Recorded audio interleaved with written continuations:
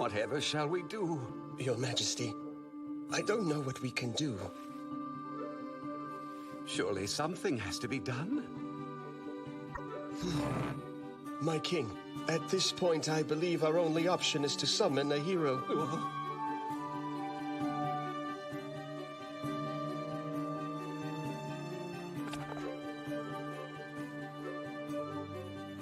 You understand the procedure, correct?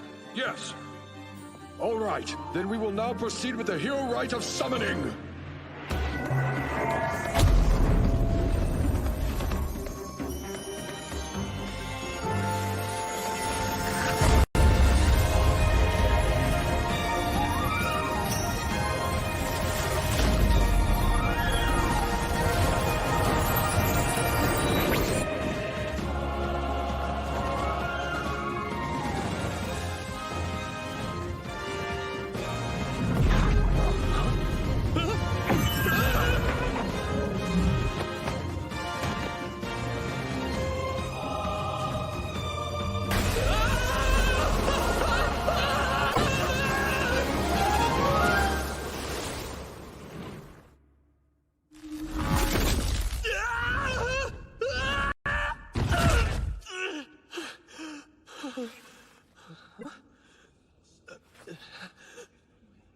What the... Huh? Am I the only one surprised the summoning actually worked? I guess everything is worth trying at least once. Wait... summoning?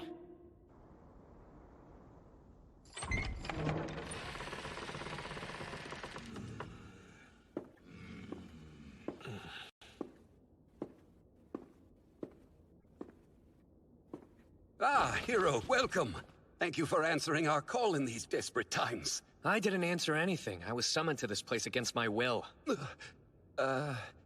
Yes, I suppose so. I can see why from your standpoint it would seem that way. By chance, you aren't upset we forced you here against your will? Oh, I don't know. Wouldn't you be? At the very least, could you explain the situation? Then I'll decide if I should be mad. An explanation, that would be helpful. The predicament is as follows. This is the supercontinent of Landia. Several races, including humans, elves, their home, forming a number of countries of various sizes. However, roughly 10 years ago, on the northernmost end of the continent, a void to the demon world dimension appeared, and a horde of monsters poured out. With their appearance, all hell broke loose across the northern countries. Under the banner of the Grand Chaos Empire, which boasted the largest territory on the continent, all the nations united to form a punitive force and mounted an invasion against the demon world. Unfortunately, those forces were obliterated. After the battle, the nations lost their main military assets. They no longer had the strength to repel the monsters from the demon world. The enemy continued laying waste, and now occupy a third of the continent. Presently, this territory is known as the Demon Lord's Domain. As their monster forces increase and the battle lines continue to rapidly expand, the outlook is grim. The nations of mankind can barely keep them in check, much less drive them back. To this day, a deadlock remains firmly in place. Uh-huh. I hope I'm not supposed to fight these monsters on my own. Well, perhaps Marx could explain it better. Huh? The issue is, a hero is truly a rare commodity to come by. Huh?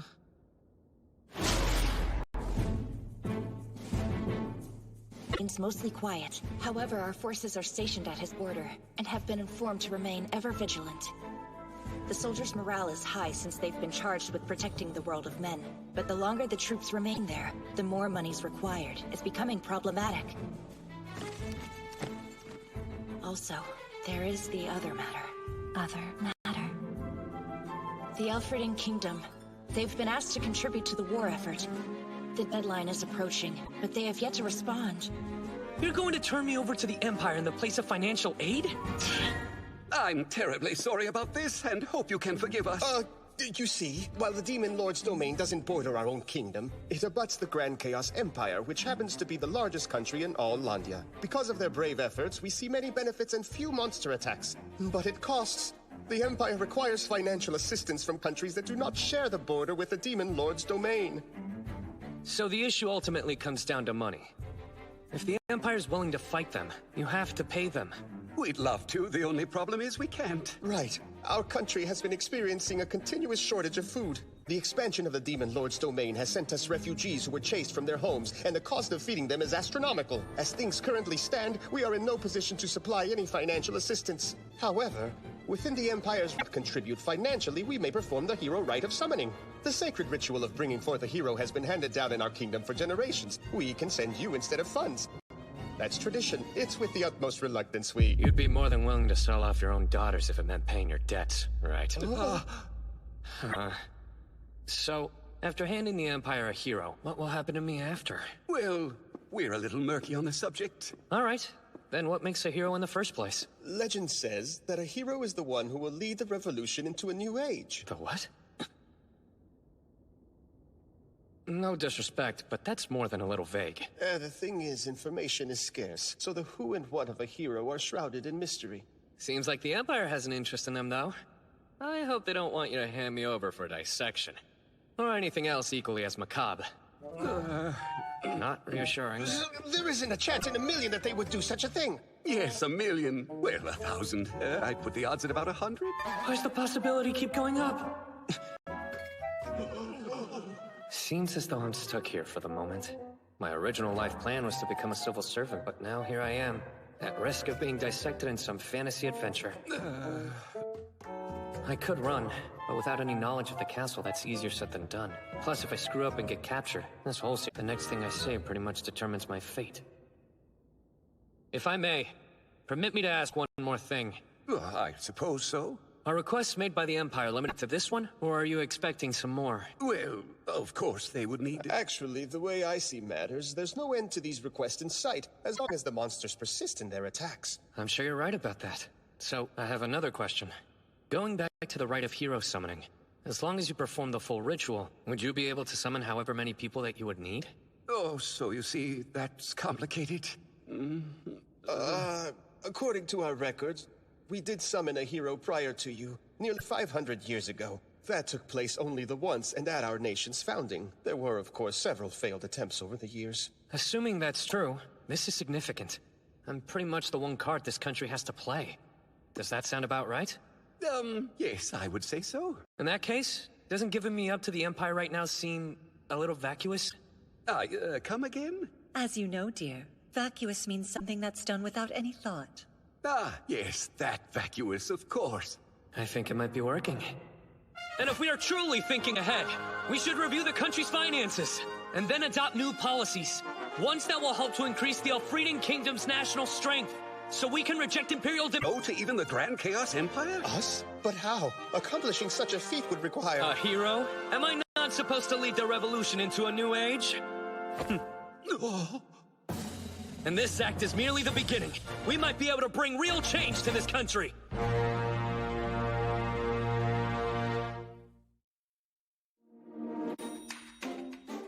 Change the country. That was the idea. Only problem was I didn't have a plan.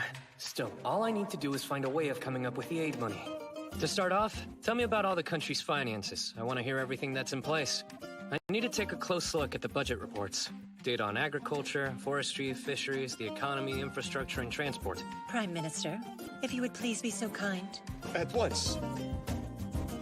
And so, a wide range of topics were discussed. The conference between the Elfrieden King, Albert, Prime Minister Marx, and the hero Soma went on longer than expected, lasting for 3 days and nights. Hark and listen! I request your undivided attention. I, Albert Elfrieden, the 13th king of the Elfrieden nation, being of sound mind and body, hereby abdicate the throne and transfer all of its powers over to our summoned hero, Soma Kazuya. What? Huh? Engagement of my daughter, Princess Lycia Elfrieden, to heroic newly appointed King Soma. April 1546 by the continental calendar. The King of Elfrieden hands the throne over to Soma Kazuya. This news quickly spreads, reaching the three dukedoms, a trio of rulers who head the kingdom's armed forces, creating a significant stir among them. What? Albert abdicated the throne? Yes, sir. And there is more. He has ceded the throne to Soma, the hero they summoned.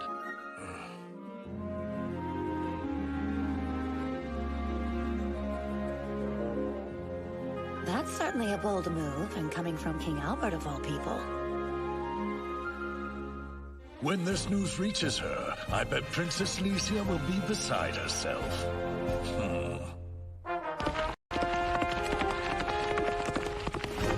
Father, Mother, hold on! I'll rescue you! Right there, that's the spot. Father! Mother? You're fine. It's absurd! I heard that the throne had been usurped and came running to save you, only to find you two casually carrying on like that. As you can see, the throne hasn't exactly been usurped. I abdicated it. Such a rash decision. It was hardly rash. Though I've spent a short amount of time with him, I'm convinced he will make a better king than I ever could. It was a decision made responsibly by the individual in charge of this country. And I won't have any arguments. But Father, how could you declare my engagement without even asking me? Concerning that matter, it is ultimately a discussion for the two of you. While there is no denying the marriage arrangement was my idea originally, if you don't want to go through with it, I highly doubt that Soma will insist. Mother, is he being serious? My dear, you should go and meet Soma first. Then decide whether or not he's for you. We can't just force you to love someone. They can't expect me to discuss the matter civilly with him. Obviously, the Soma guy is up to no good. I'm coming in! Huh? Hey, whoever you are, give me a hand. Pardon? Hold up. You are able to read, right? Please, I'm not some idiot. I've had an extensive education. Then what's 3 plus 2? 5. And 6 times 2? 12, obviously. 42 divided by 7? 7, or I mean 6. I got confused! Good enough. Get over here and help me with the budget. What help you? Just who do you think me to be anyway? Reserves to help me with these finances? I am Lycia Elfrieden. The kings will show me respect.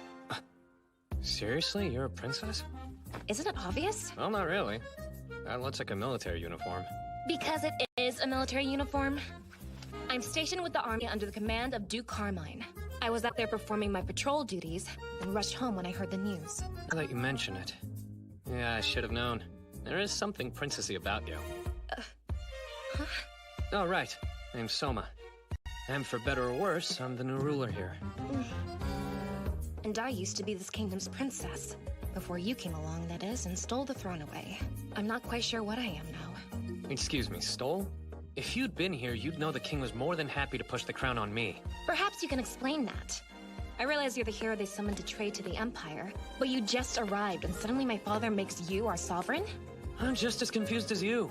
I was just looking out for my own safety and suddenly I'm running things. Oh?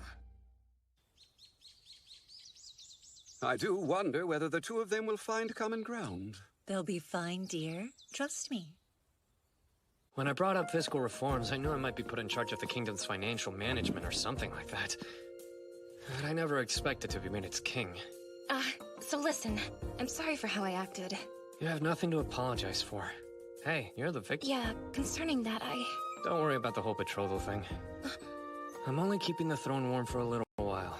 After a few years, I'll probably retire from this king gig. Really?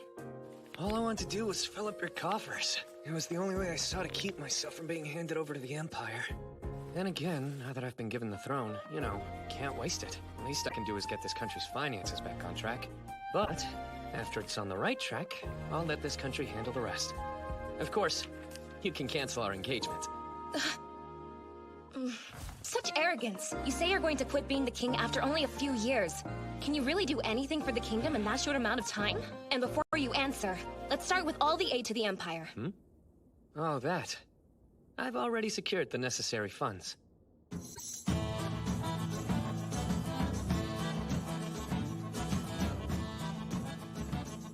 It looks like they found someone to act as custodian. We should be getting the Elfrieden exports soon. There is a great demand among the wealthy when it comes to jewelry sourced from royal families. Investing funds in order to snatch up the standout pieces was the right call, Princess Roroa. And as a result, we did a fair bit of business. I must confess, this new king of theirs is certainly making some bold new policy. Elfrieden can't afford to hold on to jewels while its citizens starve. At first, I wasn't sure why they made that hero their king. But based on what I've seen so far, he could be a formidable opponent. Yes. Ah! You sold off our national treasures? The national treasures belong to the whole country. You can't just give them away. Come on, would you take it easy? If they belong to the whole country, then it's fair to sell them for the sake of the nation's subjects, right? Yeah, all right, but there were numerous cultural and historical pieces. True, which is why I made sure not to sell those. In Group A, I placed national treasures that have historic or cultural value. Those with neither went into Group B. The remainder were put into Group C. Only B was sold. When it comes to A's fundraising potential, they have more long-term value put on display in a museum. It wouldn't make much sense to sell them off. It was smart of you to categorize them, but what about Group C? Magical tools, which frankly I'm not sure how to handle. I would label those more as weapons. We can't put them on display, or risk the wrong person buying them. Speaking of, there is a full set of antique hero gear. If we find the right buyer, it should fetch a ton of cash. Sound good? You wouldn't dare. Just what kind of hero are you?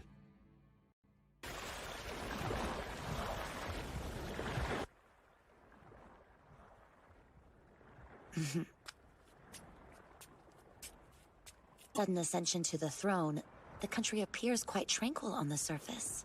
The question is, how long will that last? Anyhow, Canadia.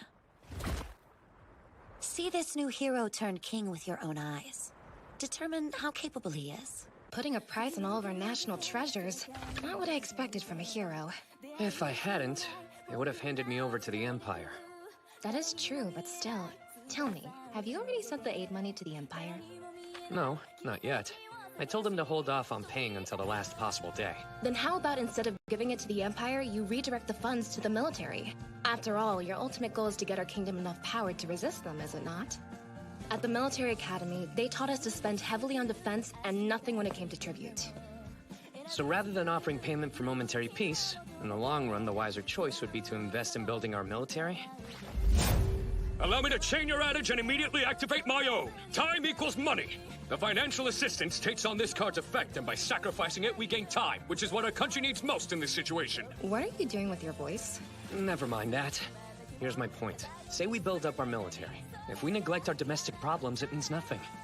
Until we resolve our food shortage and refugee crisis, we'll continue losing the people's support. It wouldn't take much work for an outside force to A revolt? Not the people of Freedom. They love their country. They wouldn't dare. That's idealistic thinking.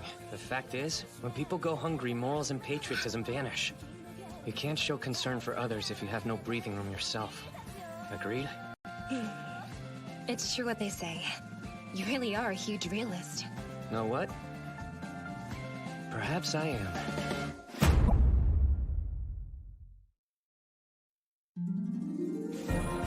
This world is one of magic, and inhabited by unusual creatures. If you feel like flying, you can always hop on a wyvern's back. Large domesticated beasts pull the wagons, and mighty sea dragons provide the power for steel battleships. There are no light bulbs, but the streets are illuminated at night by lamps filled with glowing moss. Cooking is done using fire-based magic on wood-burning ovens. Even though there's no hard science here, day-to-day jobs are accomplished through the power of magic. However, once you strip away the mystical and fantastical elements, it's a country with a rudimentary level of technology. The Industrial Revolution is years off, and the feudal system is still in full swing. Now, I'm a part of it. The king of this country. A magic check? Yes, sire, after consorting heroes being imparted with magical abilities after they've been transported from other worlds. Got it. So basically it's like a test to see if I have any newfound abilities which may end up proving useful. All I have to do is touch the statue? Yes. If any magic was transferred to you during the summoning, its nature will become apparent to you once you make contact with the stone. I don't know who came up with this, but I love how straightforward it is.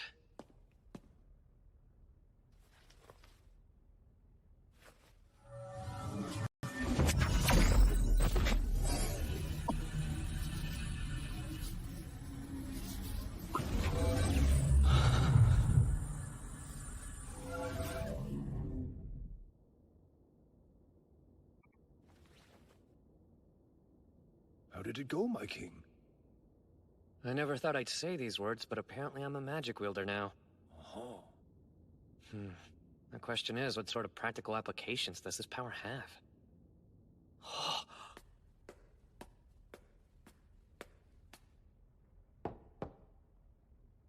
Soma, I'm coming in.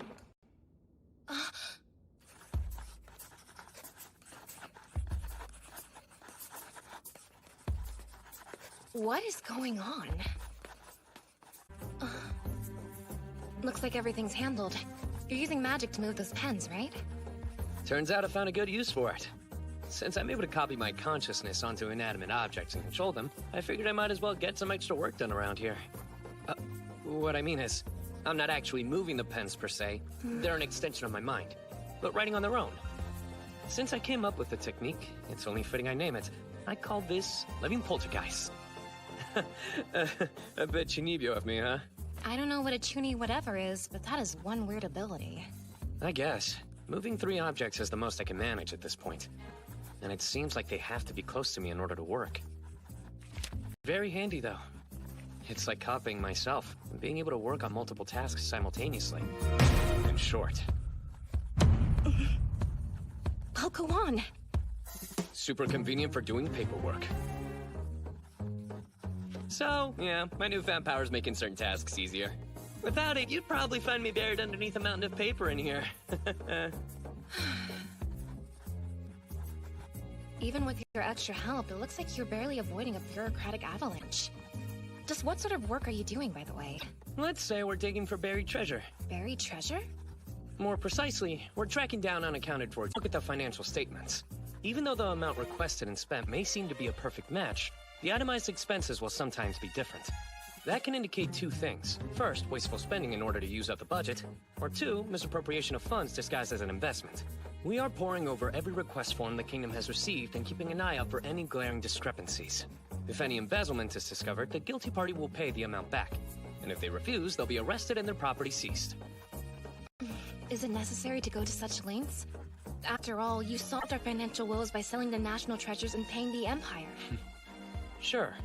For now, at least I don't have to worry about being turned over to the Empire anymore. Still, if we want this country to get back on track, we can never have enough capital. Same goes for manpower. I can't help but wonder if Soma and Licia are getting along. Knowing the 2 of them, I'm sure they're doing just fine. You think so, dear? Yes, you're right.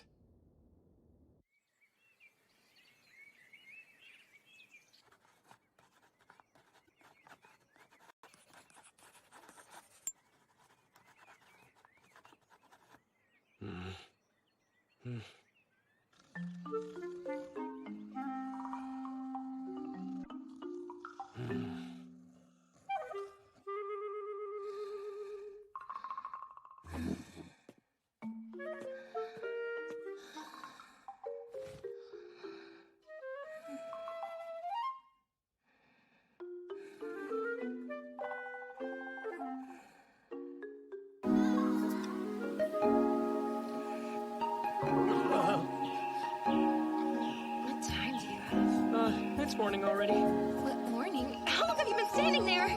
Not very long. Maybe less than a minute. Who are you? You looked comfortable. Just wanted to make sure you slept well. Anyway, the paperwork's all wrapped up. If you wanted to nap a little while longer.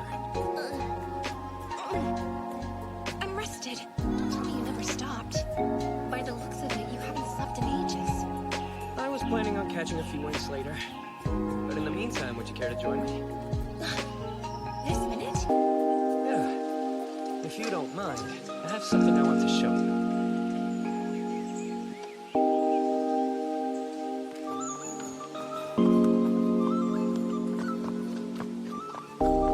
Easy. It's not like you have to hold onto my waist so tight. Sorry, but this is pretty scary for me. I'm holding the horse's reins. I can't help it. This is my first time riding on a horse. You're joking. Get around other ways. Back where I come from, we travel using machines and don't rely on animals. Sounds like quite the place. Soma, tell me something. What is it? The place you're originally from, do you have family there waiting for you to return? Or, you know, friends, opens, anything like that? There's no one. My grandpa was the last of my relatives. He passed away before I came here. No reason to apologize. My grandfather lived a whole life. Basically, there's no one waiting for me to return.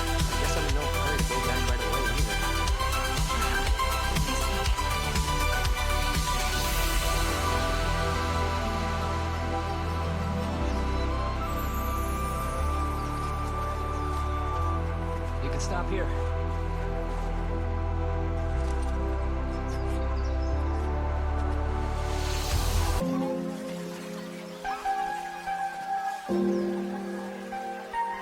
Pretty how the morning dew makes it glisten. You think so?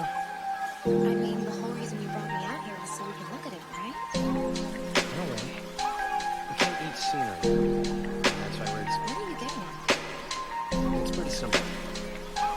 As far as the eye can see, there are nothing but cotton fields. And they can't be harvested for consumption. Getting right to the point. The reason this country has a food shortage is because there are too many of these fields. Meaning? It started with the Demon Lord's domain. The countries north of here used to produce a lot more cotton. The damage caused by the monster attacks forced production to cease. Speaking of, in this world, the further north you travel, the warmer it gets. Does it work differently where you come from? Actually, the weather's the opposite. Anyway, that's beside the point. Supplies dropped, and the purchase price of cotton shot up, leading this country to change course. At the time, we wanted to produce and sell as much cotton as possible. In turn, the farmers stopped growing food.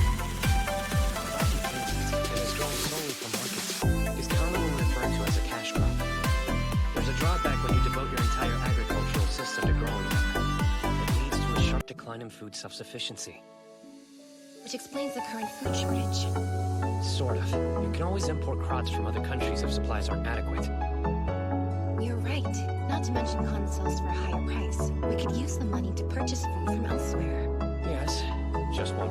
There was profit to be made, so other countries realized this and rushed to produce cotton.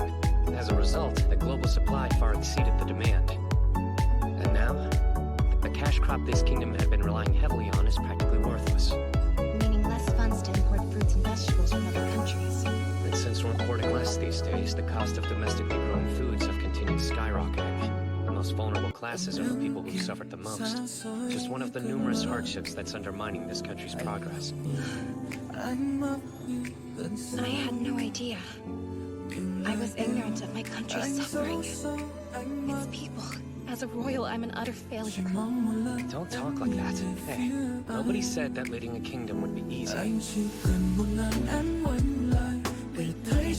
the reason you brought me out here was because... Yeah. Someday, Licia, you'll be the ruler of Elfrida. What I want, most of all, is to leave you with every tool you need to succeed. So after I've gone back home, you'll be able to manage all facets of this country.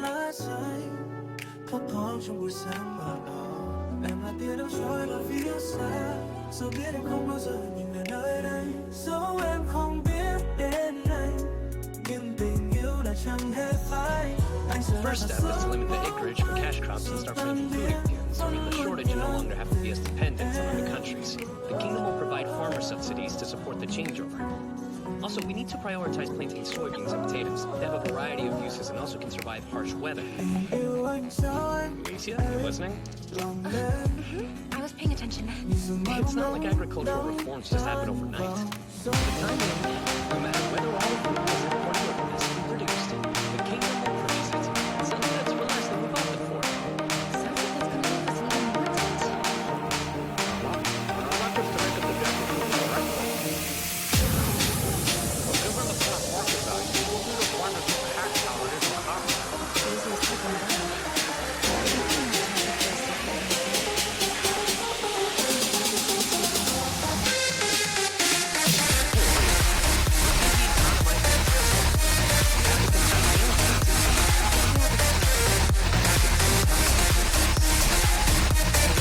Should I refer to you as Queen Licia from now on?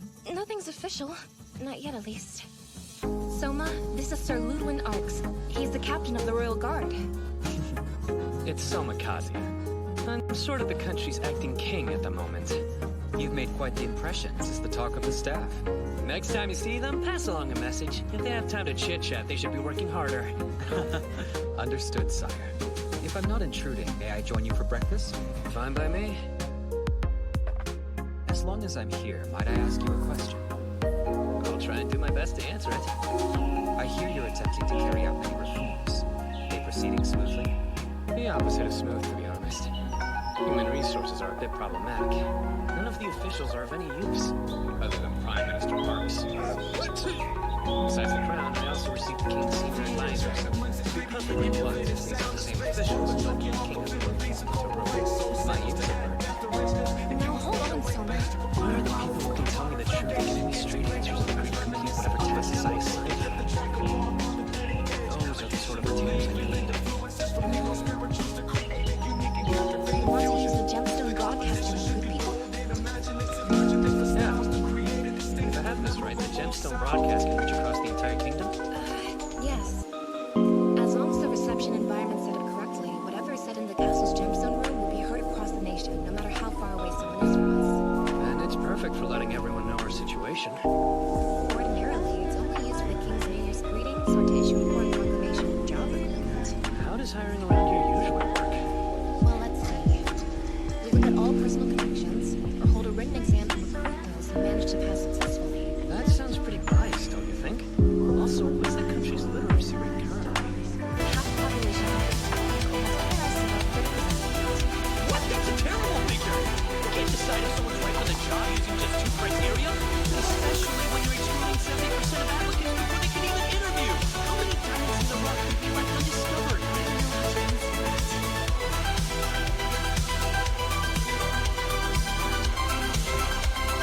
No worries. Once the financial situation stabilizes, we can solve other issues as time permits. But first up, we have to start recruiting capable people. And how are you going to encourage them to step forward? I've been mulling over what I plan to say, but I'm just going to end up paraphrasing a hero I respect since they said best. Another hero? That's right, an unscrupulous hero of chaotic times. During the late Han Dynasty, Cao Cao, the man responsible for laying the foundation for Wei during the Three Kingdoms period, was so dedicated to gathering men of ability under his command, some described him as a man possessed. In the year 210, to meet the demand for talent, he issued his famous Order of Seeking Talents.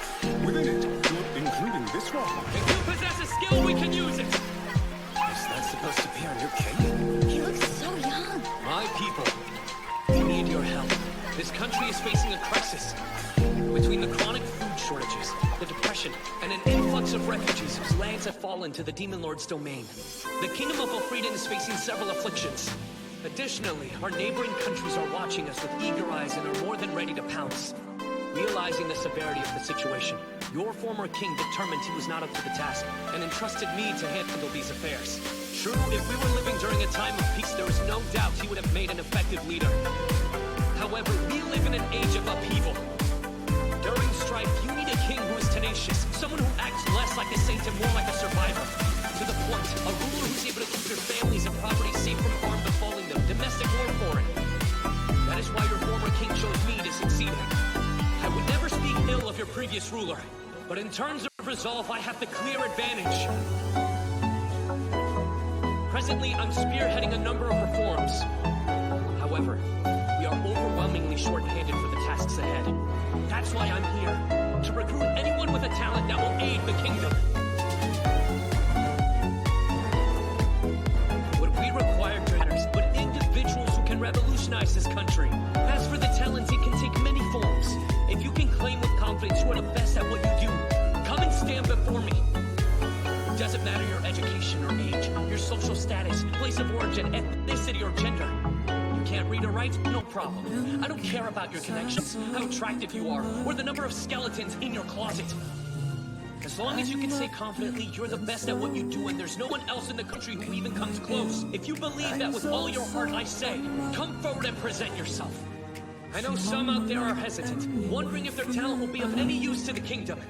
However, that is ultimately for your king to decide, not you. The determination whether or not this country needs your specific expertise begins and ends with me. I don't care if others have labeled your talent worthless. What are you waiting for? If your ability is determined to be an asset to this country's future, I will afford you every courtesy and look to you as my newest advisor. But perhaps there are some out there who are still unsure. Come demonstrate a talent that is unmatched by any other in the kingdom. And as King of Elfrieden, I will issue you a certificate of fearlessness and a monetary reward. Would that provide you with...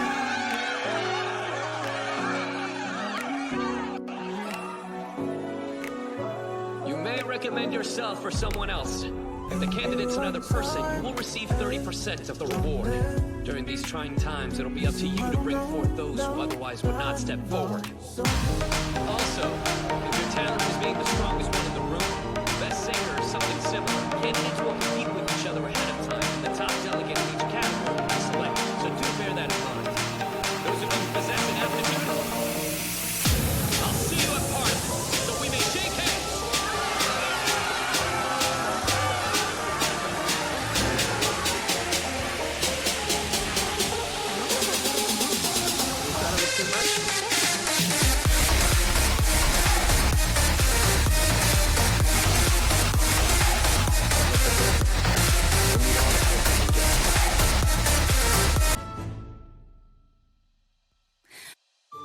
The fact that I can understand the language spoken in this country, and similarly that people here understand my native language, is not a coincidence. Apparently, this is some strange power imparted on the heroes. Not only that, I can read and write the language of both worlds. Don't ask me how. It's like it automatically gets translated inside my head, and then I reckon the entire population uses a single language. Which is hard to believe, given the diversity of cultures that call this world home.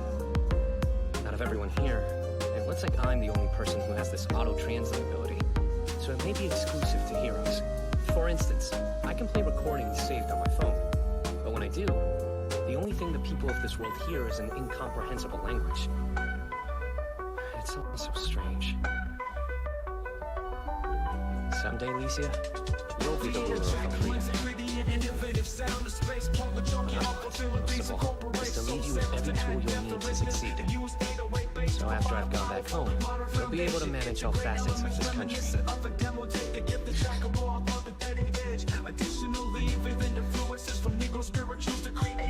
But after it's on the right track, I'll let this country handle the rest. Of course, you can cancel our engagement. I know that's what Soma promised. Did he really mean it? He wants to find more useful personnel to advise him. But most importantly, what this country needs right now is Soma's leadership. The place you're originally from, do you have family there waiting for you to return? Or, you know, friends, girlfriends, anything like that? There's no one. He doesn't have connections to the world he's originally from. So I wonder if that would anchor him here. Wait, if I create a fait accompli as his fiancée, then... I'm already awake.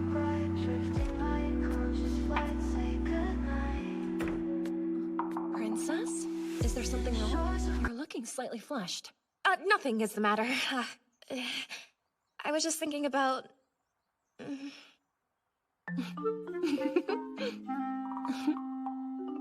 Today is the day. His Majesty is going to honor the 5 subjects who proved to be especially outstanding among the recruited talent. Yes, I remember. The king wishes for you to attend as well, so please hurry and get ready. I understand numerous people responded to his invitation. Yes, so many. The screeners were complaining, grumbling how there was no way they would ever finish. I'll bet if Soma heard that, he would say, if you have time to complain, get back to work. What is with that expression?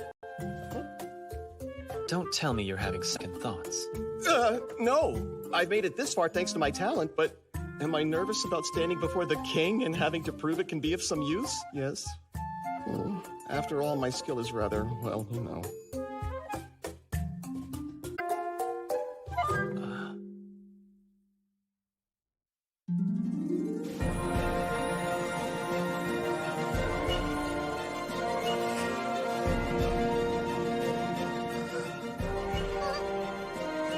You are in the presence of the king, and you will bow your head.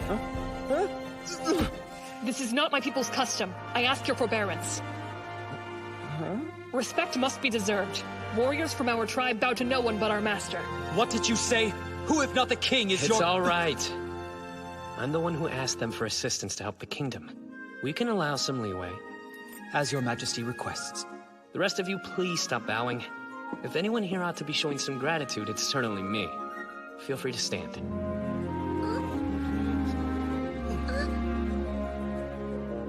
By order of His Majesty, the gifted and exemplary citizens of the nation have gathered at the capital. Those present today have shown they have rare abilities that set them apart from their peers across the land. We will now announce the talents these people possess and present them with their promised awards. Aisha Utgard, Dark Elf from the God-protected forest. If you would step forward.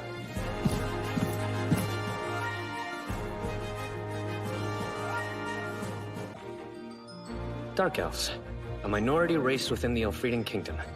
Their people are known for their elevated combat skills.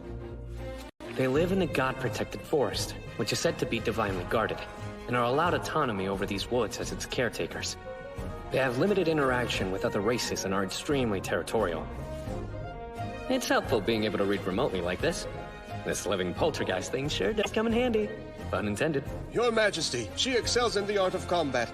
It is fair to say that her fighting abilities are unmatched by anyone in the kingdom, and we commend her for that. The foremost military prowess in the kingdom. I have high hopes for you. To be clear, you wish to honor those who can prove they are an asset to the future of this kingdom? That was my promise, and I intend on keeping my word. In that case, I do not want the reward. I ask you to hear my request instead. Go ahead. Please tell me. My people are troubled, for in the God-protected forest, the mature trees are weakening while the saplings are failing to grow. Please, sire, I ask you to lend my tribe your wisdom. I'm not sure what to say. Let's see. Just making sure, you are thinning the forest properly. Thinning?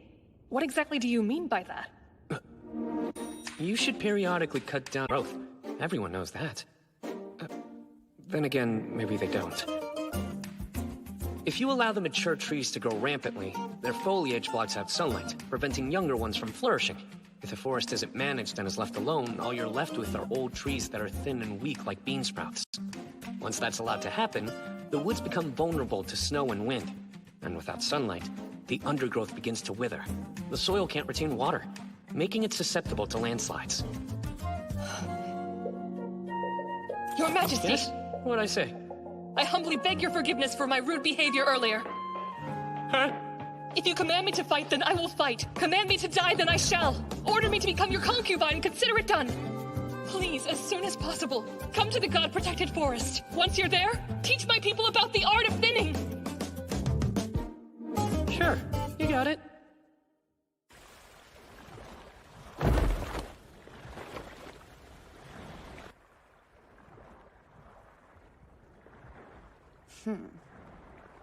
By the sounds of it, things are getting interesting over there.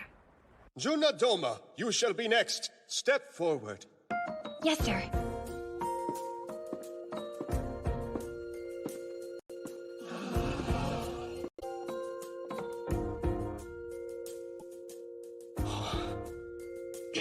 Huh? What? I haven't forgotten my job, so stop giving me that look. My king, this woman possesses unparalleled beauty. In addition to this, she has an incomparable singing voice. She may rightly be called the greatest songstress of our time. A beautiful appearance and voice. God does have favorites after all. I don't deserve such praise, Your Highness. From the information I've been provided, the Doma family's ancestors were Loreleis, so a talent for singing most likely runs through her blood. Loreleis. Legend says they were creatures from the deep, who beguiled sailors with their beauty and enchanting voices. The singing voice of a Lorelei. I would very much like to hear a song. If that is what you wish. I know. All of Elfrieden is watching. Since the ceremony is being transmitted far and wide via the gemstone, could you sing us something that will help to energize the nation's people? As in something lively? Let's see. Several songs have been passed down in my family, but most of them are melancholy in nature. Honestly, I can't think of any energizing songs, but if I were to hear one, I'm sure I could sing it right away. If you were to hear one, huh? Well, in that case...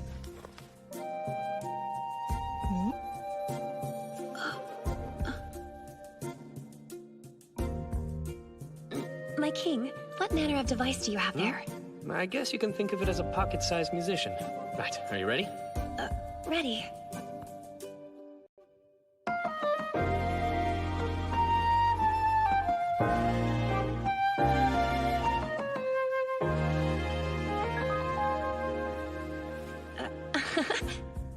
The song I played you is one from my homeland. Does that mean the language I just heard is from a completely different world? Yeah, since it's foreign to you, it'll probably be hard to sing. No, I'll be fine. I remember the song phonetically after hearing it, so I should have no trouble at all. You memorized the whole thing after hearing it only one time? Amazing. Most kind of you. Very well. I will sing for this land.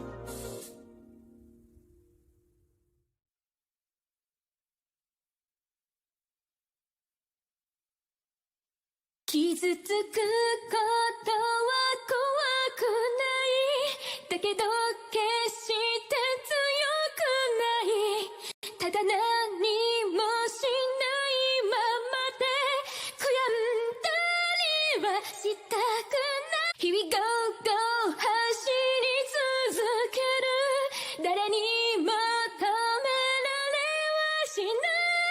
未来の自分へと Give a reason for life 届けたい。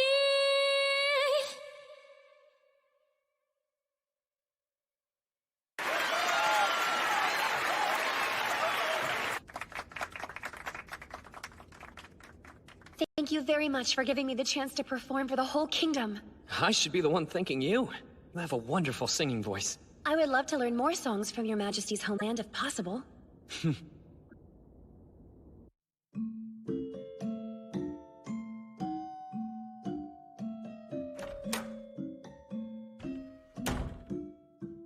I see you're as intent as ever on gathering intelligence from all quarters. Valuable intelligence is worth more than gold. Information is the lifeline of any good merchant. And has there been any news of interest? Apparently, the King of Elfrieden is doing an overhaul of his advisors and recruiting talent across the country. Seems he didn't think those musty dynastic retainers could fulfill his new agenda. Certainly looks that way. Still, it's not like his is the only nation in desperate need of some fresh blood. Depends on whether the person hiring can recognize a candidate's true value. He displayed ingenuity and generosity in agreeing to the Dark Elf's request. As for the Lorelei-descended songstress, I look forward to seeing how he will use her skills to better the kingdom. Overall, not a bad start. However, the most challenging trial is about to begin.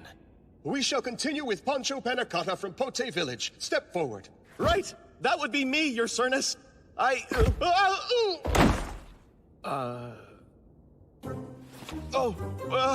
Pardon my clumsiness.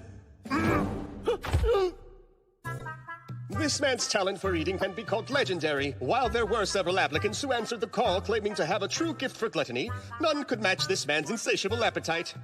Furthermore, his search for food has been no ordinary one. He has traveled the world, eating specialties and rarities along the way. According to him, he has consumed just about everything there is to eat. What? It's terrific news! Thank you so much for answering my call. I've been waiting for a person with your expertise. More than any of the other talented people here, I'm delighted that you stepped forward. Your Majesty is delighted I'm here. You know, everyone, they call me Fatso. They're wrong. Your well-honed gluttony will save this kingdom. So hold your head proud and high. Are you sure about that, my kingness? Yes. Your insight from sampling the specialties and rarities from all over will be the key to solving multiple hardships. I need your help, Pancho. Let me use your vast knowledge. Yes, sire. If I can be of any assistance to you, by all means use my experience. Please. Hey, Marks. If there's a distinguished subject, this country has a tradition where the king can grant them a specific title, right? Indeed. You are most correct, my king. In that case, Pancho, I will dub you with the name Ishizuka. Back where I'm from, it belongs to an insatiable hunter and master of cuisine. I trust you'll work hard not to tarnish the name. When the sight of King Soma receiving Pancho was seen throughout the nation, it encouraged the reluctant. There were still those of exceptional talent who had not stepped forward, but after witnessing how all manner of skills were praised by the king, they gathered themselves to Elfrieden. Your Majesty, the preceding three nominated themselves, but the next man was recommended by someone else. Huh? And now, Hakuya Kwan Min, step forward. Sir. This man has exhibited a talent for intellect. It is believed that his knowledge and memory are unrivaled. What is it that suggested your skills could help out in some way? It was the uncle I live with, sire. He said I was old enough to stop reading books. and should serve my country in a meaningful way, so he put my name forth. That's funny? No, I was just remembering how I used to get that a lot myself, believe it or not. So then, what genre of books do you tend to read? I do not prefer any one genre. I read literature, of course, as well as history, law, and military tactics. Assimilating knowledge unknown to me is my reason for living. Interesting. In that case, how would you like to be a librarian in the castle library? You would have free access to books authorized to only catalogers. Oh, that is most generous, and I graciously accept. Yes, I suppose that is what I would have said just a moment ago. But not anymore, I take it? No, I've changed my mind since. Fine, then what would you prefer? If you'll permit it, using my knowledge, I would like to underpin your Majesty's hegemony. Pretty bold to use the word hegemony, and I wonder what he means by underpin. Does he want to be my military strategist? And you believe you're gifted enough to do that? I would like to think I am. You said that you changed your mind. Explain. Begging your pardon, but since the ceremony began, I've been sizing your Majesty up, judging whether you were a ruler worth serving. And if I was worthy? It was dependent on whether you appointed Poncho. That was my litmus test. Even if you had not immediately recognized his value, but had appointed him for some future use, you still would have passed as a king. If you had judged Poncho's talent as worthless and rejected him, you would have failed. That was my line of reasoning. I never expected you to welcome him as you did. I'm pleased that I was wrong about you. There's no doubt your talent is sensing what this country desperately needs and seeking it out at all costs. I will echo those sentiments. I also believe I know what this country needs during these trying times. But tell me, are you the sort of advisor who can help me get the job done? I believe His Majesty must be the one to judge that for himself.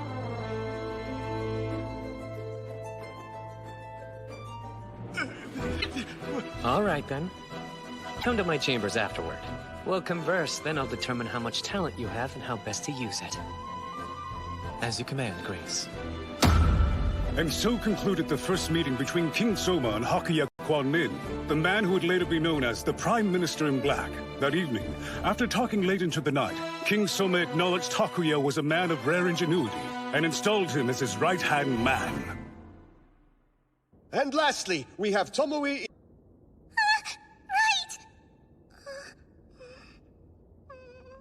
She's quite unique. This girl has the unusual talent of being able to commune with both birds and beasts. Oh? To verify this ability, we had her taken out to the royal stables. There, she revealed both the health statuses of the horses and their histories. According to her, she ascertained the answers from the animals directly, making her gift truly heaven-sent. The land of the Mystic Wolves. That's way to the north of Elfrieden. Wow. Yes. As far as I'm aware, there are no other mystic wolves residing in the kingdom. Which would mean that there's a good chance she's a refugee. Hmm? It doesn't make any difference to me. She has an aptitude and I'll make good use of it. But the question is, how do I make the most of her talent? My king? Excuse me? What's wrong? Nothing. Actually, there's something that I need to tell you. Sounds like it's very important. Please, go ahead and say your piece. Right. As it happens... Sorry. You'll need to speak up a little or I won't be able to hear. Well, you see...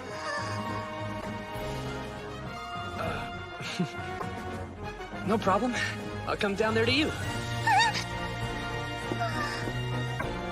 See? Now you don't have to raise your voice so much.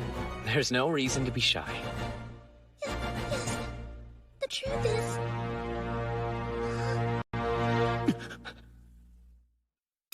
When it comes to how people view so-called monsters, there's a distinct difference between this world I was summoned to and the one that I came from. Back in my world, monsters are not seen as people or animals. They're basically a separate class of creature. Things are different here. They fall into both categories. Some are seen as people, some as animals. To be more specific, humans, elves, beastmen, and dragonutes all exist under the label of mankind.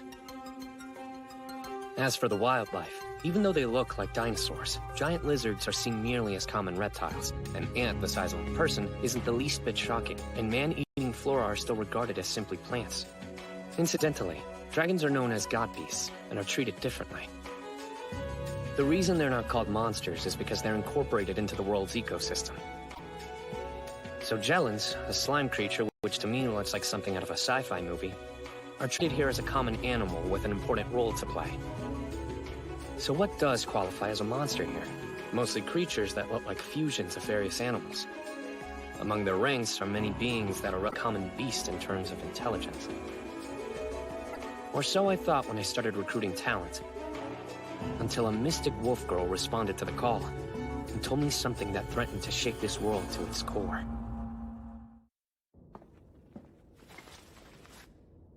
See? Now you don't have to raise your voice so much. There's no reason to be shy. You're absolutely sure? Yes. Have you told anyone else about this? No one. I mean, besides you and my mother.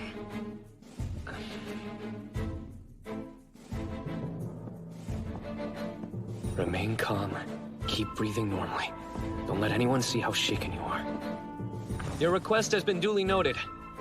While I cannot promise you anything, I'll consider it. Oh, Marks.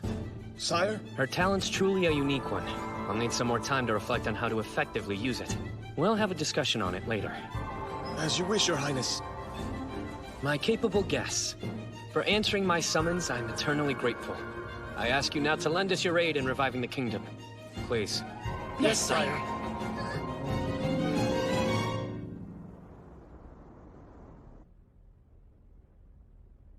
You said you wanted to talk to me about something that was important? Back in the chamber. When she whispered to me, is it possible anyone in the audience heard her? I know I didn't hear anything. No, she was speaking far too quietly, sire. My ears didn't pick up a single word either. Sounds like there was no danger that it went over the gemstone broadcast then. I don't think we have to worry. You shouldn't be sensitive enough to pick up whispering. Whatever she said to you must be serious if you're this concerned about it getting out. Yeah. So she can converse with the animals. You heard that part, right? Yes. Not only does she know what they're saying, but somehow they're able to understand what she says in return. It's no stretch to call her talent phenomenal. Yes, even more so because she can also speak to demons. Up to this point, it was thought the monsters of this world possessed intelligence equal to that of an animal's. However, among the Demon Lord domain's ranks were those who acted in teams, using weapons and magic, and behaving almost as though they were no different than people. The humans began referring to these particular beasts as demons, to distinguish them from the others. True, these demons were different from other monsters, but despite being able to demonstrate intelligence, there was still one crucial component that separated them from the other races and breeds of the land. Demons could not be understood. Their language was unlike any... You spoke to a demon? But that isn't possible. No one can understand what demons say. Tell us everything that happened in detail. Well, the demon I spoke with in the woods was pretty short. And he had a face that looked pretty much exactly like a dog's. I went into the mountains to pick wild vegetables. That's where I ran into him. Before I could think, I yelled out, "Help!" Then, to my surprise, he said, "You can understand me?" He seemed as shocked as I was. My guess, he must have been a scout. At least, that's what it looked like he was doing. He said we had the same scent. I couldn't bear watching you die. Go on and run away, quickly! And so that's what I did. Meaning a demon actually showed sympathy? It's possible this was an isolated event, and only a handful of demons would let a mystic wolf escape. But even if it's only a fraction, there are demons we can communicate with, which could alter our situation dramatically. What do you mean by that? Are you saying we can negotiate with these demons and take back the lands lost in the war? It would be nice if things took a turn in that direction. But as of this moment, the nations of mankind are joined together facing off against the Demon Lord's domain. Simply because the demons are seen as our enemy, one that is irreconcilably at odds with us. As soon as people learn we have a way of communicating with their kind, aligns with them. No, they would never do that. I'm no expert, but our worlds have similarities. There are conflicts between nations here, aren't there? Those who would want to gain the upper hand. Yes, just to the west of us. There resides the Principality of Amadonia. Under our previous king, we had a conflict with their country. In an effort to keep Demon Lord's domain from spreading, we are all working hand in hand with the Grand Chaos Empire leading the way. However, mankind is not unified or immune from warring with itself. You're right. There are those who'd exploit her power.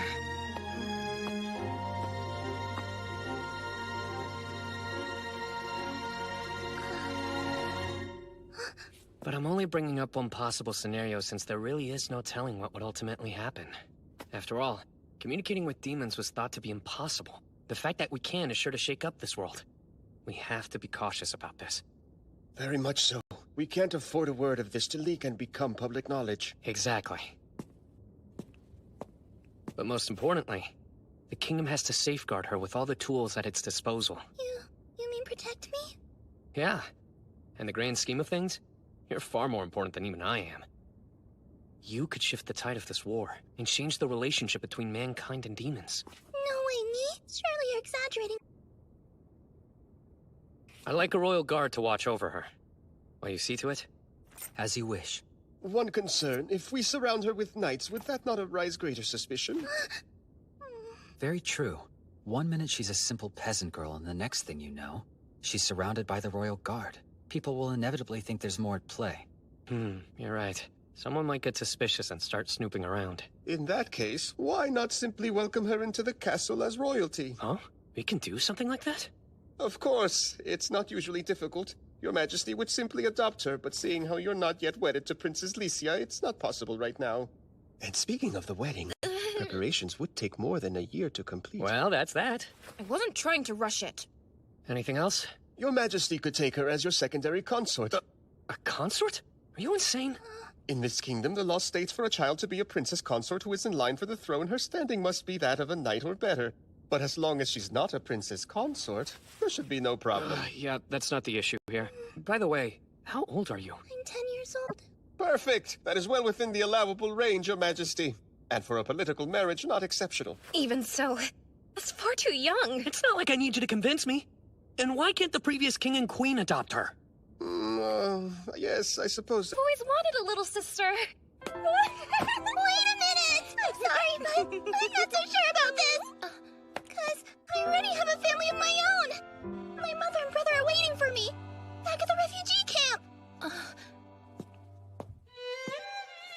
It's all right. You see, Tomoe, it's more of a formality just to make sure you're well protected. If you become my little sister, your mother and brother will also become my relatives. They'll be able to live here in the castle with you.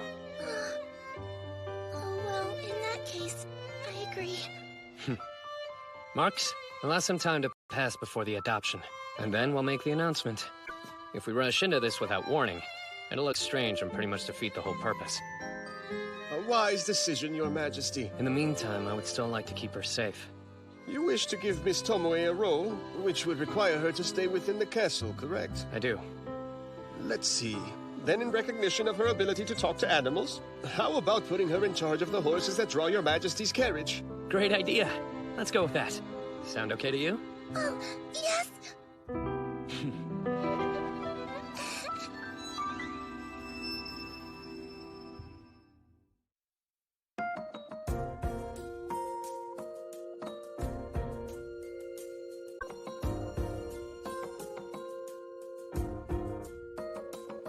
So, what exactly is going on here? Isn't it obvious?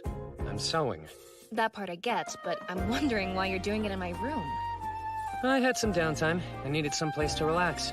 Everyone in the State Affairs office is working hard.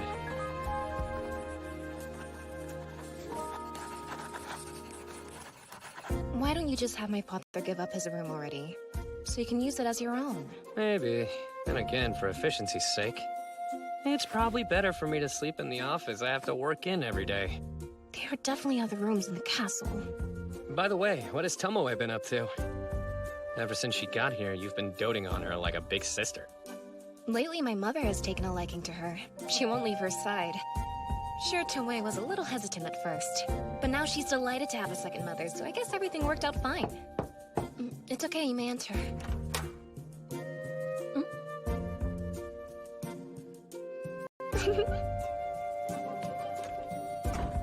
Jessa, don't read anything into this! Seriously? He's back already? Yes, and should be waiting for you in the reception room. No time to waste, Lycia! Welcome back, Pancho. So, was the expedition successful? Oh, very. In large part because you let me use the Royal Wyvern for traveling. I was able to hit every one of my locations faster than I expected. I gathered pretty much every type of food I was after without any complications. Wait, you mean you also lent him the hero sack? That's right. It's far bigger on the inside than it looks on the outside. Plus, whatever you store inside it is less prone to spoilage. The perfect tool for gathering food. You mean the same satchel that's part of our hero gear collection, one of the kingdom's crown treasures? And you're using it to haul around a bunch of... We'll move past that. What do you got planned anyway, going through such lengths to send them out and gather food? What do I have planned? Something that'll do the kingdom a little good, I hope. I hope that everyone in the Elfrieden Kingdom is having a great day. I do as well. And this is the King's Brilliant Lunch, a program meant to provide information directly from Harnham Castle to you, the people of this nation. Or we can just shorten it to the King's Brill Lunch. I'm your host, Juna Doma, and with me... I'm Pancho Panicotta, connoisseur of eating and all things food. We're only addressing the entire kingdom. There's no reason to be nervous. Well, the thing is, I'm not used to presenting to a crowd.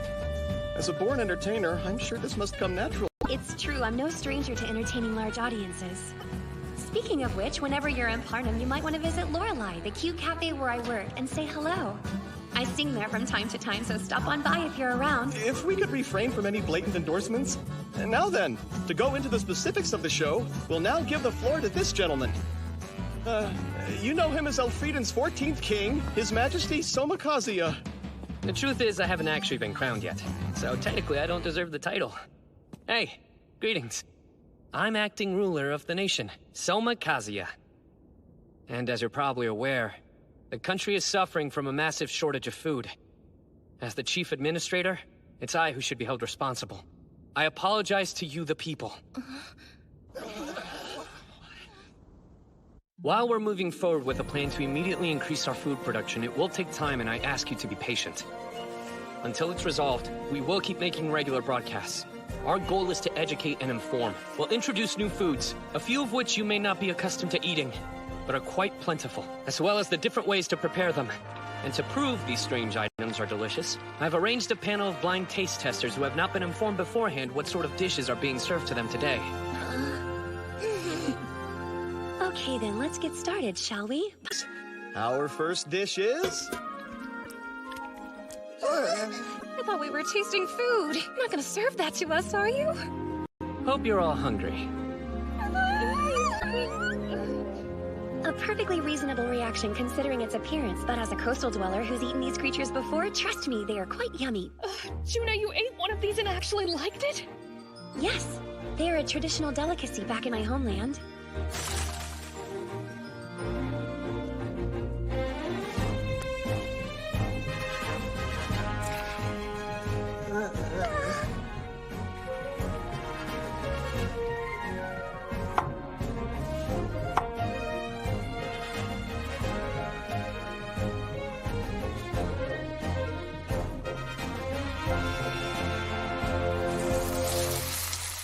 What do you know? I'm not gonna lie, that's starting to smell pretty good.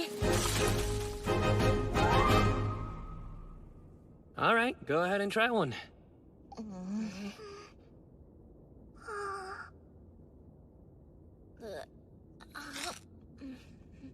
It's delicious, whatever it is! Hey, you're right! This really is yummy! Whoa, those are...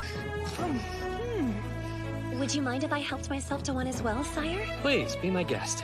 Oh, so good! They're incredible! They're so full of flavor, aren't they?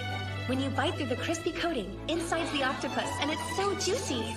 Daddy, we caught a whole bunch of octopuses in our net today, didn't we? Sure did. Usually we toss them all out. Let's give them a try. Moving right along, here is our next food item. I know these. They're tree roots, right? They don't look all that tasty if you ask me. Are you sure that we can even eat them? You've never had a burdock root before? It sounds like you're familiar with these, Aisha. It's hard for me to imagine anyone wanting to chew on a root. Well, in the forest, you have to cook and harvest whatever nature provides, otherwise you won't survive. I had no idea. A little salt here. A little sugar there. All right, it's chow time. They're crispy, and the salt lends them a lot of extra flavor. When I bite into one, the oil comes off and mixes together with the sugar, giving off an explosion of sweetness that tantalizes the taste buds. I can't wait until my mother gets a chance to try these snacks. Will you eat both kinds at one time? Any more of these? From what I've seen, Aisha sure seems to be content, huh, brother? Yes, it appears so. You'll understand why I cooked the next meal ahead of time after you see it.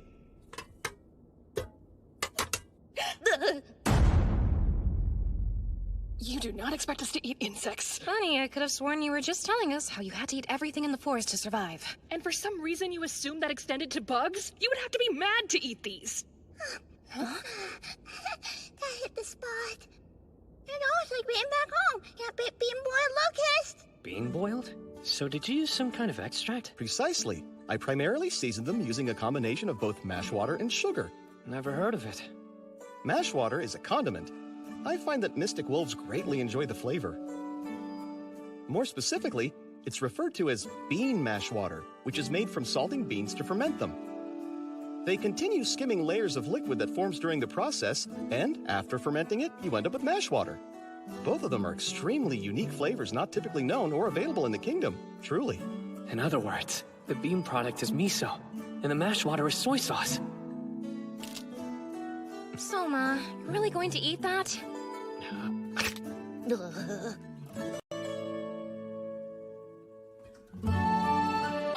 Wait, are you crying? I can't stop myself from tearing up.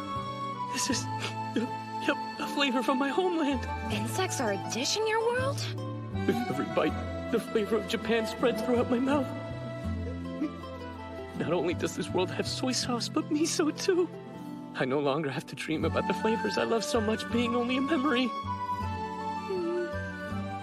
Pardon, Your Majesty. I don't mean to interrupt, especially when you're so moved, but would it be alright if we continue to the next dish? Huh? Oh, yeah. My apologies. On with the show, as they say. We can't wait, Pancho. What do you have for us next? Ah, yes. I think this one will surprise you.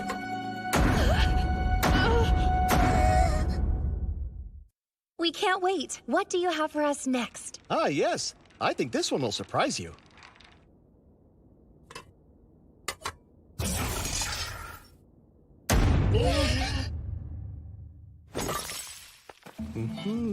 I hope I'm wrong, but is that a Jellin? Why, yes, indeed. That's exactly what it is. You have a good eye. That's weird. I didn't think you could eat those things. Yep. Just a moment, please. Is that Jellin dead? Yes, ma'am. No need to worry. This Jellin has already been slaughtered. It can't be. Now that you mention it, this is pretty weird. Why? What makes it so unusual? If you break open the thin surface membrane of a Jellin, its internal fluids come gushing out everywhere.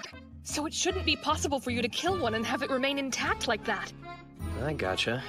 So, what do you have to do to preserve the carcass? Well, there is a bit of a trick to it, but it's not too terribly difficult. I learned this from a small tribe who lives far to the west within the borders of our great empire. If you strike it with a stick or something just hard enough so that you don't break the membrane, you can destroy the nucleus within. I'm told the locals refer to this method as Jellin Ikajime. I guess they're kinda like fish. If you successfully break only the nucleus, then all of that internal fluid will begin to congeal and the Jellin will grow firm. If you continue to let them sit after that, the remaining moisture will eventually evaporate and they'll become almost hard-cured lumps.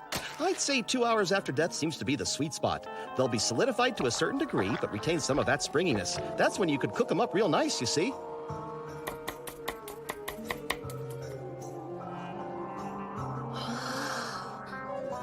Now, you could simply boil these strips in some salted water, and they'll firm up even more.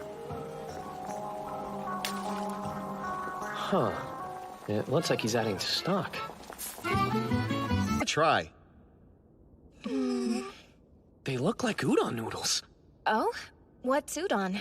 Oh, right. That's a back home thing. We have a thick wheat flour noodle that looks a lot like this. Though, the ingredients and preparation are completely different. You don't say. Then I think you should have the first bite. Huh? You've eaten something a lot like this before, so go ahead. She's absolutely right. After you, Your Majesty.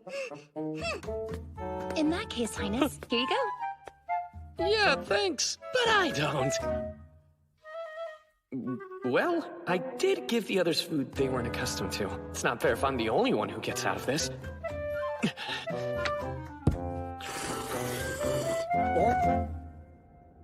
So, how'd it turn out, Soma? It's way better than I expected. Now, I thought it would be slimier and fishier, but this is smooth and chewy. I'd say they're closer to kutsu noodles than udon, but there's a unique squeakiness to them. It's not bad at all. Then I'll try it too. Wow, this is something else. Unlike anything I've had before, and I kinda like it. And the soup really adds a nice flavor to them.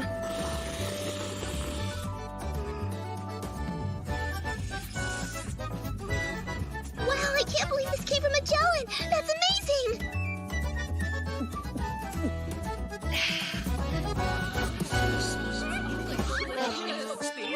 Unfortunately, that's all we have for you today, so it's time we thanked everyone for tuning in to the King's Brill Lunch and wrap things up here.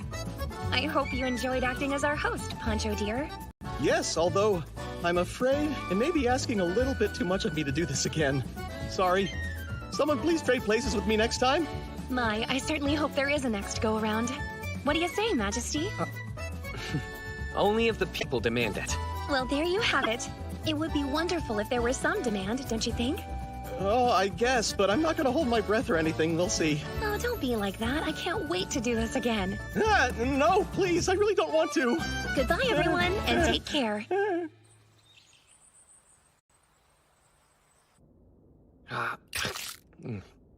Who knew there would be so much demand to keep the King's Brill Lunch running regularly? Oh, we have to at least do a follow-up now. Marks wants me? Yes, sir. He says he has something important to discuss. What's going on, Marks? Why are we having to meet in here? Why not talk in the State Affairs office? Do forgive me for interrupting your busy schedule, but I wanted to discuss the possibility of stepping down as Prime Minister. No, you can't be serious! The former King Albert recognized your Majesty's talents and yielded the throne to you without hesitation. I have given a considerable amount of thought to following his example. I have done what I can in your service for as long as possible, but I believe your needs have outgrown my abilities. Unexpected. Have you thought about a replacement? Hakuya has proven himself most talented and deeply devoted to the throne. I believe this man is the perfect candidate to take over my position as your new right hand. He has my full support.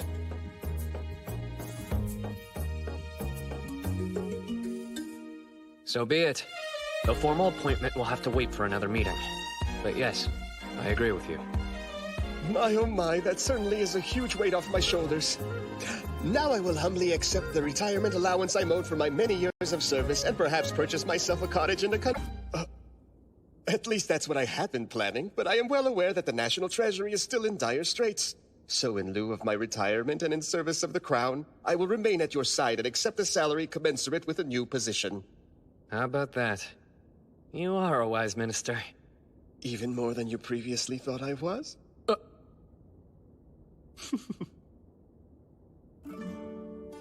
I am more grateful for your Majesty's words just now than I would be for any monetary reward. Listen, Marks. It hasn't been very long since I arrived in this world. There's much that I still don't understand, especially when it comes to the customs of the court. I would like for you to act as a consultant to help me with that. Will you? Your wish is my command. Sire, although I haven't been formally appointed yet, as your Prime Minister, I have one suggestion I'd like to put forward. What is it? Majesty, I think you should take time off. Huh?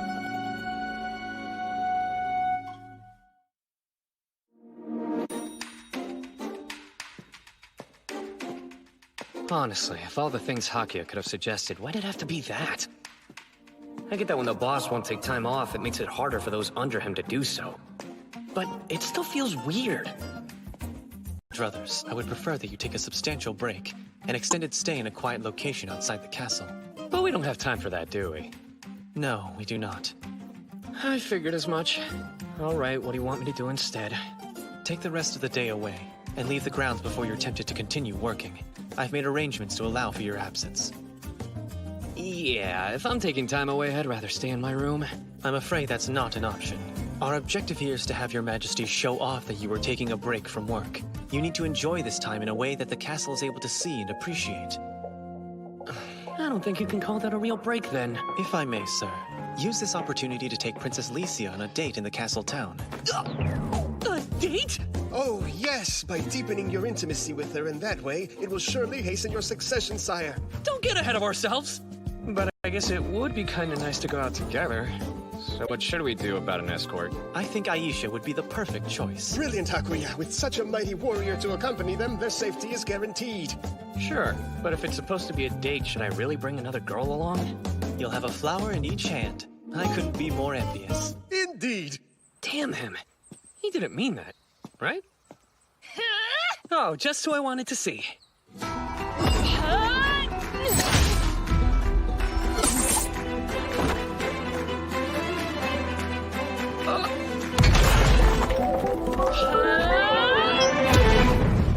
Sonic Wave! Ice Sword Mountain! That's nothing!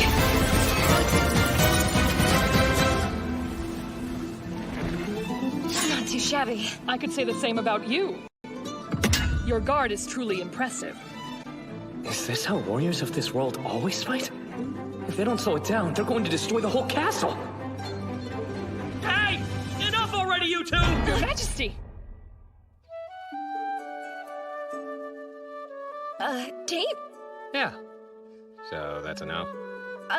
It's not a no, but knowing that Hakuya was the one who proposed it is a bit troubling. Yeah, I kinda had the same feeling. But either way, I do have free time. There's no reason we can't go out somewhere, right? I suppose not. Ooh, sir! In that case, please come to our forest. As much as I would like to. I only have today, so we'll have to go someplace relatively close by. Oh. Yes, we would need far more time. It's 6 days round trip, even by horseback. We'll plan to try, though, right? You did. But there are many among the Dark Elves who have always been particularly inflexible on skirting tradition. They may take some convincing to let their own people cut down trees in the forest we're meant to guard. See? Ah. No, that makes sense. Those types are all over. That is why I would very much like your Majesty to travel there and rebuke them personally. Understood. We'll go as soon as time allows. Thank you very much. I have begged your indulgence, so in exchange, please use me as you see fit. Great. I actually do have a favor to ask. Sire, yes. Shall I to bed? Why would you assume that? Because I just finished offering myself to you. Was that not clear? Soma. Hey, don't give me that look. You know I wouldn't. I just wanted to ask if she would be our escort down in the castle town today. Wait, you don't really want me to come along on your date, do you? If Licia and I go alone and something happens to one or both of us, we'll be in big trouble. And when I say date, really just having a look around town, so no worries. Well, I, for one, am a little concerned. It's nothing, forget it. So this is a military academy uniform. Sorry to keep you.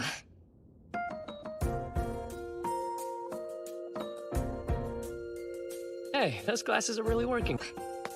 Your Majesty, how do I look in uniform, sir? Huh? It's not a great match for you. Why not, sire? How can I put this? I guess it doesn't exactly mesh with the mental image I have of dark elves. What image of dark elves do you have? Do you think I should be wearing more or less? Would you rather I wore only my flesh out with you, perhaps? No, hang on, I didn't mean that. I have no idea what you're imagining, Soma, but you're crazy if you don't think she looks good like this. I knew I liked you, princess! Alright, let's observe some personal boundaries. It won't be long before we're in town. Remember, once we set foot outside this carriage, you and I are no longer the princess and the king. We're simply students at the academy. Yes, hence the uniforms. We can keep a low enough profile like this. You can count on me, Your Majesty. Another thing. We're undercover, so you shouldn't call me that. Oh, of course, but what should I call you instead? You can just call me by my name. Or if you prefer, you can use my given name, Kazuya. Huh? Soma, I thought that Soma was your given name. No, that's obviously my family name. My name's Kazuya. But you're Soma Kazuya, are you not? Yes, Soma Kazuya. That's right! Given names come first in this country like I can go ahead and correct that, is there? It's unlikely. Your official documents probably all have Soma Kazuya written on them already. Oh, come on! I cannot believe I screwed up my own name that badly! I don't think it's that big of a deal. Here we go. We can switch back and forth depending on where we are at the time. So when we're out in public like this, I can call you Kazuya. I'm sorry you have to cover up my mess. I'm happy to do it. What exactly is your perception of me in this moment? I'm not really sure. Slacker Dark Elf?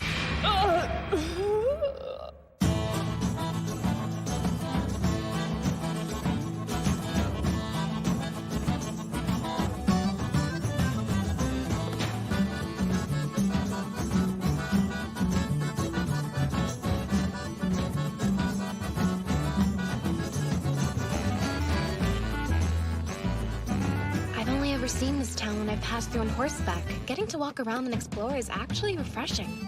It's been a nice break in the monotony. Lord Kazuya. What's up? Something wrong? No, but I am getting quite hungry. In that case, how about we go get something to eat at Juna's Cafe? Juna, it's been a long time, so I do hope you remember me. But if not, I'm Kazuya, the son of the silk crepe dealer in the kingdom of Echigo. Ah, yes, of course I remember you, Kazuya. How could I ever forget? Your father is doing quite well, I hope? Oh, yes. Although there was quite a scene when Mother finally learned of his unfaithfulness. I can imagine. I do hope you're more mindful of how you treat women than he is, dear. I'm glad she caught on so fast. Thank goodness for Juna. I'm still surprised at how much I like this stuff. So, has Gellan Udon already become an official part of the menu? It has. You would not believe the number of people who've asked to try it ever since the broadcast. And since it will still be quite a while before we recover from the food shortage, I'm so relieved to have such an affordable new ingredient. I promise we're doing all that we can. Sorry if it's not enough yet. Oh, please. I think you're doing a wonderful job, Kazuya. Don't you fret. Why does it always seem like you treat Juna differently than everybody else? Oh, yeah. That's something that I've noticed earlier myself. It's nothing I can help. I get nervous when I talk to pretty women. You don't have to point it out. And Aisha, you can talk or eat, but not both. You know, Miss Aisha, the first time I saw you in the royal castle, you struck me primarily as a gallant woman of action who would never let her guard down. But right now, you seem much more like a harmless slacker. Hey, that's not true, is it? From this angle, it looks like you just want to outdo Poncho at the gluttony game. Yeah, it makes you wonder whatever happened to that gallant Aisha of yore. Is it possible? Although I've offered my body and soul to you, you haven't asked me to bed because of my appetite? Why are we suddenly talking about this again? But either way, it's not like I can do that when I'm already engaged, so... Huh? Soma, don't you know? Polygamy is recognized in this kingdom. Recognized and embraced. Sometimes women will take multiple husbands as well. But that's not as common. If you try to limit yourself to one husband and one wife, you run the risk of your household dying out rather easily. Sure, I guess. So why haven't I seen any queen consorts apart from Lycia's mother? Oh, that's because originally it was my mother who held the royal power. She's a daughter of the previous king, you see. Wait, so your father married into the family? Yes. He wasn't in charge of any governmental affairs until after they got married. That's why he never downplays my mother's involvement on the throne, and why he never took other consorts. Hang on, then was it all right for him to concede the throne to me himself? That wasn't a problem. My father got all the attention, but he could never have added to the throne and responsibility to the bloodline, though. So I would eventually have to take a husband one way or another. In my father's case, there were extenuating circumstances that don't apply to you, Soma. If it's really what you wanted, another wife would be... possible. But would you be comfortable with that? Truth be told, I wouldn't be thrilled about it, but I'm willing for there to be up to 8, including myself. So many? Okay, so where'd you pull that number from? Well, I'd like to have you to myself at least once a week. Oh, right. I keep forgetting this world has 8 days in a week. Wait, so if everyone is assigned a day, does that mean only once per week? Maybe, though I don't think it has to mean that. If you and one of the others invited each other to your respective days... Oh, that's true. Nice looking out, Juna. Although, it is hard to pass up some guaranteed time alone. Oh. Yeah, you're right. Come on, can we not talk about this in public, please? But I wonder what that harem would be like. 8 wives? Out of the question!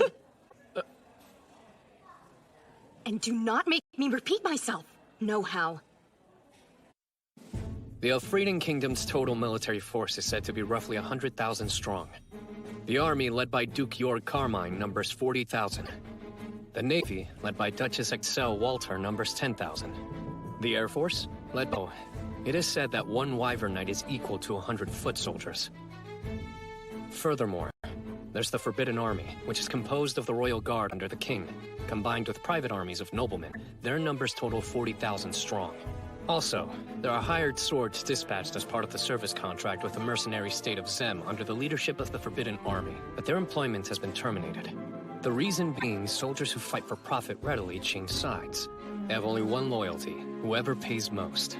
When a military force fights for money and not country, they do more harm than good. Now then, to explain why the Forbidden Army is smaller than the 3 dukedoms' forces requires a bit of a history lesson. The kingdom was originally founded when various races decided they should join forces.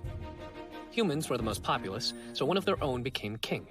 But in order to preserve the rights of the other races, the top leaders of the 3 armed forces over air, sea, and land were chosen from among these people. It was a contingency plan in case a human tyrant were to begin oppressing them. The system allowed the 3 dukedoms' forces, which outnumber the Forbidden Army, to resist them. At a glance, this may look well designed, but a decision-making body split into groups has many disadvantages for a state. For some reason, when I contacted them about my reforms, the 3 dukes decided to give me the silent treatment, to take some time off, and honestly, I was actually enjoying it. Out of the question! And do not make me repeat myself! It's not like you're going to change my mind! Going off those ears, maybe another mystic wolf like Tomoe? No, she isn't. That girl's a mystic fox. Huh? You can easily tell by looking at her tail. Clearly belongs to a fox. Oh, right, definitely. You wouldn't want to mistake mystic wolves for mystic foxes. That's an easy way to make both races mad. Oh, thanks for letting me know. Other worlds are hard. Of all people, I wasn't expecting to see Halbert Magna here. You know him? He's the oldest heir to the prestigious Magna family. Ever since his days in the academy, he's shown himself to be an outstanding horseman. Ah, that's a challenge I cannot pass up. Now, Aisha, she said he was outstanding, not the best. After graduating, he was supposed to take a post in the army. Why is he in the capital? And what about the girl? Don't know. That is Miss Kaeda Foxia. Actually, she comes in here relatively regularly. If I remember right, she said that she was a mage with the Forbidden Army. I'm begging you, Hal, please! You mustn't go over to the Carmine Duchy right now! You know the Duke is outright defying the new King of Elfor. That's the whole reason for switching. If there's going to be a war, this is my chance to finally make my mark on the world. I hope you realize there's more to war than just advancement. Your father's worried about you. He requested you come back because he doesn't want you doing anything rash. My old man has nothing to do with this. He served under Duke Carmine's command for years. But when it's time to confront this new king, my father refuses to fight. Instead, he hides away in the capital. I don't have to listen to a word he says. He clearly understands the situation better than you. When it comes to Duke Carmine, he refuses to heed the king's call and stays in his own lands. It's insubordinate. He hasn't been acting like himself lately. If we fight amongst ourselves, it only benefits the neighboring countries. The Principality of Amadonia will do whatever it takes to win back the territory that was seized by Elfrieden 2 kings ago. Most of the Republic of Turgis' land is frozen. They want rich soil and a harbor that won't freeze. If a civil war breaks out, I guarantee they'll invade us. Duke Carmine hasn't figured it out, otherwise he wouldn't be acting this way. First, let's go over the surrounding countries. They're the nations that border our kingdom in the southeast end of the continent. They include the Union of Eastern Nations to the north, and the Principality of Amadonia to the west. To the southeast is the Republic of Turgis. There's the Nine-Headed Dragon Archipelago Union. Then, west of the Principality of Amadonia, lies the mercenary state Zem. There are no countries with whom we have friendly relations. 4 of them are neutral, while 1 of them is hostile. So basically, you don't have any allies. With all due respect, because of the chaos from the Demon Lord's domain expanding, this is not uncommon. Presently, each nation is wary of the other's intentions. The truth is, the only allies they see as trustworthy are their own tributary states. So, which territory's hostile? Is it Amadonia, Zem, or perhaps Turgis? First of all, we can exclude Zem. To be frank, the choice to terminate the mercenary service contract left relations with their country somewhat strained. But still, I would not call them hostile. However, Amadonia is antagonistic towards us, and if we requested reinforcements, they would likely send mercenaries. Getting in some payback while also getting paid, is that it? Come winter, Turgis will be isolated by the ice and snow, so geopolitically they adopt a policy of heading north. But why north? Right, I forgot in this world it gets warmer the farther you travel in that direction.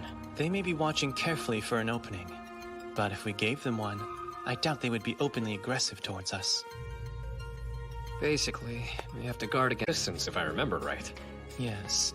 The stability of our neighbor, Elfrieden, is directly related to our own national defense, thus if requested, we will send reinforcements to put down the hostile 3 dukedoms, as they so eloquently put it.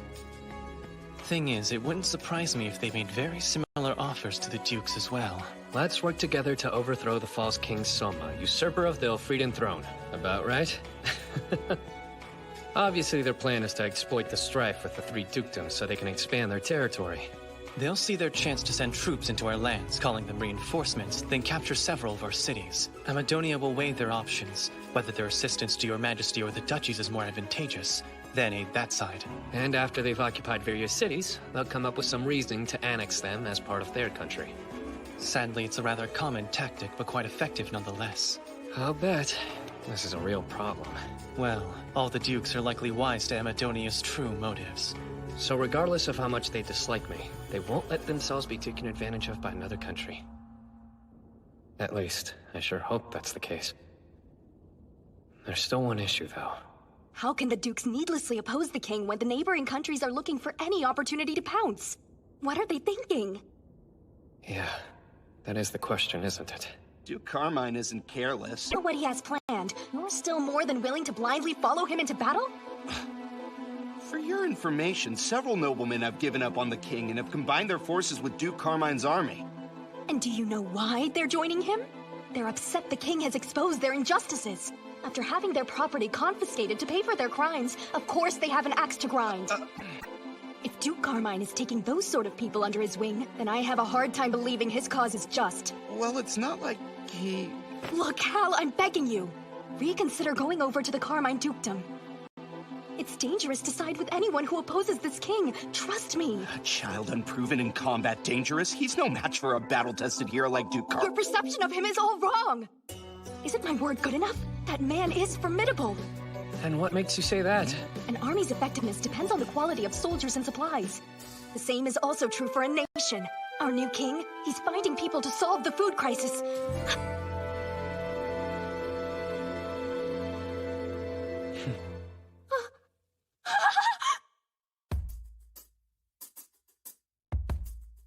So, pardon, but why are we here? Please don't tell me you're going to arrest Halbert because of what he said back at the cafe. The boy's harmless. He's dumb, but he'd never do something as stupid as rebel against the... I do? So why were you in town? I got some time off of work unexpectedly, so I popped into Juna's cafe. Oh, a much-deserved break. Enough games. Are you one of Kaeda's friends? No, not exactly. Then how about minding your own business? Now, Hal, you don't have to be so rude to our... Be quiet! Who asked your opinion anyway? Hey, there's no need for you to raise your voice at her. I don't care if you do know each other. You butt out. Whose fault is it that we're...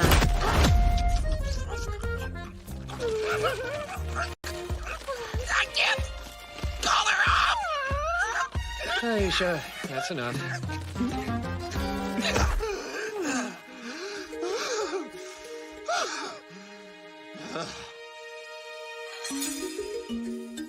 Care to explain just who the hell you are? I don't get a chance to do this very often. Time to get a little theatrical. Why, Halbert, it seems you've forgotten my face. No, it can't be! Your Majesty! How can I feel guilty about being dramatic when I got a reaction that over the top? Kinda. You knew it was him the whole time? Then how come you didn't tell me to shut up sooner? Let's continue our conversation. Actually signed with Duke Carmine? Well, that is... I couldn't really blame you if you chose to do so. The same way a ruler chooses and appoints his officers, I believe those officers have a right to choose the ruler they're going to serve. Kaida, just how do you know Halbert? We're childhood friends, Your Highness. Childhood friends, eh? I see. Well, Halbert, as I mentioned, I'm not going to stop you from siding with the three dukedoms. However, I'm sure you already realized an inevitable fact. After I retaliate against them for their betrayal, you'll be forced to fight your friend. If I understand, Kaida's a mage with a forbidden army, meaning that she's in a unit that reports directly to me. When you're out on the battlefield, do you think you'll be able to raise your sword against her should your two paths end up crossing? And even if you're not personally responsible, there's still a chance someone else fighting on your side might end up taking her life. In the heat of battle, when you know she'll be exposed to danger, can you say without hesitation you'll be fine on the side of the enemy and not being able to come to her aid?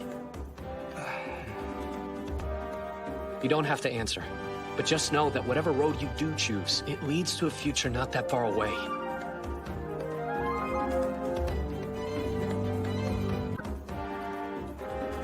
Before you're swept up in the moment, and do something that might prove rash, just ask yourself, what is it that you want? What you truly desire, for whom and why you want it? What I desire, and for whom.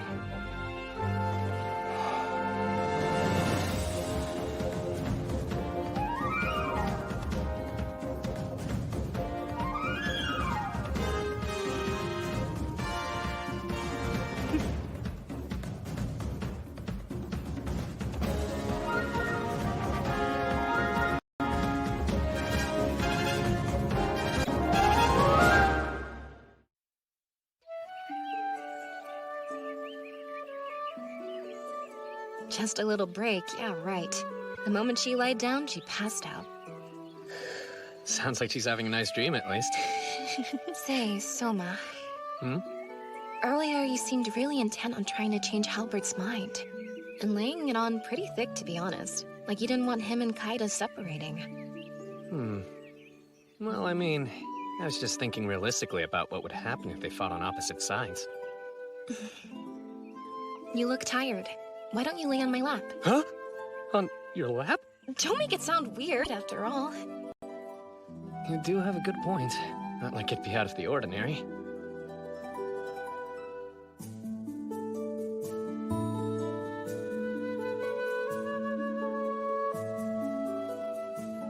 Doesn't this make us look like we're engaged? Yeah, in name only, at least. Name only. Don't worry about the whole betrothal thing. I'm only keeping the throne warm for a little while. After a few years, I'll probably retire from this king gig. Hey, do you even want to be engaged to me? It's not very fair to ask me like that. Huh? And why not? Licia, are you okay? You know, being engaged to me? Yeah, of course I am.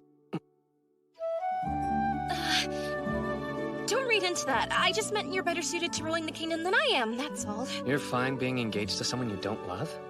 Just because they're better suited to being the king? That's what it's like to be royalty. Maybe so, but I'm not royalty. Not really. Anyway, I would rather marry for love's sake. So, in other words, you don't like me. Can you say for sure you'd never fall in love with me?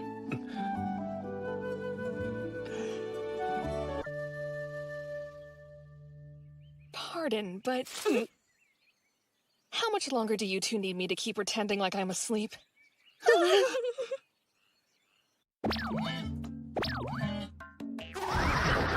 Told ya, I'm pretty good at this.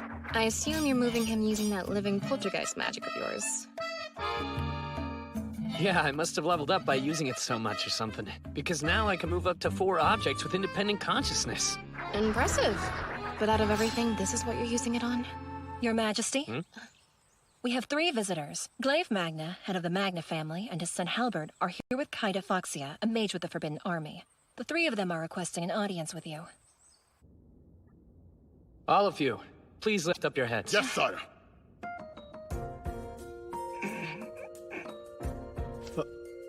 Oh wow, Albert. Looks like you saw combat sooner than you were expecting. I ask you forgive my son's misconduct. No, I beg you, have mercy on him, sire. By misconduct, you mean yesterday? Qaeda related the events that transpired, Your Majesty. From the abuse he heaped on your lordship, to his flagrant admission that he would take the side of the three dukedoms, it's unforgivable. Your Majesty's wrath is to be expected to bear for my failures as his father. The blame should fall on me for letting things reach the point where my officers would consider defecting. I won't censure him. Majesty! And besides, by the looks of it, he's been punished enough already. Such magnanimous words! You are merciful! Once we return to our mansion, I will see to it immediately that my fool of a son has this lesson pounded onto him by my own hand. Yes, well, don't be too harsh. Besides, I'm worried if Halbert's rugged looks continue improving. I mean, get worked over anymore, it might end up upsetting Qaeda. That reminds me, I was going to do this at some point, but now's as good a time as any. We might as well get it over with. Mage of the Forbidden Army, Qaeda Foxia. Sire? It's obvious your talents are being wasted in your current position. I order you to serve under Sir Ludwin, as a staff officer in the Royal Guard. Yes. Huh? Hold on, me, a staff officer? What's critical is the quality of our personnel and supplies. That is what you said yesterday at Lorelei. I believe you and I think quite alike. Thank you very much, sire. As for you, Halbert Magna... Me and the Forbidden Army? That's correct. You will be Qaeda's adjutant, where you will stand watch by her side and support her. Understood? Yes, sire! And with all that, our business is done here. Your Majesty! It pains me, but I'm afraid I must request a longer audience before my departure. Something is weighing on my mind. I feel I must tell you. Tell me. I'm listening, sir. Well, it concerns a matter I do not wish many people to hear besides you, sire. Might we clear the room?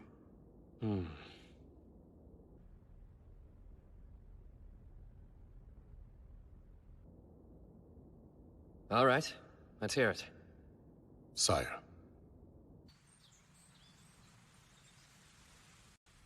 This is surreal. I can't believe I'm actually having tea with the princess. It would have been incredibly dull waiting around until Glaive and the king finished their business. This is a much better use of our time. Lovely idea, Princess. Might I suggest that our two guests provide some insight how a young lady and gentleman can maintain such a strong friendship without certain entanglements. I'm sure it will prove most instructive given your situation. Serena, please! Well, if it helps your highness, then... No, she wasn't being serious! Just what do you expect me to do with the information? That's your choice. I just wanted your highness to be aware, and I have completed my task. This is heavy.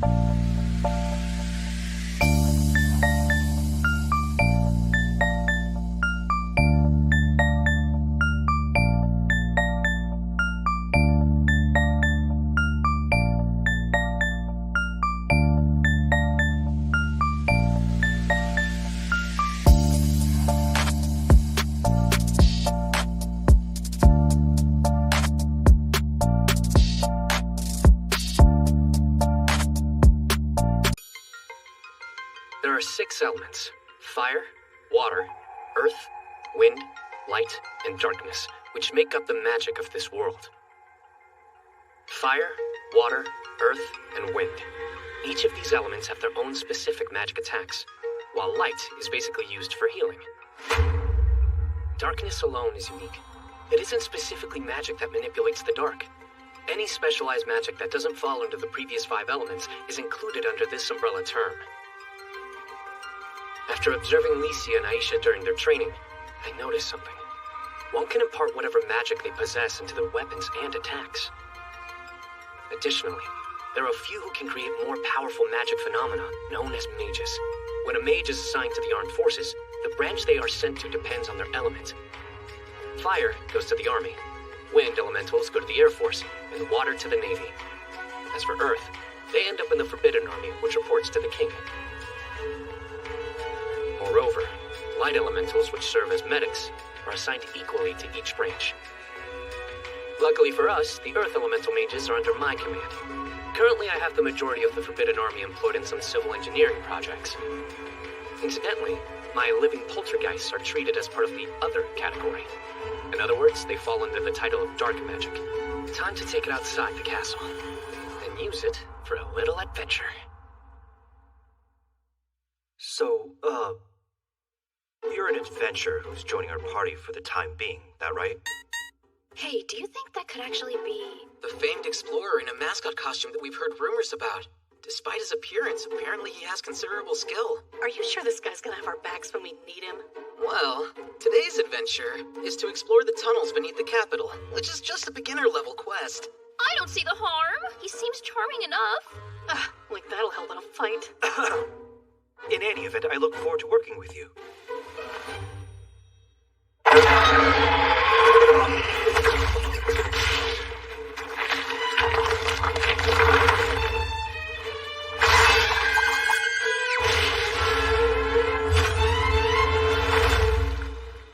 He's a lot more agile than he looks. I told you there was nothing to worry about. Can't believe we were assigned such an easy task. All we have to do is walk the tunnels beneath Parnham looking for blocked passageways, and of course find out what wildlife calls this place home. Stay alert since we don't know what we'll find next. Everybody, stop. What is it? Something's ahead. And it's huge, whatever it is.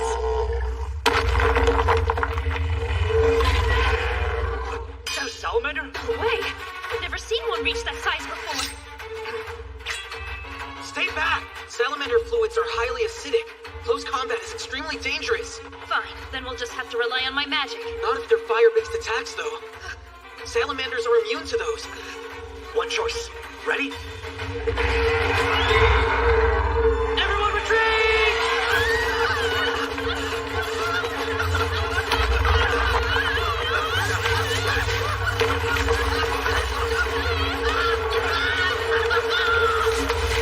Ow! You gotta run faster! This fit does serious damage! Don't let it splash on you! Like I wanted to! Master Mascot! Hurry, rise, quick! Where are you getting up?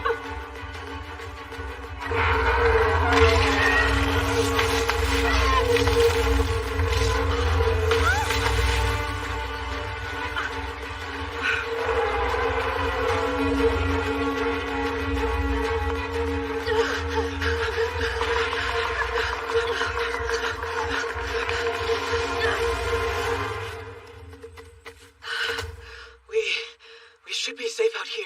Wasn't this quest supposed to be a breeze? That was too close. We made it out just barely, but is Master Mascot all right? It looked like he took some major damage from that salivating salamander. Honestly, of all the times you could have tripped, I don't even want to imagine what would have happened if I didn't come to your rescue. Huh?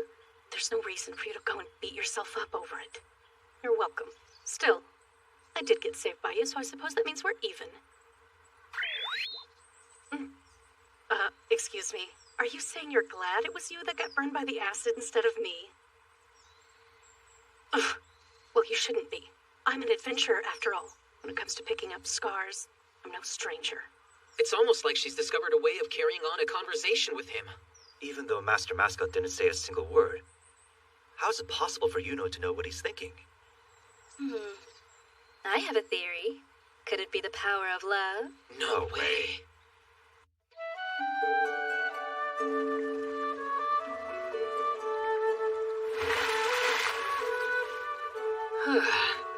It's a good thing I added acid resistance to him just in case. Soma, what are you up to in here? Your friend's gotten a lot bigger from the last time I saw him. I commissioned a craftsman in town to make a larger version. You've been moving him around with your poltergeist magic? Of course. Don't tell me the mysterious mascot adventure everyone's been buzzing about is... Yeah, one and the same is my guess. You had him join an adventurer party and explore the underground passages? But why would you go and do that? Huh? That was something I was mulling over, and I wanted to actually see what the tunnels beneath the Capitol looked like. I can't even begin to imagine what you've got planned there. Did you turn up anything good? A thing or two. Also, the adventure was pretty fun.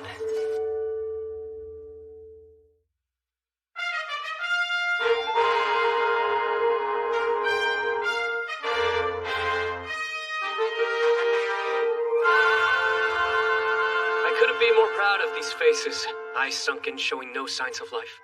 Your gaunt faces look like the spirits of the dead, haunting their own graves. For several days now, you have eschewed your bedrooms to work, battled with numbers from morning till night, and ignoring your family's pleas to stop coming to the castle. To put it simply, you are this kingdom's true treasure. Take pride, for all of the mental strain you've endured was for the sake of saving Elfrieden and guaranteeing its future! It's thanks to all of your work just now, we've secured the capital desperately needed, which will allow us to earnestly move forward with the much-anticipated Project Veneti Nova. Veneti Nova? Yeah, that's the name of a new city we're going to put here. Since it's on the coast, does that mean that you're building a port? Just wait. I'm planning on making it the largest base city in all of Elfrieden. But Lagoon City in the Walter Duchy already serves as our main seaport, so why do we need another? Soma, you don't mean... It's nothing like that. I'm not trying to start a conflict with Duchess Walter, really. Then what exactly is your reasoning for needing to build a second port? While we construct our new city here, we'll start building roads outward. If we maintain a transportation network from the port to other cities, we can control both maritime and overland shipping, making the distribution of goods much smoother. Once the project reaches completion, Veneti Nova will end up becoming the heart of this nation, and the roads branching off will be the blood vessels. That's the plan. The kingdom's heart and vessels? I mean, is smoothing out the distribution of goods really that big of a deal? Yeah, I'm underselling it. Licia, do you know how prices are determined? Items people want are expensive or cheap, depending on the number available.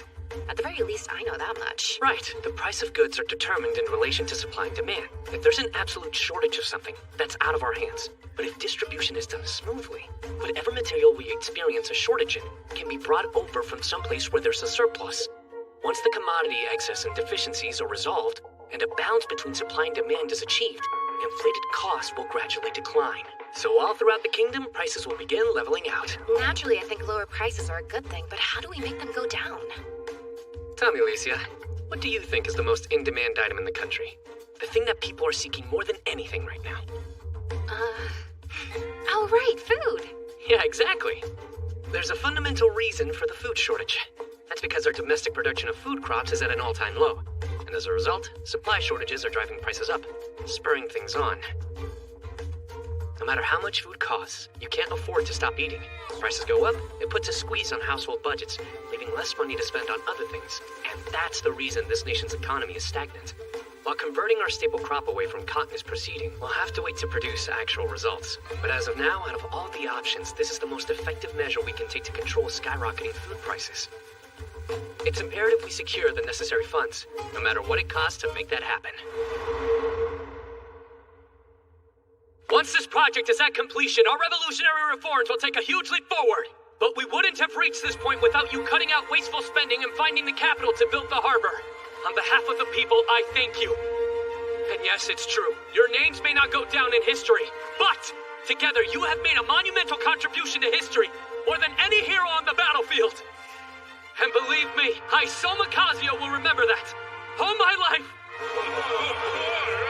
Men, truly, you are the nameless heroes. All of you have done an exceptional job. You deserve a special reward. So, starting tomorrow, you'll have 5 days off. Ordinarily, I would at least present you medals for your hard work. But dipping into the funds you spent countless hours securing would defeat the entire purpose. And for that, I feel deeply ashamed. So in lieu of a medal, instead each take 1 bottle of wine from the castle cellar. Toast yourself, sell it for cash, or whatever you please!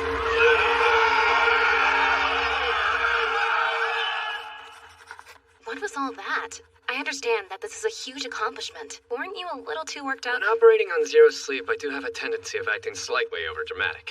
Speaking of which, why not give your mind a break? I mean, with your living poltergeist ability, you can let your consciousness rest in shifts, right? I suppose. But then again, we were right on the cusp of securing the budget necessary to begin construction, and time was of the essence. So I kinda needed each consciousness running at full strength.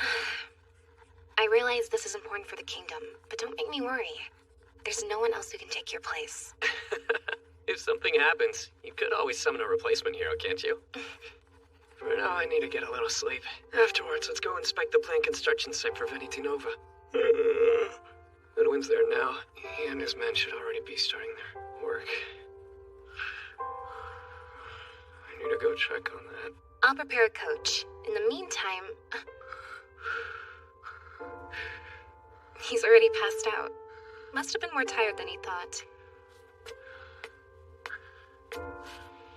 It is true. We could always try and summon another hero if we really needed to, but they would be someone different. And I want you.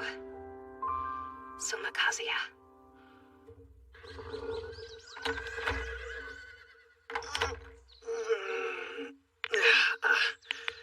This is closer to Parnum than I was expecting. The trip was so short, I'm not even hungry.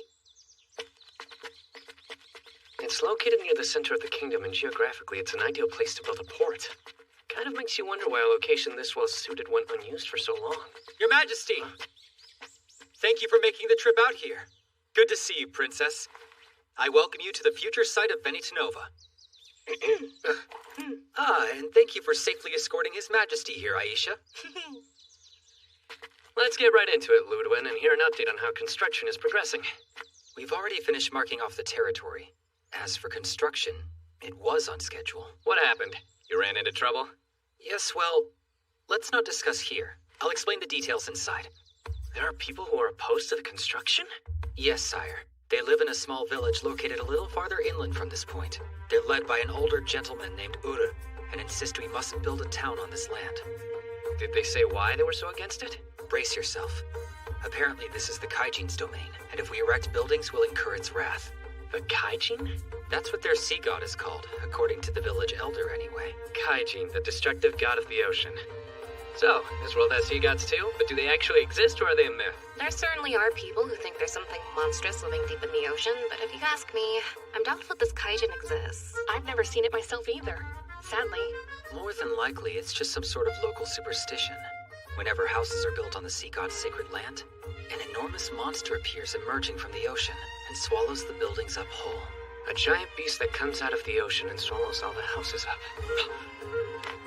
Ludwin, I need to hear what this old man has to say in person. Tell me where I can find him. The village he lives in is relatively close by. If you'd like, I could take you there now. I had a feeling I'd see you again. How many times do I need to tell you about the Kaijin? Building a town down there is a death trap. Huh? Forgive me, old-timer, but regarding this Kaijin, would you mind telling me a little bit more, please? And who might you be?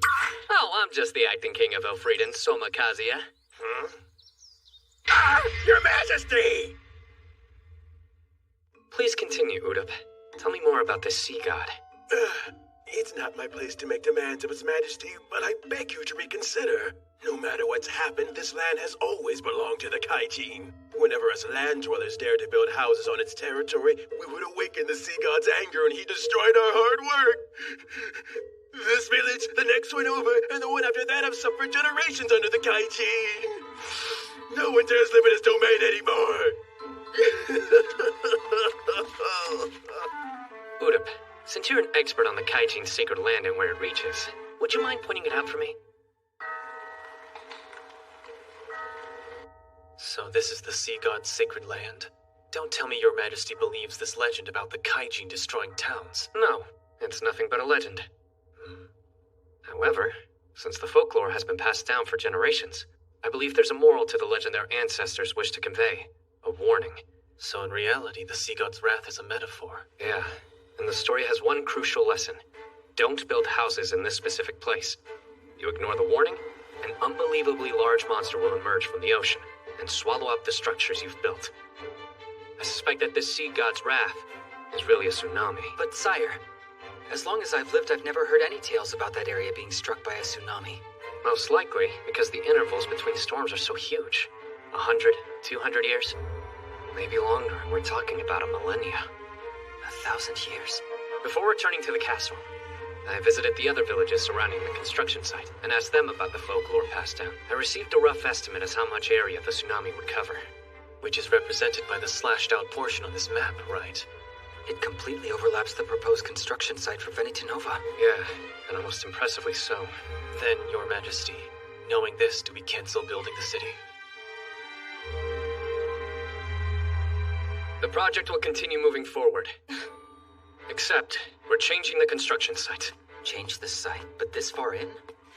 While this V-shaped topography is suited to being a harbor, there's just one major problem. Should a tsunami occur, people are at risk of being harmed. I'm thinking of moving the planned construction site to this side. There? That area did actually come up as a possible replacement site for Veneti Nova. But sire, you're talking about planning for a tsunami that might not even come for 1,000 years. Aren't you being overly cautious? If there's a 1 in a millennium chance it'll strike, who says it couldn't be during our lifetimes? As long as there's a remote chance, I'd like to make Veneti Nova a city that can withstand disaster. Wise decision, in line with your motto, to provide is to prevent. When I consulted the elders about what preceded the sea god's wrath, every one of them mentioned how the ground would suddenly begin violently shaking. Meaning, earthquakes? Precisely. When a large undersea quake happens, the fault movement causes the seafloor to rise up quickly and then sink down, resulting in the sea's surface. Well, never mind the reasons why. What's important is that if the ground starts shaking even just a little bit, there's a risk a tsunami's on its way. Very well.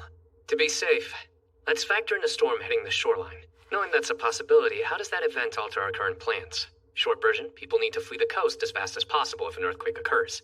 Ideally, they need to seek shelter on higher ground. It is imperative we spread this information, especially to the people residing near the coastline. As you wish, sire. May I also propose we consider appropriate locations for the citizenry to retreat to and prepare routes there in the event of an earthquake? Please do. Now, as far as changes are concerned to the construction, first of all, we need to create a bank here and elevate our proposed site. It shall be done, but that is going to require some time to finish. I'll have the Earth Mages in the Forbidden Army make it a priority. May affect the construction schedules elsewhere, but still can't be helped. Here's a possibility to consider. What if we place the residential and commercial districts further inland? Best to do the same for any consulates and other important facilities. It begs the question, what do we do around the port facilities? I've never met anyone as fired up about building a port as His Majesty. We both know how he works like crazy securing the budget to get this project off the ground. Naturally, he would be passionate. It's admirable just how much His Majesty really does care about the kingdom. Yes, Aisha, he really does. May I ask you a question? What is it? Do you have feelings for Soma, as in, like him? You bet! I have immense respect for him. And that's how you feel? Then let's support him in every way we can so he can stay happy. Oh, you better believe I will.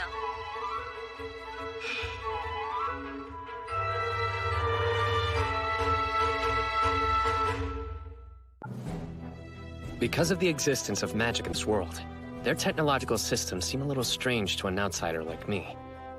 For example, there's the battleship Albert, the only ship possessed by the Forbidden Army, which bears the name of the previous king. Looking at it as a whole, you would probably find its modern aesthetic strange, especially for a world that hasn't even reached the Industrial Revolution yet. However, despite being made of iron, as long as its buoyancy is taken into account, it can still float on the water. In other words, a battleship can still be fashioned, even with only a medieval level of technology. In my world, the reason they weren't built until after the Industrial Revolution was that there were no engines that could propel an iron craft. In this world, though, there are sea dragons that have the brute force necessary to tow an iron vessel, no engine required. By taming them and having them pull a dreadnought, long-distance voyages become possible. That is how they were able to build iron ships. The same goes for the large cannons mounted to the front of the vehicle. While this world has gunpowder, firearms haven't been invented. Since intermediate magic was used as a means of launching long-range attacks, guns were never necessary. Also, there's something called infusion spells. You can impart various effects on an object using these abilities, like making them stronger or increasing their ability to cut through targets. As for the cannons, this was done out of necessity, limited while on the oceans, lakes, and rivers for some reason. Instead, these weapons were developed as a means of making long-range attacks. In short, technology is developed when it becomes needed. It's a world composed of backward systems. And here I am, attempting to advance my own civic projects.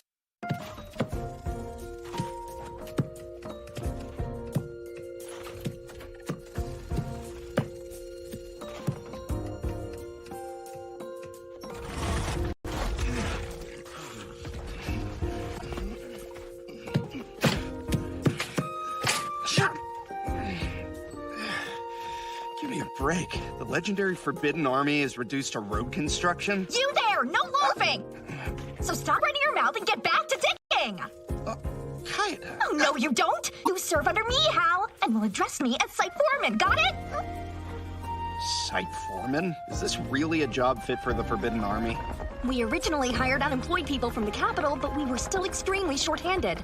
After all, we are building an entire network of roads throughout the kingdom, you know, starting from the new port city of Beni Nova and stretching all over. I'm just saying there are better options besides using the Forbidden Army. We're supposed to protect the kingdom, not build roads.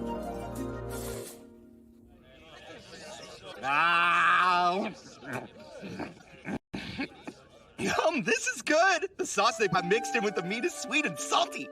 The king himself invented this dish. He calls it shogeyaki. I gotta hand it to him. If nothing else, the guy is a real talent in the kitchen.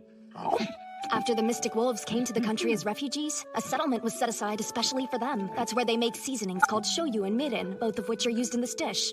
It's basically how they established themselves in this kingdom, providing us with these seasonings. A policy that houses them and gives us delicious food. That's killing two birds with one stone. What's more, it's amazing we can eat fresh vegetables for a change. These came from the village closest to here, which is connected by the road to the capital. Creating a direct route between cities lets us manage our supply lines more easily. Sounds like the construction efforts are already paying off. With this kind of transportation capability, we're making a huge contribution to solving the food shortage. We are? Seriously? Once distribution gets smoothed out, imbalances in supply and demand will be eliminated, and we can expect to see the price of food become more reasonable again. That's the reason the king has us building all these roads? The acting king is an incredible man. He has so much foresight, it's almost frightening. Once we're finished eating, are you gonna catch a wink? Yeah, I guess. The king does recommend getting some sleep after— He comes from a different world. Oh my gosh, he's here! And the princess also! Tell me, Halbert, have you settled in all right? Sire! No problems at all! Why are you acting so formal? Where's that candid spirit you had the first time we met each other? I'm terribly sorry for how I acted that day! It was an unforgivable act of rudeness against your highness! Listen up, all right? And that's a royal decree.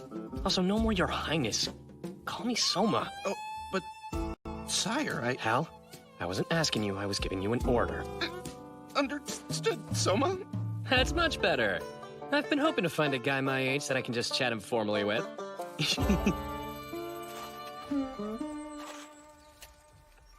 So this is what's involved when making a road, huh? Strange how I've walked on them countless times, but never gave a single thought to how they were constructed or the manpower that was involved. Officially, this is an inspection, but no one said it couldn't be educational either. What's that material that looks just like mush? It's a special blend of volcanic ash and lime. In the world I come from, they call it Roman concrete. It continues to harden over time. When it solidifies, even one of those beasts traveling at full gallop will cause it to crack. That's pretty amazing, but is it really that rigid? As a matter of fact, the degree of flexibility is what allows it to distribute the force made of this concrete. And they're still standing 2,000 years after they were built. Are all of these street lamps modeled after the ones we used, like back in the capital? Yes, they're designed so that when it gets dark, the light moss inside will glow. Also, we planted warding trees from the god-protected forest evenly spaced on both sides of the road. Warding trees? Aisha, care to explain? Sir! Warding trees like this one constantly emit a frequency that monsters and wild animals seem to find unpleasant. Most likely it's to prevent giant boars and other wildlife from devouring them. In the god-protected forest, we plant these trees around our villages. They keep the monsters and animals out and our people safe. Sort of like a rudimentary barrier, huh? But if we place them too close together, there's no telling what sort of impact it'll have on the ecosystem. So we moderately space them apart, far enough to discourage wild animals from approaching. I don't understand. Wouldn't it be better to keep them out completely? Right. So, Alicia, what do you do when animals who seasonally change hunting grounds like gray wolves or red bears can't migrate because of the road? They get stuck where they are and their food runs out. So then they start attacking livestock and people instead. Or another example. What if giant apes or boars who find themselves locked in one place deplete all the food and have no choice but to descend on settlements and eat whatever they find on the farms? Ask yourself, what should we do? But why such specific examples? Because animal control is an issue all local authorities should be responsible for, you know? Local what? Authorities? I didn't know you were thinking so far ahead. Leave it to you, Your Majesty.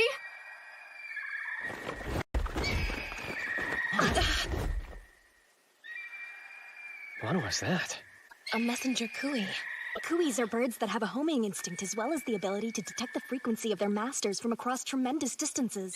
Impressive. They exhibit behaviors that would make them ideal as long-distance message carriers. Well, whoever sent the letter, it looks like it was written for Aisha.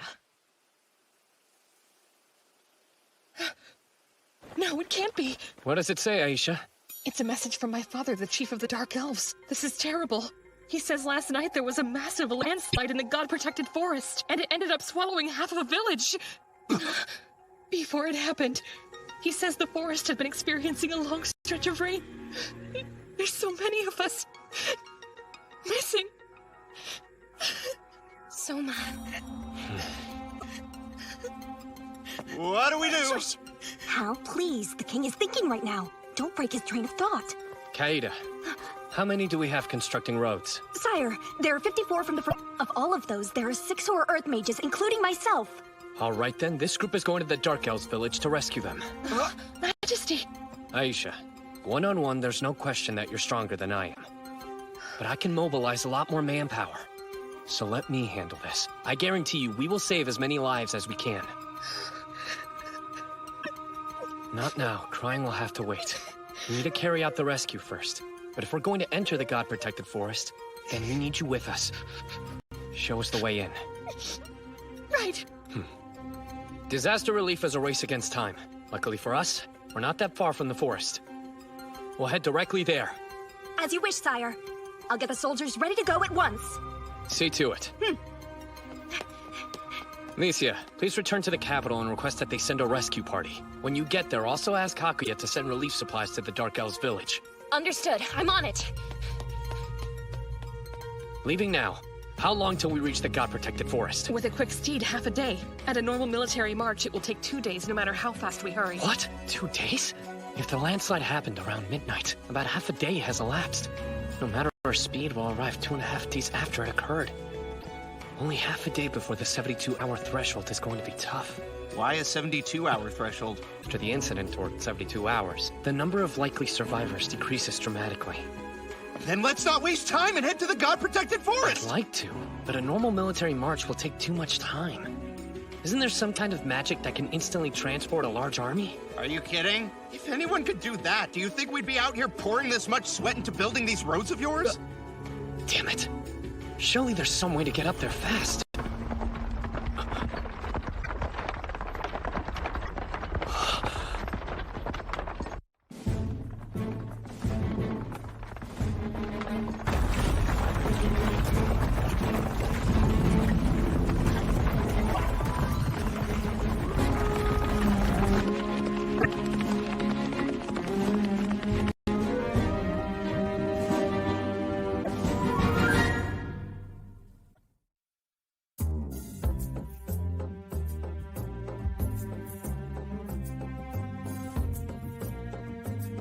It is a pleasure to make your acquaintance, my king.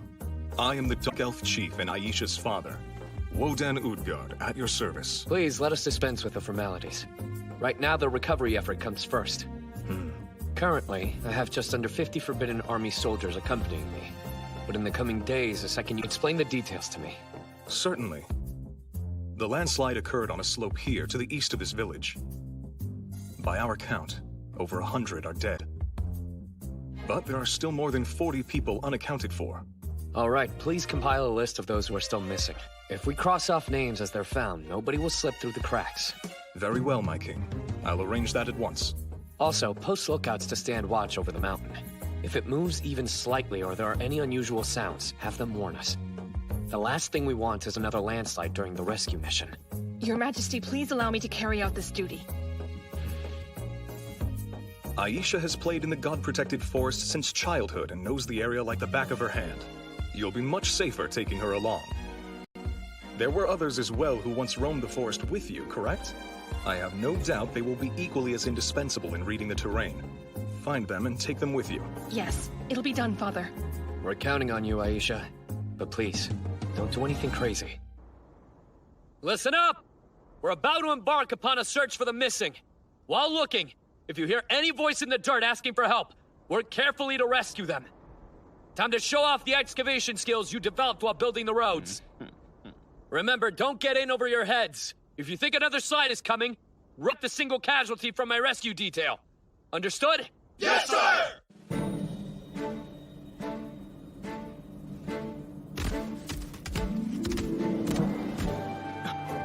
I just heard someone. They're underneath this trunk, and they're still breathing. I don't hear anyone. They're under here. Hurry up and dig.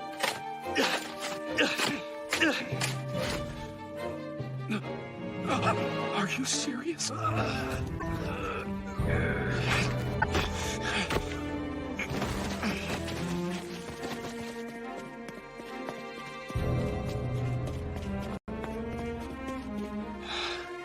don't know how you could tell someone was buried there. It's all thanks to these. What is that? Like a mouse? Carved out of wood. Watch.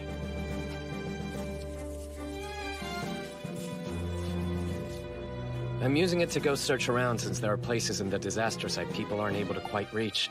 Oh yeah, so this is your living whatever power I've been hearing about. Yeah, I had made up a few prototypes for exploring dungeons, but I never expected them to be useful in situations like this. What's wrong? Soma, you alright? Sorry about that. One of my wooden mice was out searching, and it just found some horribly mangled remains belonging to a victim. You mean you share senses with them, so it's like you're experiencing it yourself? I see. All of the missing have been accounted for. Unfortunately, there are those who are now cold, lifeless bodies. But if your Majesty had not come to our aid, their number would have been far greater. As Chief of the Dark Elves, I once again must express my gratitude, sire. Majesty! Father! The princess has just arrived from the capital and brought the second relief unit with her. That's great news! No. It's too late.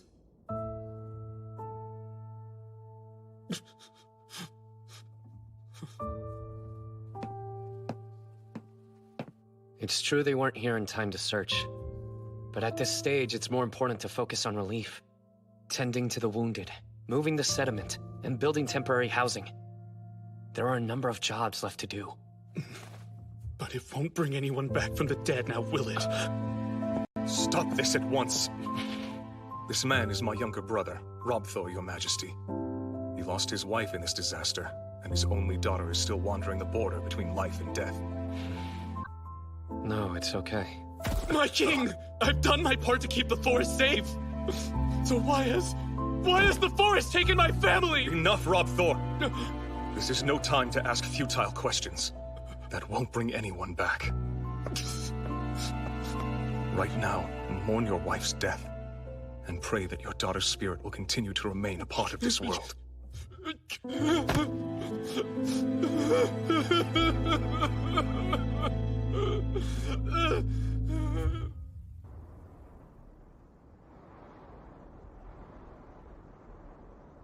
My uncle was opposed to thinning out the forest. He felt that for Dark Elves, Guardians of the Woods, cutting down trees was a betrayal of our sacred role. I see. That's why. Are you saying that if my uncle had been more cooperative towards thinning, this wouldn't have happened and his wife and daughter might have been spared? There is... I don't know. It's true moderate trimming can make a slight difference. Undergrowth comes in and the soil retains water. That way we can create an environment less prone to landslides. Still, at the end of the day, it prevents but can't eliminate them. In this instance, prolonged rains were the catalyst. Truth is, it could happen anywhere. Then ultimately it boils down to bad luck? For the location of this landslide, I'm afraid so. However, any unusual sounds, or noticing the forest appearing to move, signs of an impending landslide would be easier to notice. Once they were spotted, a plan could have been formed, and evacuation would have been possible. Protecting the forest. Sounds noble, doesn't it? But the belief it requires guarding is a mistake. Nature is not weak and in need of protection. It's egotistical to think we can destroy it. So is the idea that it needs us watching over it. It goes through cycles of destruction and rebirth all the time. People merely attempt to keep it in a state that best suits their own needs. All mankind can do is make slight adjustments. Thinning and maintaining the forest makes it possible to coexist with it.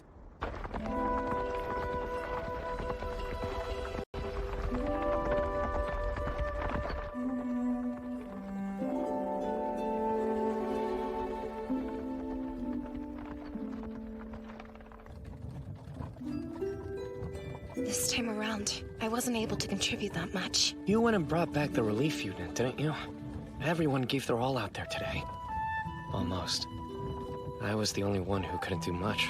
That's nonsense. I heard you made a huge difference with the rescue. My responsibility is to be king. It's not my job to direct tasks on site during an emergency. I should have made preparations ahead of time before an emergency train. I was neglectful. What are you talking about? Selma, if it weren't for you... Utilizing the Forbidden Army as a rescue team went smoothly enough. But beyond that, I've fallen short several times. A clear means of communication, long-distance shipping, stocking rescue supplies per area, medical teams assigned to search parties. I overlooked all of it. I was so occupied with the food shortage and the 3 dukedoms, I failed to prepare for anything else. Soma...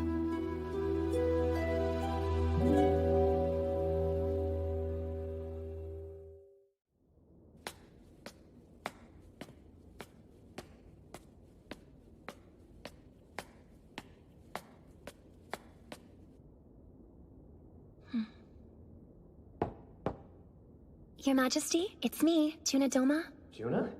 Come in. Please excuse me.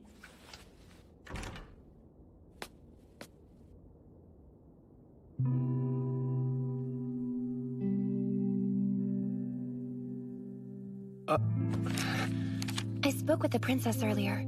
She said you had not been sleeping lately. Don't get me wrong, my body wants to. But my mind's too active going over things to let me shut my eyes.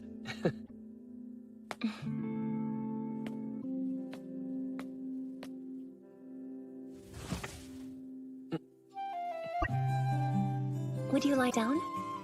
Huh? Just lie back for me, please.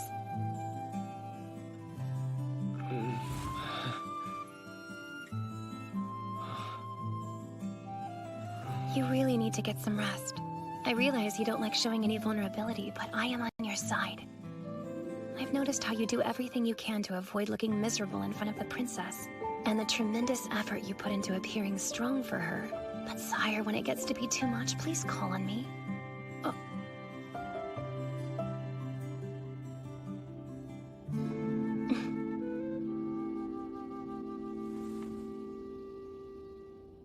You've nothing to fear. If the princess is responsible for drawing out your strength, then I'll be the one who conceals your weakness.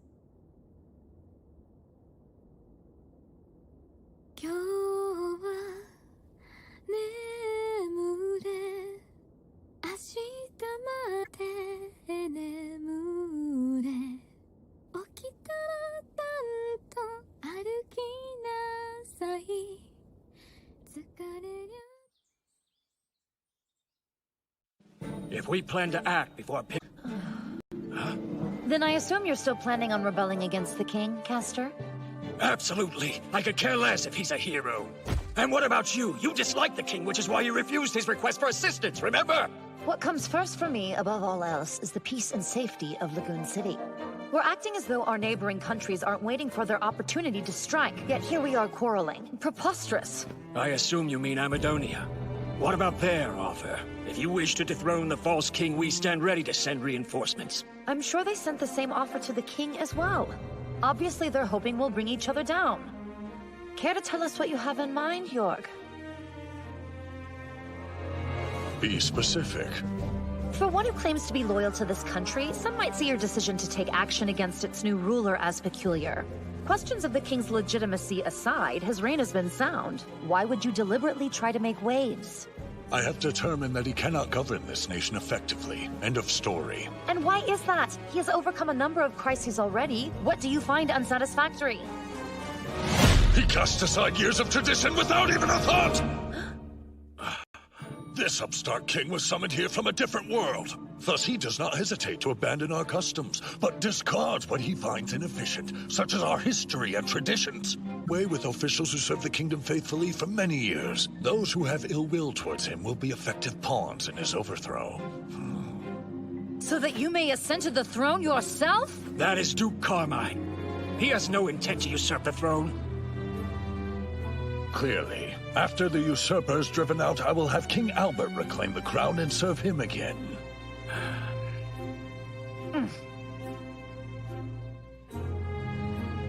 Castor, in case anything should happen to you, it'd be prudent to sever ties with Excella, Carla, and Carl. You're implying I'll be bested by that lightweight child? If you stand against the king, you should make preparations in case things don't turn out the way you had hoped. Huh? Carla!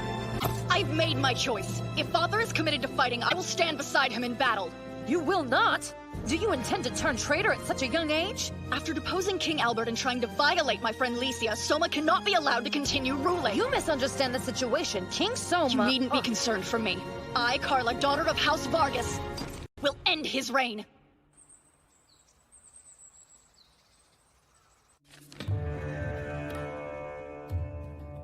Huh. What do you have there, Father? A message from your Carmine. It's... About time he got off his hindquarters. The years have taken their toll. Back in his prime, the Duke would never have been foolish enough to accept any invitation that we extended to him. That's for certain. War has been declared, and so we shall act. Reinforcements will be sent to the kingdom. And to whom will we be sending them? Whom, you ask? Why, to King Soma against the three dukedoms. And we'll send the three dukedoms troops to overthrow him, of course. You really are the worst, Father. Good grief. What am I going to do with that old man and my dumb brother? As if Amadonia's strength wasn't meager enough, now they want to stretch it even thinner. Pardon me. Best not to speak of such things so blithely, Roroa. On the other hand, the Elfrieden Kingdom has it nice. A large population means tons and tons of tax money and operational capital. Seriously, though, how can I not be envious of our neighbors' coffers? Hold on.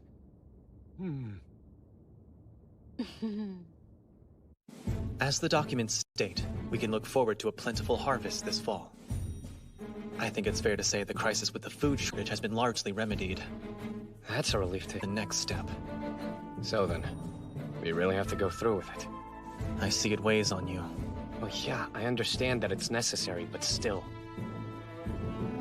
I mean, what other choice do we have? In Machiavelli's The Prince, the famous political thinker says the following. If a prince must turn to acts of cruelty, then his position, even in peaceful times, is in jeopardy. However, some rulers, despite the length and breadth of their cruelty, live out long lives in tranquility, staving off domestic uprisings and the threat from external enemies. The difference depends entirely on whether the ruler's cruelties are used effectively or poorly. They should be viewed as a sword, a last resort to cut through all obstacles. But if he relies too heavily upon the blade, then as the proverb goes, live by the sword, die by the sword. As I've said before, I've made the determination your plan will be one of these cruelties. Indeed. I also remember you saying that if we must strike, then it should be one decisive blow.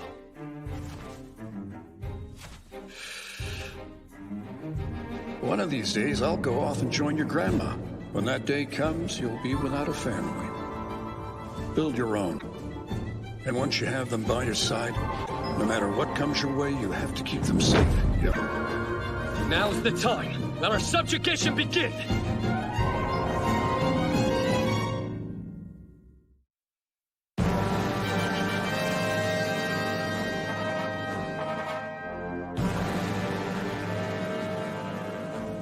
Now's our time! Assemble the troops! As soon as Duke Carmine begins his revolt, we will commence our invasion of the Elfrieden Kingdom. Our target is the grain belt in the southwest. 50 years ago, our land was stolen from our forefathers. It's time we reclaimed it. A moment, please, if I may. What is it, Colbert? If I may humbly say so, please reconsider invading Elfrieden, Your Majesty. If you begin a war right now, our people will starve.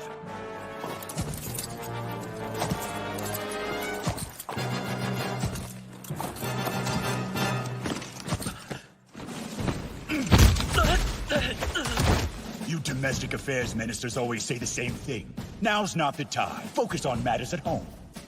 And what do you have to show for it? Ever since Elfrieden's new king ascended to the throne, their national strength has made a significant comeback. I beg you to listen to reason. If you enter into Elfrieden, our nation will be open to censure from all of the other countries. Don't forget, we are signatories under the Empire's... The Mankind Declaration, huh?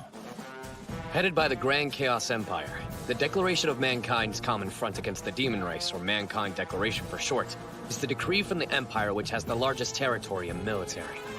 It's an international treaty that states owing to the expansion of the Demon Lord's domain, all conflicts between mankind must come to an immediate halt. In order to keep the demons from encroaching any farther south, mankind must work together as a unified force to push the enemy back. Its main points consist of the following 3 articles. Of the 3, the first article states that should there be any changes within mankind's borders as a result of conflict, they will not be recognized. If we invade Elfrieden, we will be courting intervention from the Empire and our allies, Your Majesty. I'm begging you to reconsider!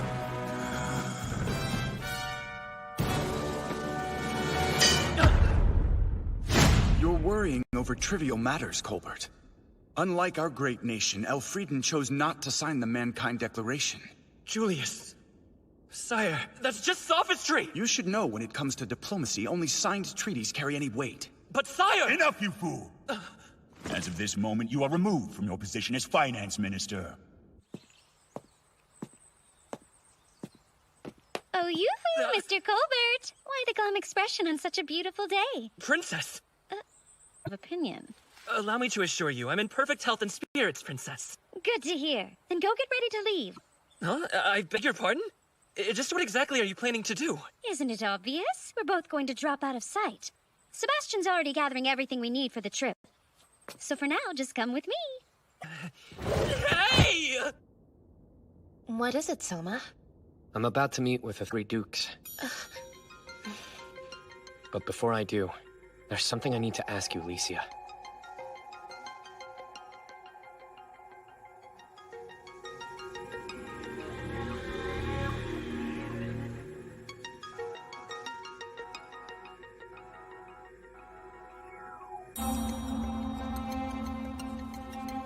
I think this is the first time we've met face to face. Duke Siam Soma Kazuya, the interim king to whom King Albert, the previous ruler of Elfrieden, yielded the throne. Duke Castor Vargas, General over the Air Force. At last I may greet our new king. It's a pleasure. I am Excel Walter, Your Majesty. As you know, I'm Duke York Carmine, Army General. Very well. I am now issuing my ultimatum to the 3 dukedoms. If you 3 continue to disobey my orders, then I will have no choice but to recognize you as matter. And you will, but first, a question. Please, go ahead. Kindly inform us what you intend on doing with the 3 duchies. If you do as I command, I have no intention of taking action against your territories. What about our armed forces? I'll merge your forces into the Forbidden Army, creating a unified military. In doing so, it will abolish your previous right to maintain armed forces within the 3 duchies. Then it is just as I thought. Even as an outsider, you should know what sort of chaos disbanding our armies will allow. When a despot becomes king and asserts racial supremacy, the other races will face oppression under his rule. To prevent this, our forefathers formed the 3 ducal armies, checks and balances. This allows the dukes to support as well as watch over the royal family, and, if it becomes necessary, to remove a tyrant should he ascend the throne. What are your intentions? To overturn the entire system?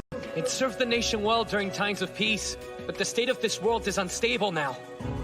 The Principality of Amadonia wants vengeance against us, and the Republic of Turgis aims to expand northward. They seek an opening to claim our territory. And don't forget the 9-headed Dragon Archipelago Union, and the relentless disputes over fishing rights. During times of strife, having a military with multiple command structures is futile. Now is the time to centralize our power. And what if that consolidated power... Then you're free to come and claim my head!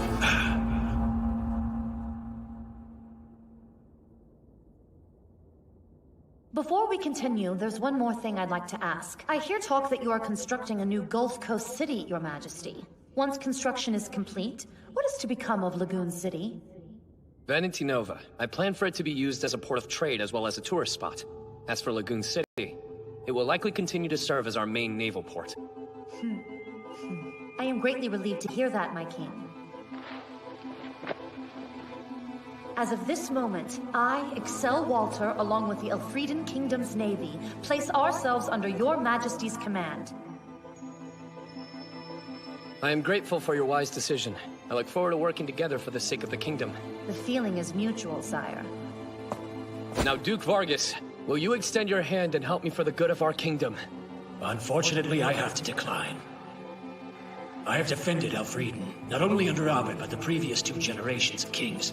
On that note, perhaps you'd care to explain why King Albert abdicated the throne, without so much as a word to the 3 of us. Actually, I'd like to know that too. Princess Lucia, do you know the reason why? I am sorry. My father, he would tell you Soma is your king now. Is that so? Here is my answer. I cannot accept you as our king after all. But, Duke Vargas! I will instead side with Duke Carmine. I see. And is that your final decision? Yes, but it's one I reached on my own. Duke Carmine will have my support, as well as 100 members from the Red Dragon City Knights. The rest of the Air Force will not be mustered and will continue to remain neutral. Very well. Is Duke Vargas' decision in consideration of his possible defeat? How can this be? Now then, General of the Army Jord Carmine, I don't need to ask whether or not you'll side with me. The moment you gave shelter to nobles who were guilty of corruption, it was evident that you had no intention of following me. So I would ask you one thing. What is it that drove you to take this stance? It's my pride as a warrior. After living for more than 55 years, my strength may have declined, but I've gained an extraordinary opportunity. Through my experience, I'll determine Elfrieden's fate. But that's... You're being a complete fool! Naturally. One cannot be a warrior without being a fool. And you'll bear witness to the way that I live my life. Are you sure you don't mean the way you'll die? Die. Those who desire death live on. That is the way of the warrior. You're just an old rotten trunk I need to step over. Though I may be rotting, I am a great tree with strong roots. It makes no difference! Jord Carmine, Castor Vargas. I have one thing left to say. Before we head into battle, I'd like to make a proposal. I doubt any of us want the fighting to drag on, or for it to involve innocent citizens of this kingdom, am I correct?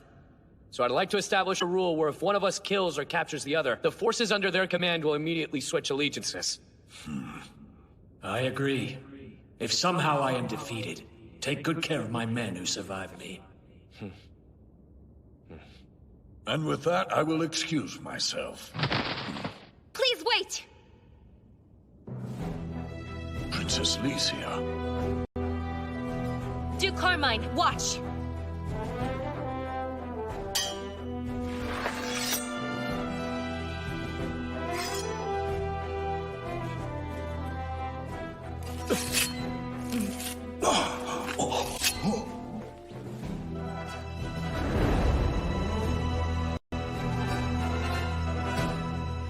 I've chosen to stand alongside Soma. I've seen your courage and I acknowledge it, Princess.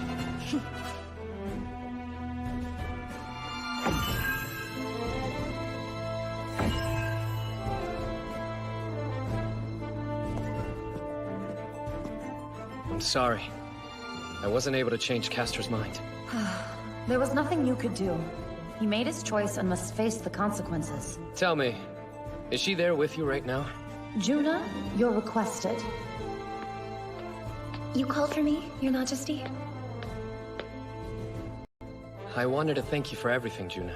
Because of your connection with Duchess Walter, we were able to resolve our differences without going to war. I only did as ordered and don't deserve your praise. Sending Juna to spy on you was deceitful, but I needed to show caution and care. For that, you have my apologies. It's all right. If you hadn't, I doubt I'd have you on my side now. Soma. Don't forget, we have her back too. Our victory is imminent! On this day, history is written and we will achieve our greatest triumph! 30,000 of their troops are moving through the Ursula Mountain Pass. From what I see, based on their movements, Gaius intends to occupy the southwestern city of Altamora. This land has fine, hearty grain. Not even the Forbidden Army's troops could eat it all, eh, Weist? Right, without question, and soon it will be yours. Altamura has no intention of defying you. Basically, you'll surrender the city to us? Yes, we have no other option but to implore your highness's mercy. If you want it, then open your gates at once. I would love to more than anything, but before we do, if you could wait just a bit longer. What for? The city is split between those who wish to surrender and those who will fight to the last man. That is why I have come here to grovel at your highness's feet, begging for his favor. As if we couldn't take Altamore anytime we wanted, whether you're able to sway public opinion. True, there's not a doubt in my mind, but there are fools inside who fail to understand. I trust your highness does not wish to lose any soldiers to the likes of them. If you will guarantee my life, I promise you, I will make the stronghold see the light of reason. Wisdom states that it takes 5 times as many soldiers to seize an enemy fortress. What if we do as he says? There's no need to compromise our troops without... Well, if you will surrender your stronghold, I guarantee the safety of all those within. My benevolent lord, thank you so much! Once the gates are open, the city is ours. Then I'll hang that rat's head in front of the gates for everyone to see. What are you so worried about? Carmine has 40,000 men. Meanwhile, this King Soma has no more than 10,000. He's hopelessly outmatched. I doubt he'll be able to send them any reinforcements.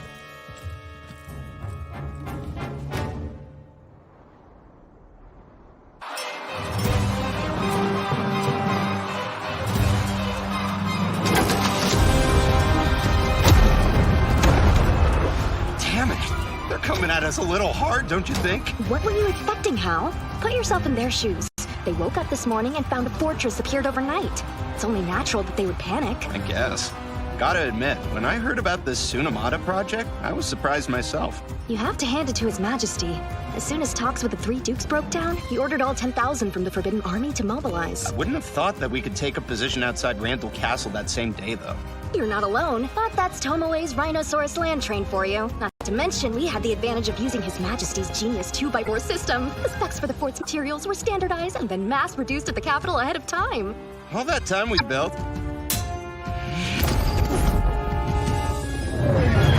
Kinda miss being on the wrecking crew, though. That's another down. Look out, Hal! The enemy is bringing in heavy artillery! Huh? This is pretty bad, isn't it? That's a bit of an understatement. My anti-magic reinforcement only works against spells and flame-based attacks. Hopefully Roman concrete and dirt walls stand up.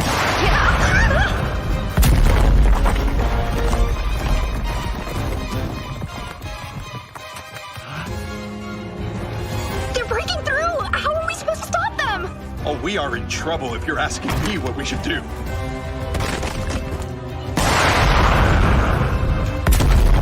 Positive there's nothing you can do with your magic? Stop yelling at me! I practically used all of it up building this active fort!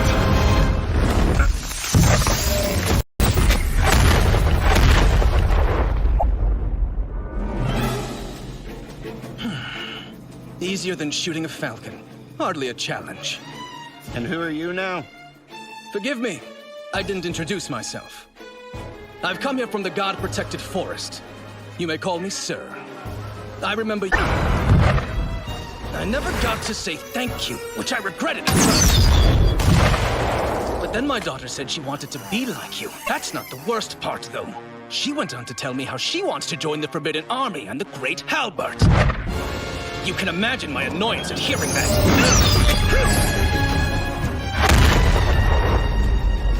Open the gates! Our targets are the 3 cannons! As for the enemy soldiers, pay no mind to them! Do not get in too deep! Your only focus should be destroying the artillery!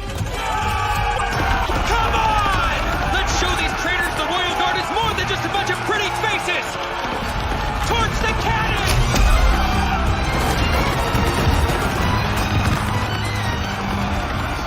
Are you seeing this? They've got the other 2 burning now! Just a nick of time, too! I wasn't worried.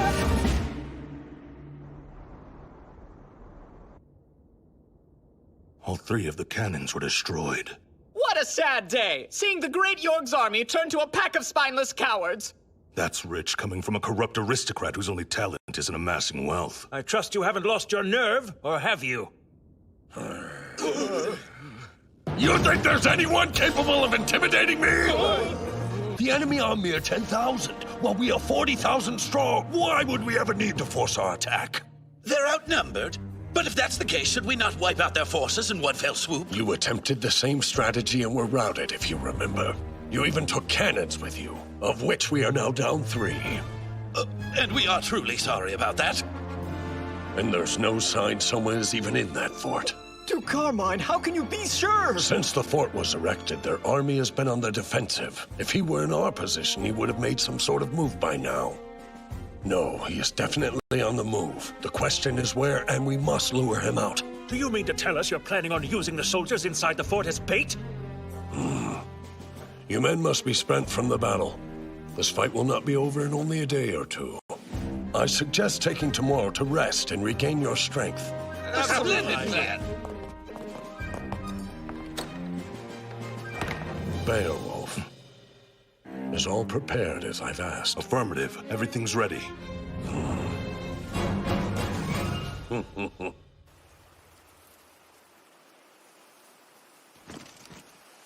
Figures. What would you expect from a rat?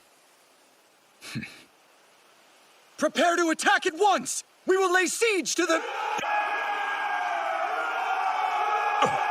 What am I hearing?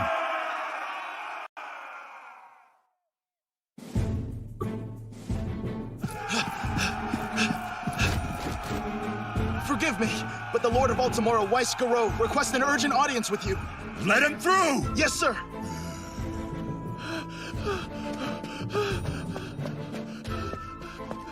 I am terribly sorry, my lord. Explain yourself! You promised me that you'd have the Stronghold's gates open by now. The holdouts have become more stubborn, and it's taking longer than expected persuading them to surrender. What?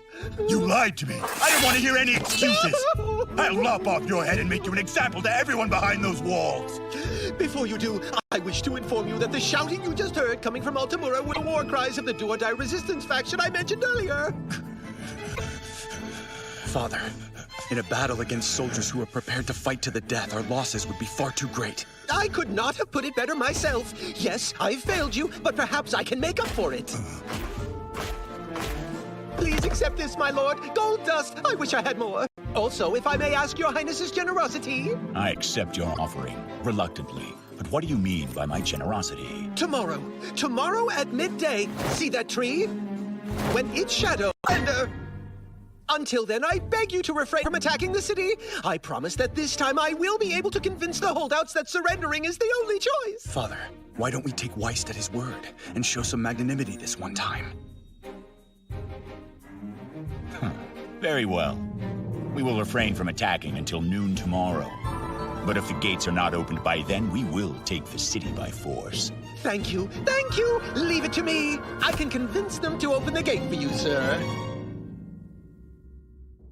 Are you sure this is the wisest course, Excel?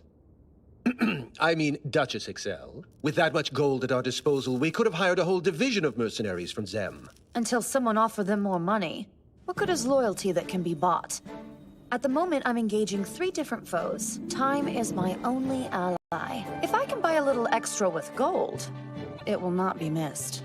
But hopefully that much is obvious. Otherwise, you're nothing but a child. I must say, this new king is quite daunting, sending you to act as his personal messenger. Out of the blue, he says, go to Altamura. He really is a slave driver. I'll wager that Duke Vargas and Duke Carmine had no idea that you were attending the conference from here. Masterfully done. Not just them, Gaius as well. It takes 3 days to get here from Lagoon City. 3 non-ragged. Funny how you play the elderly card only when it suits you. I get a free pass. But I forbid anyone else from ever mentioning it to me. By the way, Duchess Excel, I was only able to buy us till noon tomorrow. Will that be enough time? I'm sure it will be, for if His Majesty doesn't make his move by then, it won't matter. We'll have to die like heroes inside this stronghold.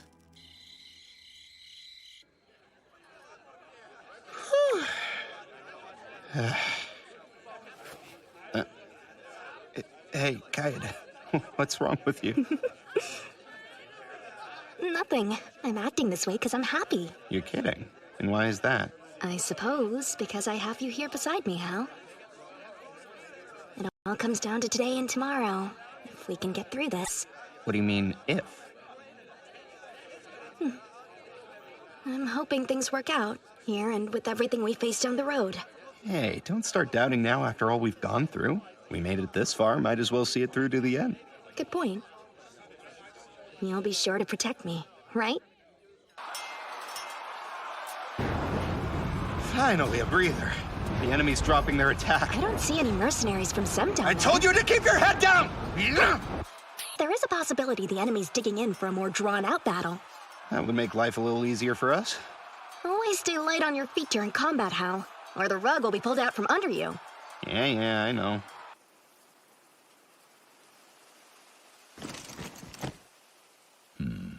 Prepare to launch our assault. Messenger! Alert all units that we are now beginning our attack on Altamura! Yes, sir. Multiple wyverns approaching from the sky to the east! Huh? It's the Air Force!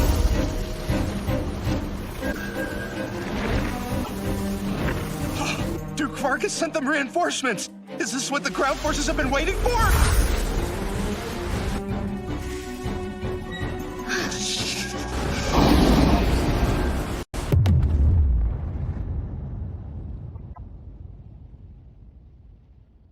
Yes, my lord. Let's hear it. How's the evacuation of the citizens going, Tolman? I'm pleased to report it's complete. As of now, the only ones remaining in Red Dragon City are the Air Force personnel, as well as members of the Vargas household. Very well. I'm glad to hear that. Who knows what King Soma is planning? He's quite resourceful for his age. Oh, are you having a change of heart about him? Yes, indeed I am. Better late than... Receiving requests from Air Force units from across the country asking to join your side. Turn them all down. I won't have them sharing in my obstinacy. I had a feeling you would take that stance. Are you not joining up with Duke Carmine? I don't mind fighting alongside him. I'm not about to stand shoulder to shoulder with those corrupt nobles he's taken in. There's no turning back now, nor do I intend to. All that remains is showing my mettle as leader of the Air Force. Do I go out in a blaze of glory, or chew through their flank like a viper instead? According to the reports, the 10,000 knights from the Forbidden Army are headed toward the Carmine Duchy.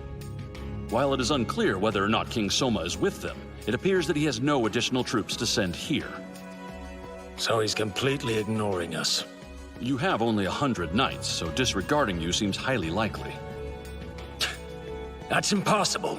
Soma's smartest play would be to defeat me first, then assume control over the Air Force and use them for a showdown with Duke Carmine. However, if we're being realistic, the man has no manpower to spare. We don't know for certain. He may deploy a strategy we'd never think of. Father, Soma's force has been spotted. They're here? How many? That's just it. They brought a ship.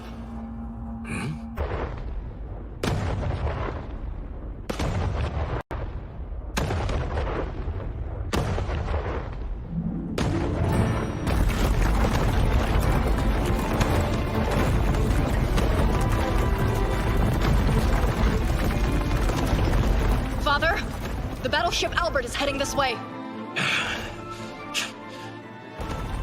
They put wheels on it and are dragging it over land? Is he planning on throwing away his flagship here? I didn't have any choice. I've already got a shortage of military strength as it is. Duke Vargas, a letter from Soma arrived requesting conference via Gemstone broadcast. Apologies for the hasty arrangement. Out with it. Why have you brought the Albert this far inland? Isn't it obvious? To lay siege to the Red Dragon City, of course. The Albert! It's shooting at us! Incoming fire!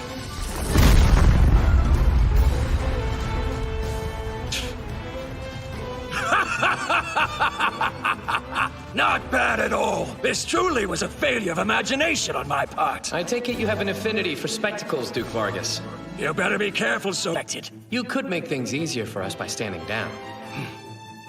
Surrendering at this point would be disgraceful, especially after the show you put on. I see. That truly is a shame, then. Have it your way.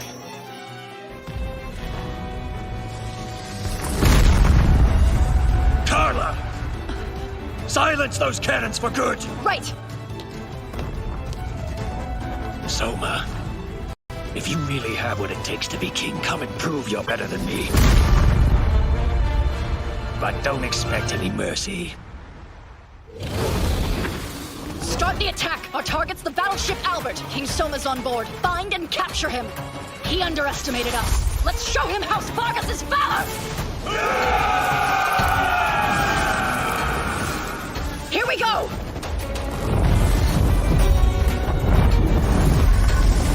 Prepare to drop the bombs!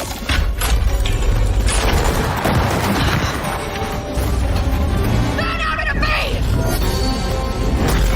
Repeating bolt throwers! Impossible! That's a fixed-based defensive weapon! The kind you only see defending bases from air assaults. He's subverting all our expectations. Damn it! What are we supposed to do now? It looks like the ship's wheels were hastily constructed. That's where it's most vulnerable. Right. Then we'll approach by flying at ultra-low altitude. Did you hear that? I want all units to move in now! Neutralize the cannons, bolt throwers, and any other weapons it has in its arsenal! Wouldn't it be quicker to pulverize the bridge? Don't you dare! Princess Lycia could be in there! Destroying its weaponry will suffice, understood? And make sure you take Soma alive! Understood! We have to. Otherwise, if we kill him, Lycia will likely be devastated. But if that's a concern, I should have tried talking Father out of this.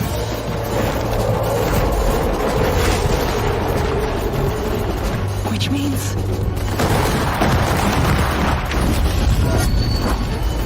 I should have supported Soma when I had the chance. Well, too late for that now.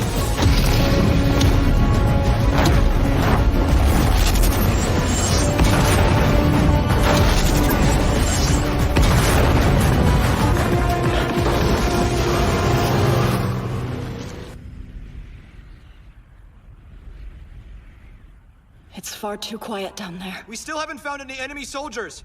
Somebody had to be controlling those cannons! Below deck, we found what looks to be an empty suit of armor, but the only thing inside was this puppy. Hurry back to the castle! But we haven't located King Soma! Because he was never on the ship!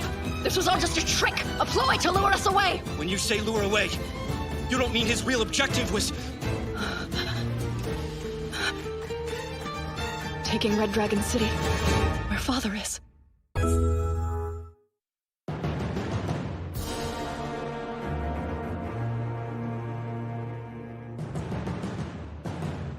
How did you find your way in here? I think one should store all kinds of documents in a library for moments like these. In other words, you found the blueprints for Red Dragon City. So I take it you know about the underground escape routes and all its other secrets. This is the first occasion we've met face to face, isn't it, King Soma?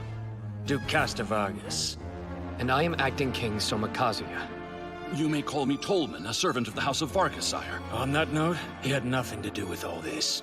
If somehow I'm defeated here, you may trust the Air Force to him. The man will serve honorably. If you're going to be this gracious about it, why don't you just lay down your sword?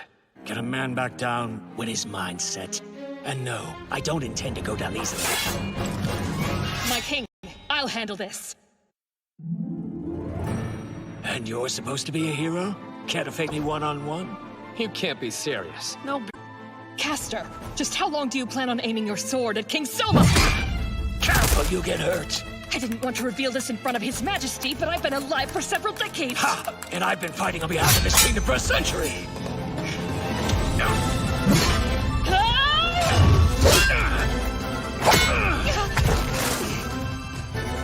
Not too shabby, but dark elf woman. Name's Aisha, and I won't let you lay a finger on His Majesty! Quite the brute strength you possess. True. While I may not be graceful, if my strength can be used in supporting His Majesty's reign, then being described as a brute is good enough for me! Such fierce loyalty. You really find someone to be that good of a master? While I'm not sure, what I do know is that I wish to remain by his side, to stay with His Majesty and the princess forever! You're similar to me, and Carl as well. Still, if your loyalty overshadows your skills with a sword, you will fall! You and your master!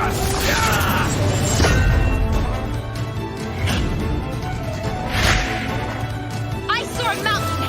Freeze right there!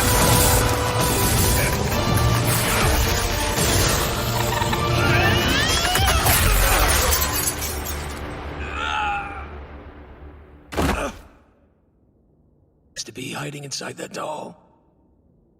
You've defeated me. Indeed. Please don't make that face.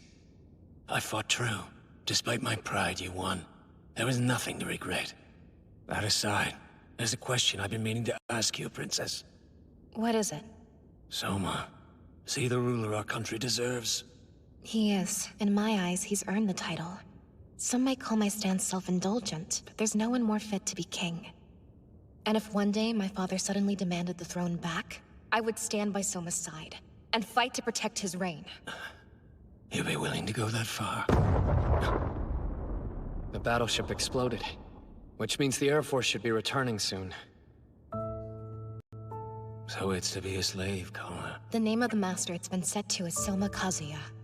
If you attempt to harm its master, then... It'll automatically tighten, and my head will roll free from my neck. Yes, I understand.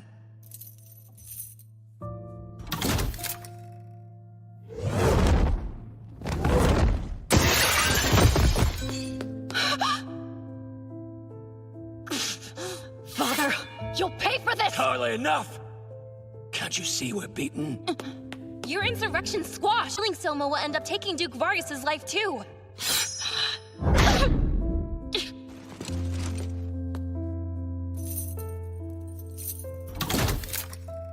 Tolman. Sire? Given recent events, I hereby grant you temporary commission of the Air Force, making you general over it and part of the Forbidden Army.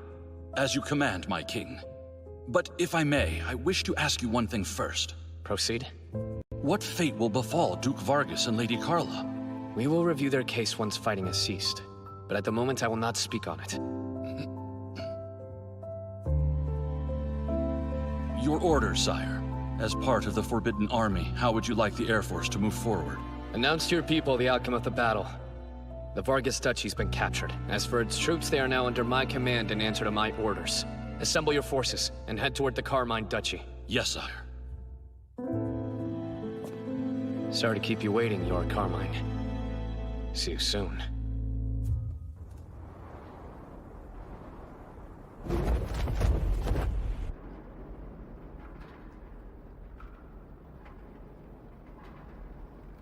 I know you have your doubts, but Karla here is extremely loyal.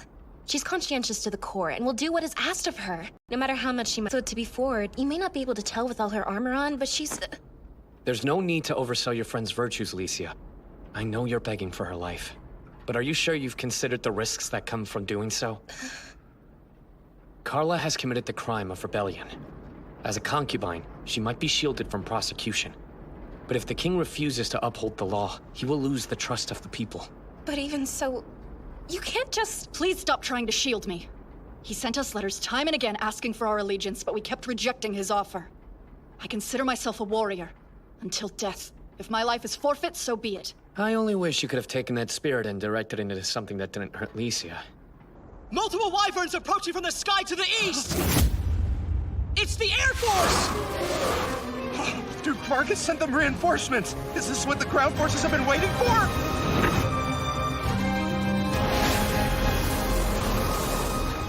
Looks like everything's going to be all right, Hal. Our gamble ended up paying off, eh?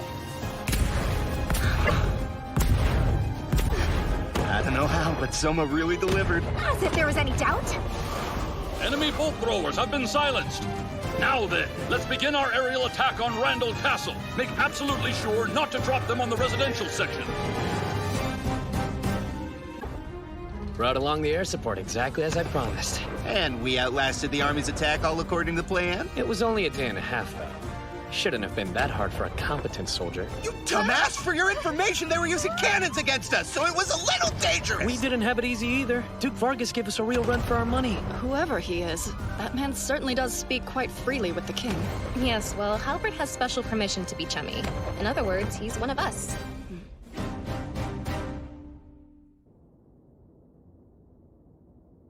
Count Vargas and the Air Force have betrayed us! We must come up with a new strategy! We're awaiting your instructions. Tell us what we're supposed to do now, Duke.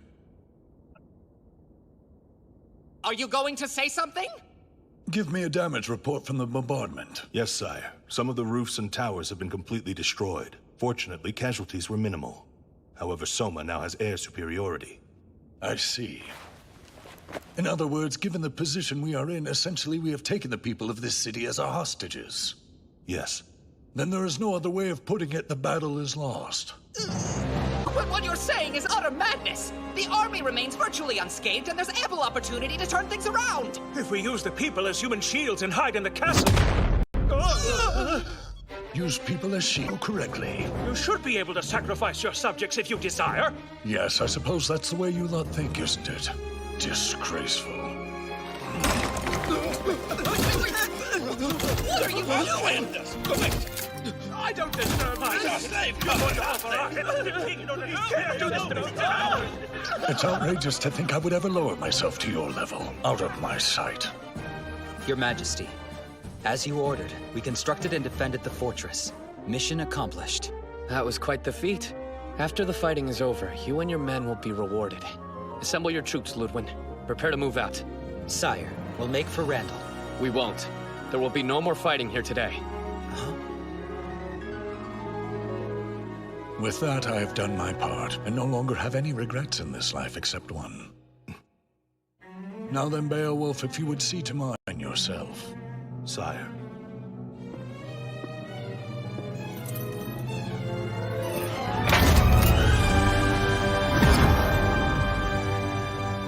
Send a messenger to their army with our surrender. Tell them with the exception of the nobleman's forces, our soldiers were only following my orders. I will accept full responsibility. As for the rest, I leave it in yours and Glaive's hands. Understood? Sire. Your Majesty, but how did you know?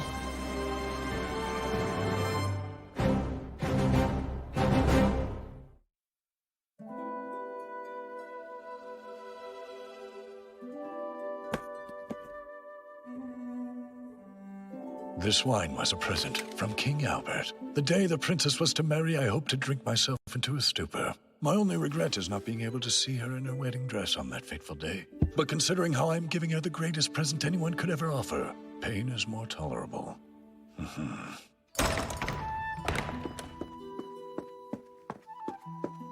I bring word. King Soma has not entered Randall, but is already leading the Forbidden Army away from here and heading west. As soon as the army has regrouped, he's ordered us to follow. You're just an old rotten trunk I need to step over. I see. So that's how this plays out. He has no intention of netting minnows when he's after bigger fish. Well, my king and princess, go right on ahead and step over this ancient stump hand in hand. Cheers to you both! Glory to the young and to Elfrieden! Someone explain it to me. Just what is going on? I understand why you would be confused. This whole affair was orchestrated by Duke Carmine. What do you mean orchestrated? It's the three dukedoms. Then why did you... I know how it looked, as if Duchess Walter fell in line after I made my ultimatum. But she's been on my side for quite a while, actually. Which is all thanks to Juna. That's correct. The Duchess's granddaughter acted as a mediator between us. I couldn't be sure how the other two dukes would act, so I requested Walter keep this fact a secret for the time being. Regarding Duke Carmine, Licia told me several stories about the man, and based on everything I heard, if you spoke heart to heart with him, he was reasonable. But then he decided to harbor those corrupt noblemen. Honestly, that wasn't part of mine and Hakuya's scenario. No matter how I tried to understand his reasoning, I didn't know what Carmine's goal was. Then I met Halbert's father. Glaive requested an audience with me that day. All right, let's hear it. Right. About Duke Carmine. He intends to gather all the corrupt nobles who have committed offenses at Castle Randall and stage a rebellion against your majesty so that you may stamp them out. If these connected and wealthy men remained concealed, they would continue causing you trouble. But should the Duke take a confrontational posture towards the king, it would lure them out to his side openly. Is this a joke? Whoever asked him to do anything of the sort? Your anger is quite justified, sire. But I assure you, this was Duke Carmine's idea, his alone. When wheat spoils, sire, it also spoils any surrounding grain. The problem, a nobleman is corrupt. Should any of their relations beg for mercy, you'll have no choice but to let matters stand. That is why it is so necessary for them to be looked down upon as insurrectionists against the state. Do we have to take things to that extreme? Yes, but there is one other reason as well. Let me hear it then. The property your majesty seized from them was just scratching the surface. It's been confirmed the noblemen who have gone over to the Carmine Duchy spent vast amounts employing mercenaries from Zem. Despite your efforts, this only proves you have not stripped them of all their wealth. Dare I say, these noblemen are far more sinister than even your majesty is aware. So is Jorg's ultimate goal to try and get these nobles to spend the remainder of their hidden assets? Even if he does, it'll just wind up in Zem's coffers as payment for sending their mercenaries, unless... it's ransom money. Indeed. After successfully capturing the corrupt nobles, all the mercenaries hired by them will be taken prisoner as well. Duke Carmine wanted them to use up all their dark money, so the funds would wind up over in Zem. When their mercenaries are held captive, he'll recover that money as payment for their release, reclaiming the wealth. Yes. A man who can think so far ahead, and I'm supposed to go to war with him? If he's prepared to go such lengths, he should work with me! Please, Your Highness, you must understand. Duke Carmine has entrusted you with the future of this nation. Why have such faith in my ability to rule, even though we've never met? Who knows? But someday when you are questioned, sire. Duke Carmine was willing to risk his own life. I hesitated to tell anyone the truth, even Licia. He only confessed to me what was really going on shortly before he delivered his ultimatum. You're saying that my father's in my opposition was... I'm sorry. I could have told Duke Vargas about this development, but... if even a word of it leaked out, then Duke Carmine's... his entire strategy would crumble to dust. And yet he was willing to risk his very life, as well as mine and my father's. Carla...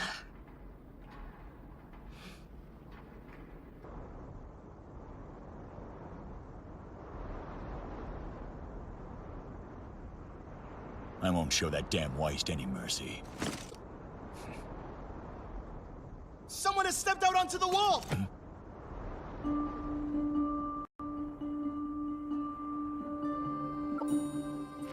It can't be. How is Duchess Walter here? She was in Lagoon City during the conference with the other dukes. Even in haste, it would have taken her at least 3 days to travel here. You don't suppose she's been in Altamura since before the conference? She's been in contact with Soma all along. Father, please, this is a trap. We must retreat at once. I suggest minding that tongue, boy.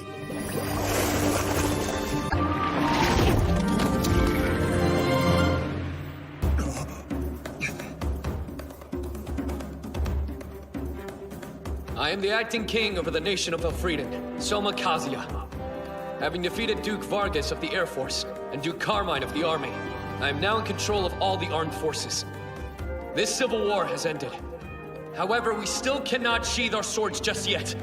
You see, Amadonia's military has taken advantage of this chaos and chosen to brazenly invade our territory.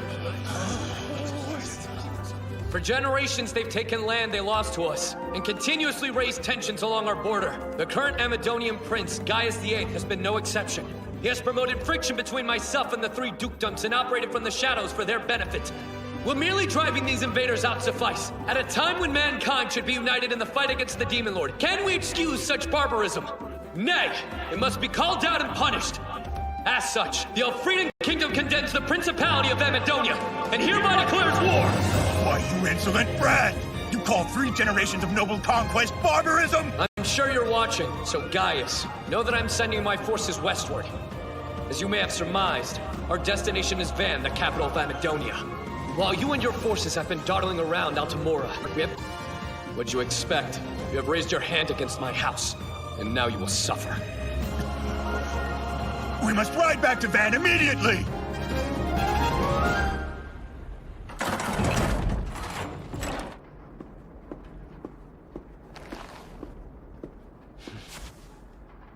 First you defeat Duke Carmine, and now you proceed to declare war on Amadonia. This isn't something you can do on a whim. This plan, when did you form it?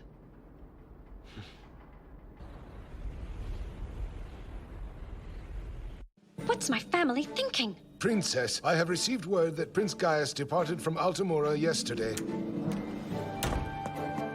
Forgive me, but I bring news. It's your father. Prince Gaius has arrived on the plains of Van. I see.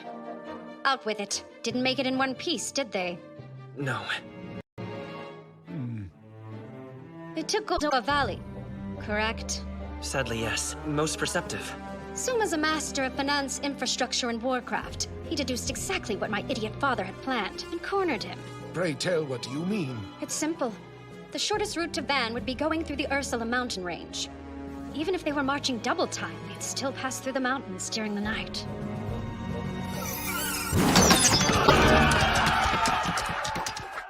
Word is that it was a hellish night. Men abandoning their friends, screaming for help, clawing through blood and muck. The way out of the valley is right up ahead, men! The main force's vanguard is headed through the valley. Shall we give pursuit? There's no need. We've dutifully carried out our orders. Prepare to withdraw. By the time they left the valley, their army of 30,000 men was cut in half. After that, His Highness stopped in villages, gathering troops and supplies, and managed to recover his forces back up to 25,000. Even if he does take back Van, doesn't Father realize he's turning the people against him? He's openly inviting a rebellion. The capital has fallen. Father, fear not. Look up there at the flags. So they haven't seized control just yet. Drive the enemy troops away! We must get back to the castle!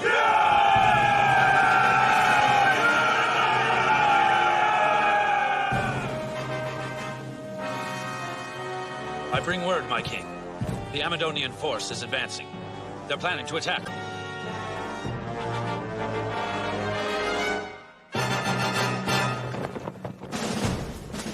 They waved the banner 2 times. Crane wing formation. Royal Guard and Forbidden Army in the center. General Glaive on the left flank. Princess Lycia on the right flank. Let us meet the enemy!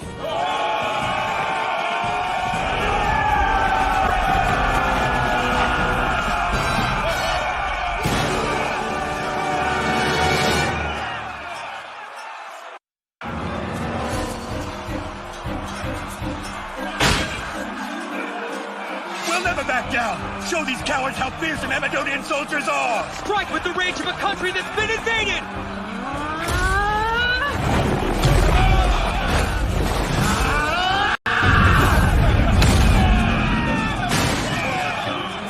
I won't let you lay a finger on the princess! I'm Lycia Elfrieden. If you want to claim the head of the daughter of Albert, then come and take it if you have the nerve, you cowards!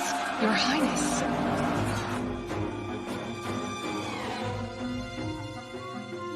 Your mind doesn't seem to be on the battle. Isn't this what's required of a figurehead, General? His place is at base camp with too much time on his hands. No one expects you to take up a sword. Let others... Beyond that, let's see. I suppose in the event things don't go as planned, I'll stick my neck out to plead for my men's lives. Are you telling me you're not afraid to die? What? Of course not. It's not as if I have some kind of death wish.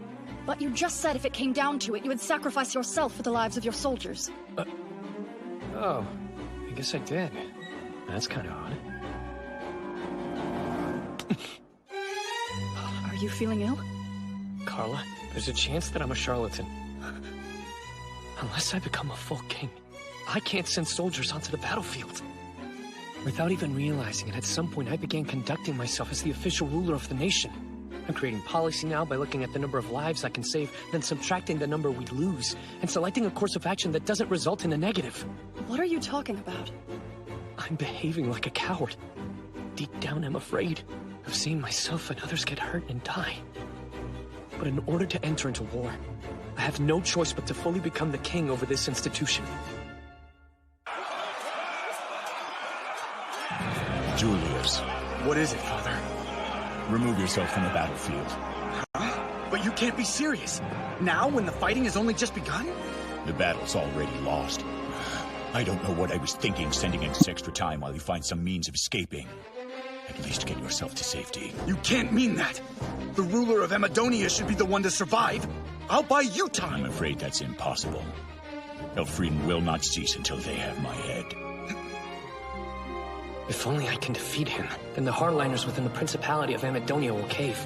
In regards to protecting the Elfrieden Kingdom, it's our best shot. Then it's true. The only reason Soma is doing this is that he wants you dead.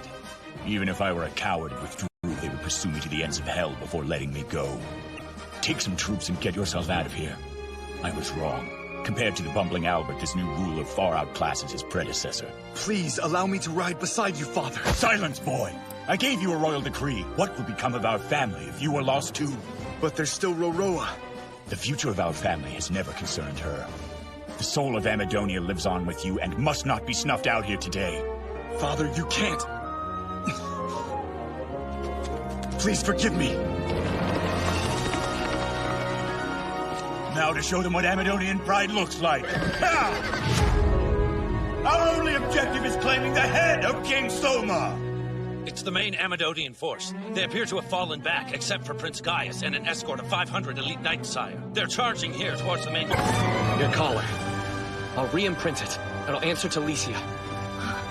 If anything should happen to me out there and I fall during battle, I will need you to tell Licia that I yield the throne to her. Is that your last will or something?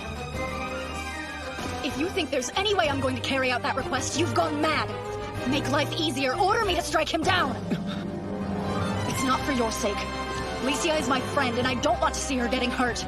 So give me the order already, and let's finish this! Kill him. At once.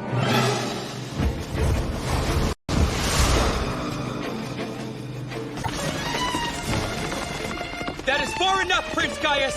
I won't allow you to come any closer to His Majesty!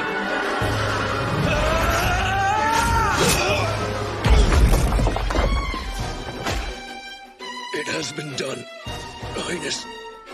May your wish be fulfilled. That's not him. It's a decoy. Stand aside, you peons! I will cut down anyone who comes between me and my objective! I don't know why you show this king such loyalty, nor do I care! I will achieve the desire 3 generations strove for, and no one will stop me, especially not some dragon who wedged in the ground for yours. You didn't really think Gaius VIII would be defeated by a mere puppet? Carlo! Finally, I meet the source of my strife. Yeah, I'm Soma Kazia. And you're Gaius Amadonia, the man who tried to illegally seize our land. Silence! That land originally belonged to our country. How is it illegal to tread on one's own land? Get off me! Carla! No! Do it! Better stand clear!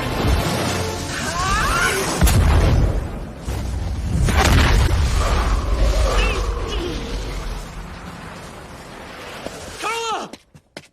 Are you alright? I thought I told you to stay back. If something happened to you, Licia would never forgive me!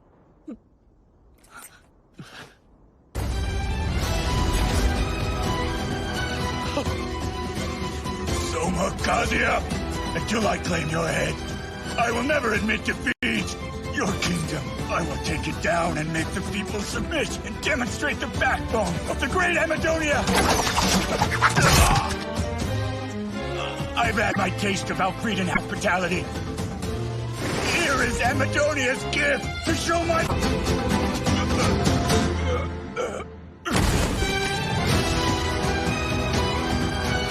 I have seen Amadonian pride! All of you have! We've witnessed the valor of Gaius VIII of the Principality of Amadonia. He will be spoken of for years to come!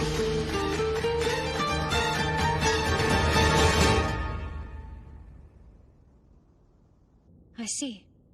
So my father was defeated? Listen, Sebastian. Could you let me have the room to myself? Just for a little while?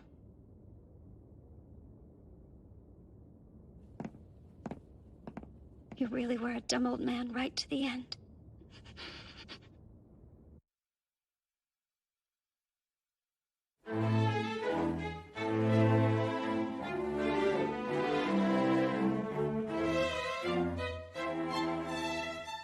This place is utterly gorgeous. They must have spent even more in decorating than we did at Parnham Castle. If they had that much money, there were plenty of other areas where it could have been better invested. I mean, the layout of the streets is needlessly complicated. It's literally a maze down there. Actually, they were made exceptionally complex on purpose, so arrows and cannons wouldn't have clear shots. It's every bit the military state, huh? Some time, haven't you? Tell me the truth, Soma. The reason why I didn't tell you Don't was... get me wrong, I'm not blaming you. I'm just shocked how few deaths there were near the border. Especially when there were few at the center of the kingdom who knew about the plan. That was all thanks to Hakuya. When I proposed evacuating villagers near our boundary, he vetoed it immediately. He figured it would tip the Principality off and let them know we were aware of their movements. Do you remember when monsters suddenly appeared near the frontier? They're called Flame Pureaux. The quest is to protect refugees in the village from these mysterious monsters. But such a hefty reward for a simple task. You don't think perhaps there's more here than meets the eye? Not to mention, even though these things are supposed to be dangerous, the forest has been oddly quiet all night. You know, go on ahead and see what you can find.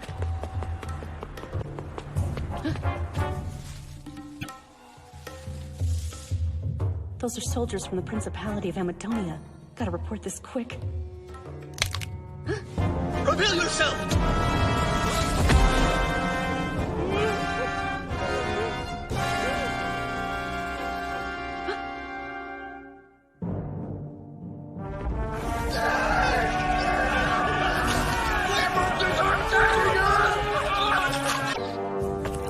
Are we having a repeat of the dungeon incident? Well, those Amadonians got scared. The survivors all ran off.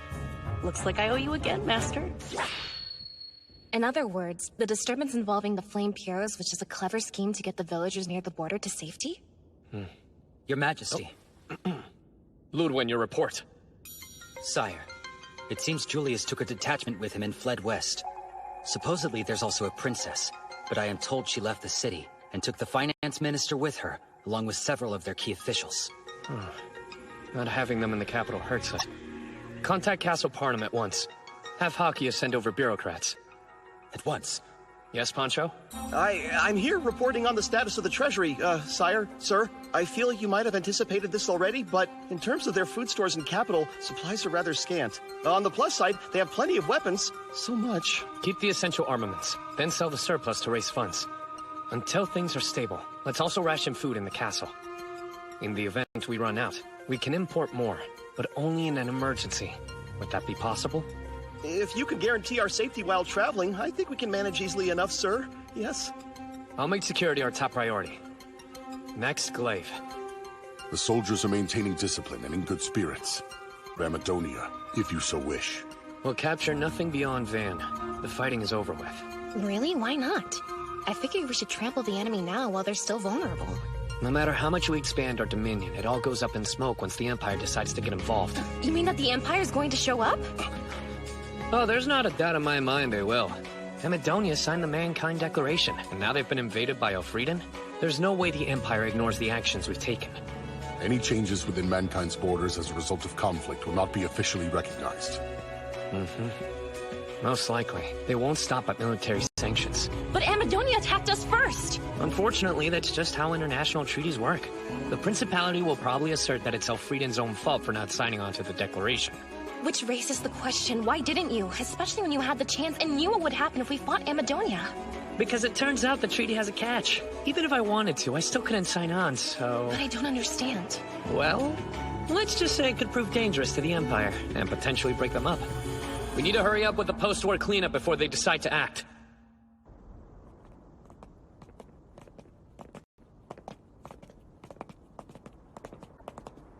The bitterness towards the Elfrieden kingdom runs deep. What will His Majesty do to remedy their distrust? Historian Sima Qian's courtesy and song. Sorry, I'm not following any of this.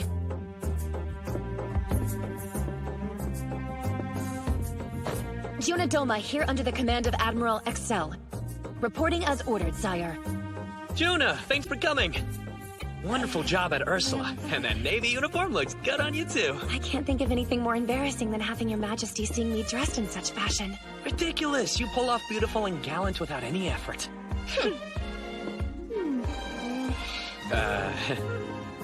The reason I summoned you here is to help me carry out the next phase of my strategy. Wait, the next phase? Yeah. I've decided to call it Project Lorelei. Good day to you all. I'm Chris Tachyon. Thank you for watching. This is News Elfrieden, a show where we present information not only about the Elfrieden Kingdom, but nearby countries as well, and deliver it directly to you, the people.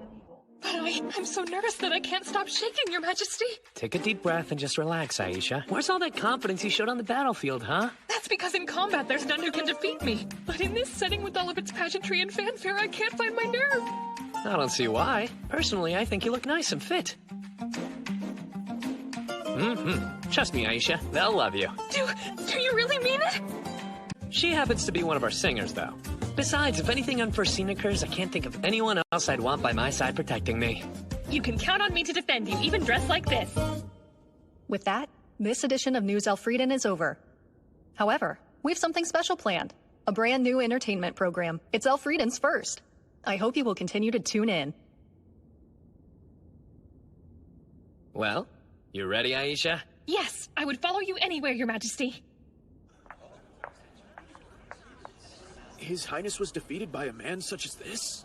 It said he bested the valiant Prince Gaius using only his ingenuity. And now, we proudly bring you Elfrieden's inaugural musical program. First, little Pamille Carroll. She may look like a child, but don't be fooled. When you hear her, you'll know this songstress has a heart of a diva. When not singing, Pamille's favorite pastime is making sweets, though she minds her weight and tries not to eat too many. All right, let's hear her perform a song. Presenting Pamille Carroll. I have demonstrated my backbone as an Amadonian. Now you are free to take my head. Why would I? In case you didn't hear, I just sang my country's national anthem. What's more, it's a song demanding the return of the land Elfrieden took from our forefathers. How can you overlook such an outrage? So what if I did? There's no law in the Elfrieden Kingdom that says you can't sing music just because it's from another country. What makes a nation good? It's not an answer that can easily be found. But at the very least, it's somewhere people can express themselves, where one can sing free. The Grand Chaos Empire lies at the western end of the continent. In regard to Landia, it occupies the greatest amount of territory. Additionally, the Empire's population, military might, technology, and affluence is unmatched by any other country on the supercontinent. Then, 10 years ago, an incident came about which altered the situation. The formation of the Demon Lord's domain. Faced with the sudden appearance of a swarm of monsters, all across the nations of mankind, a call for solidarity rang out. The Grand Chaos Empire, with its unlimited resources, heeded the call and led the continent into war. Currently, the head ruler over the Empire is Maria Euphoria. She was responsible for putting forth the Mankind Declaration, which was more than just a coalition to battle the Demon Lord's forces. It was a sublime pact, created to put an end to warring and stop ethnic discrimination. Furthermore, owing to her beautiful appearance, as well as her kind-heartedness toward all races, regardless of their financial standing, at some point, the people gave her an adopted title, and she became known as the Saint of the Empire. Come in. Please excuse me. It is I, sister. Jean Euphoria reporting. I am off, leaving with an army detachment, departing for Van, capital of Amadonia. Ah, that's right. You're going to meet with the Hero King in question? Yes. While reluctant to be taken advantage of by Amadonia, I suppose my only option is to negotiate. Van must be returned at all costs. I realize the Principality of Amadonia is the one at fault here, but we mustn't allow the Mankind Declaration to be broken. That would affect the prestige of the Empire. It's an agonizing decision. Please forgive me for placing you in such a difficult position. What are you talking about? Sister, you are the one who is most heartbroken by all this. I promise you, Julius Amadonia may be free for now, but he will receive his just reward someday. I hear that this new King Soma of the Elfrieden nation is truly a brilliant man. I believe that if you talk things through with him, he will prove reasonable. You really think so? From what I've heard, I believe you two are like oil and water. And what makes you say that?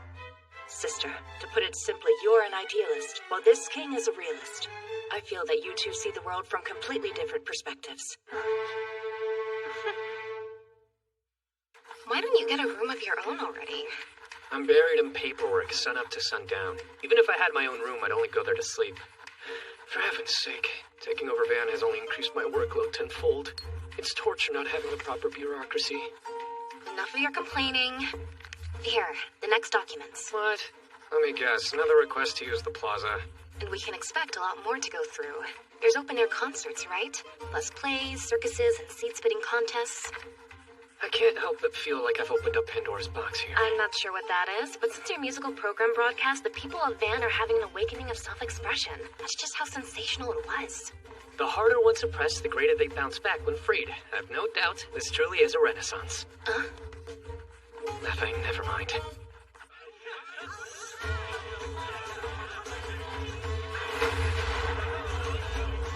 Folks are getting down and dirty, huh? Must be euphoric. Everything my old man took away from them has been given back. Bet my brother's hopes of being reinstated are dashed. Pardon, Princess. But what exactly did Prince Gaius take away from the Amadonians? Just a little something called freedom, dear Colbert. It's a smart play. Soma's not losing any money and the citizens love him now. Also, if anyone tries to take it away again, there'll be a backlash. Freedom costs nothing, but to the people it's priceless. As if Julius can do anything when the country is this prosperous. Almost like, are you saying Soma had that in mind when he made the broadcast? Lowering taxes and increasing distribution wasn't bad either. In all my years of being in Amazonia, I've never seen fabric this spectacular. But we have to hurry, though. There's not a moment to waste, Colbert. It seems that Soma is moving faster than we imagined. After provoking us like that, I'm not letting you quit while you're ahead. Trust me, you're going to answer for your actions, King. You'd better get ready. We have to be prepared, huh? Yes, sire. The Empire has started their march here with a force of 50,000. How long do we have before they reach Van? While the main force will take slightly longer, we can expect the advance party to arrive any time now. I understand. If there is any new activity, report it to me at once. As you wish. Excuse me, Your Majesty, but if you're not busy, can we talk? Anything wrong? Not at all. In fact, I have something you should be eager to see. This is what you wanted to show him? Some flower? Indeed. This flower is known as a beguiling lily. Yes. Ah, so I can see that it's a lily, but when does the beguiling part come into play? As it so happens, this flower's pollen has a powerful hallucinatory effect, so if you inhaled it, you would end up behaving like a sleepwalker. A what? Well, would you mind getting it out of here then? It's all right. The pollen has been thoroughly removed. Yes. Besides, the flower itself is mostly for show. This is what I wanted Your Majesty to see. The plant's rhizome. The lily's bulb? Oh, lily root! What's so exciting? The plant's root is a high-value food product. But I guess that doesn't fully explain it, does it? They're edible. Very much, and the root has no hallucinatory effects at all. Yes. So how's the flavor? They're fluffy and absolutely delicious when steamed. And as if things couldn't be more in our favor, the beguiling lilies grow in clusters all over the mountains of Amadonia. That's terrific news! I know lily root is rich in carbs. They can be a main dish like potatoes. This could be just the breakthrough we needed to solve the Principality's food shortage. Oh, but you can't get near them because of the pollen, right? Yes, sire. Also, you have to harvest them when they're pollinating. Otherwise, their toxicity will spread all the way to the bulb. Well, I guess that rules them out. If they can't be safely harvested, there's no point. Wait a second. How did you get this one here, then? As a matter of fact, there are people who live in the mountains of the Grand Chaos Empire that routinely gather beguiling lilies and eat them as a food staple. Yes. Then there must be some way to harvest them. That's where the orangutans factor in. The orangutans, huh? Those monkeys that like getting tipsy? Yes. You see, fortunately for us, sire, they routinely eat the rhizomes of beguiling lilies. The people from the mountain noticed, so they tamed the animals to do the harvesting of the flowers for them. I'm starting to get it. So that's how they're able to farm the plant. How ingenious. Do we have these orangutans in Amadonia? Oh, yes. And to save time, I went ahead and asked Tomoe if she would negotiate with them. As long as we regularly provide sake barrels instead of wages, I believe we'll have a more than content workforce. All right, Poncho. Start production of lily root at once. Yes, sire.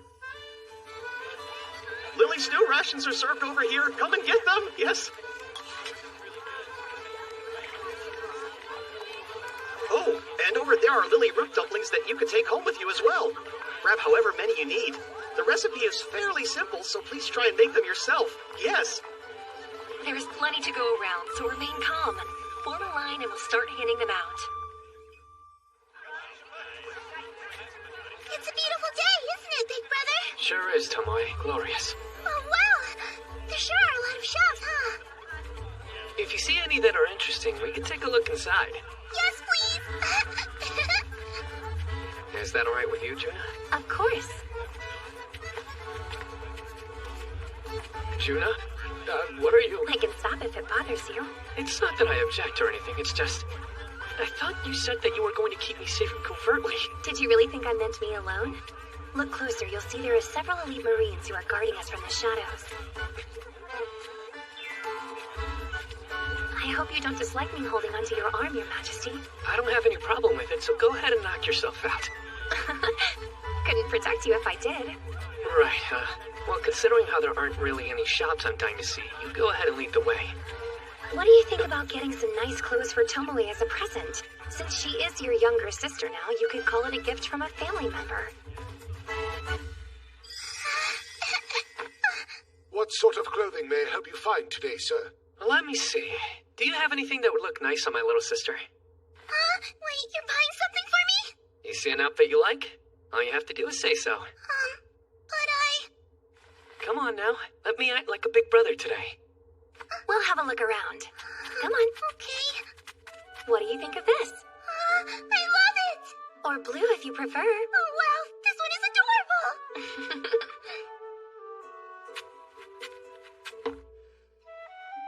Pardon me, sir. If you don't mind, I'd appreciate your viewpoint on a question I have. What is it?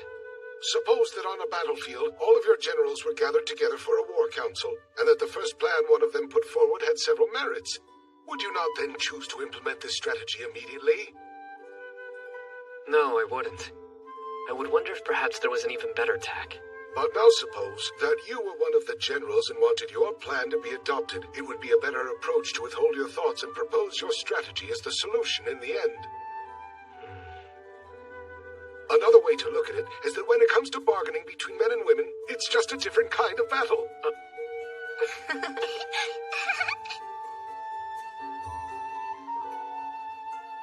While I believe this would look good on Tomoe, perhaps I should wait a bit longer.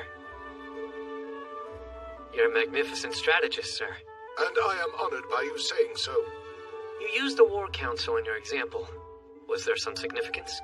I do beg your pardon, sir. Up until a few days ago, I had been dealing with some rather distinguished individuals. And these distinguished people were military men, I take it? Oh, quite the opposite. One of them was a very charming, albeit cunning little devil. Such a loud sneeze, Princess. A lady should refrain from calling attention to herself. Who even noticed? One sneeze means you're being talked about, two means someone's fallen for you. Still waiting on the ladder, though. Kazuya? What do you think? Wow. Want me to carry those, Tomoe? I'm okay. You bought these for me, so it's only right that I carry them. Well, would you mind if I at least carried these?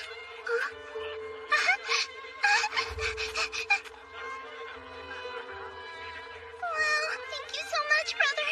You didn't have to. I'll treasure them always. Oh, and I'm hoping you'll accept this, Juna. Huh? Is that a hairpin? You've done so much to help me and the kingdom. This is to say thank you. Oh my, I don't think I'm worthy to receive such a generous gift. It looks incredible on you. Really. Your Majesty, if you intend on honoring us with such lavish presents, you should give something to the princess and the others as well. You're absolutely right. But I have something already prepared for Alicia and Aisha. By the way, Juna. Yes, what is it? It's Kazuya, not your Majesty. You're far more spiteful than I expected, Kazuya. You think so? Yes. You also have quite a knack for flirting, too. Big brother, look! There's so many little shops opening up! Several in such a short amount of time. This is the center of entertainment, after all. Good day. How about a little something for your wife, sir? We have steamed lily dumplings for sale. I don't know about you, but I could use a bite to eat. All right, how about we buy something here then? Yes, please. I've never had anything so yummy. These lily root croquettes are also pretty tasty. If you think they're good, wait till you try them fried. Though I might have burnt my tongue on the soft-boiled center.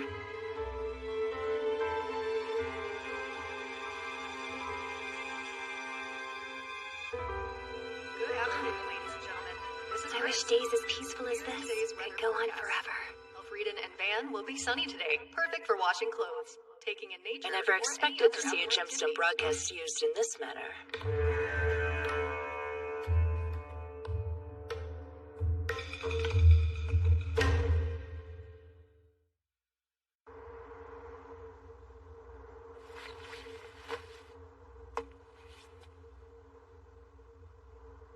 I expected the Empire, but inside the capital. I'd like to introduce the system to my own nation. I'll look into it once I return. No need for that, songstress Juna. I bear no ill will. Who are you? I am Jeanne, the sister of Maria Euphoria, Empress of the Grand Chaos Empire. It's a pleasure to meet you. Kind of audacious of you to just come strolling right into the capital, especially while I'm here. It was necessary. I needed to see you with my own two eyes. Rumors alone aren't enough to ascertain the truth about a person's character. Rumors? Certainly. They say you are a wise ruler who pulled a kingdom on the precipice of bankruptcy back from the brink and rescued the people from a food shortage by preparing foods nobody was accustomed to eating.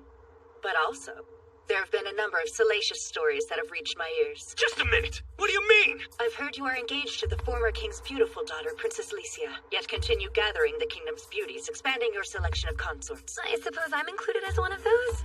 I was aware such stories were making the rounds, but hearing it aloud is... You didn't tell me? Alas, if the rumors are false, then it rules out my original strategy. Doing what exactly? If you were as lascivious as they said, my beautiful sister could welcome you and plead her case, and it would not be difficult to get you to cave and accept any terms we desire. Your plan was to try and have the Saint of the Empire seduce me? My sister does not seem to like the title of Saints personally, but it does a little something for the gentleman. After all, you didn't hesitate using it just now. Well, I mean, it certainly doesn't hurt her reputation, so... What about my title? Does songstress do anything for you? I don't think now's the best time to be discussing this. Sorry, just wondering. You are a more amusing fellow than I'd imagined.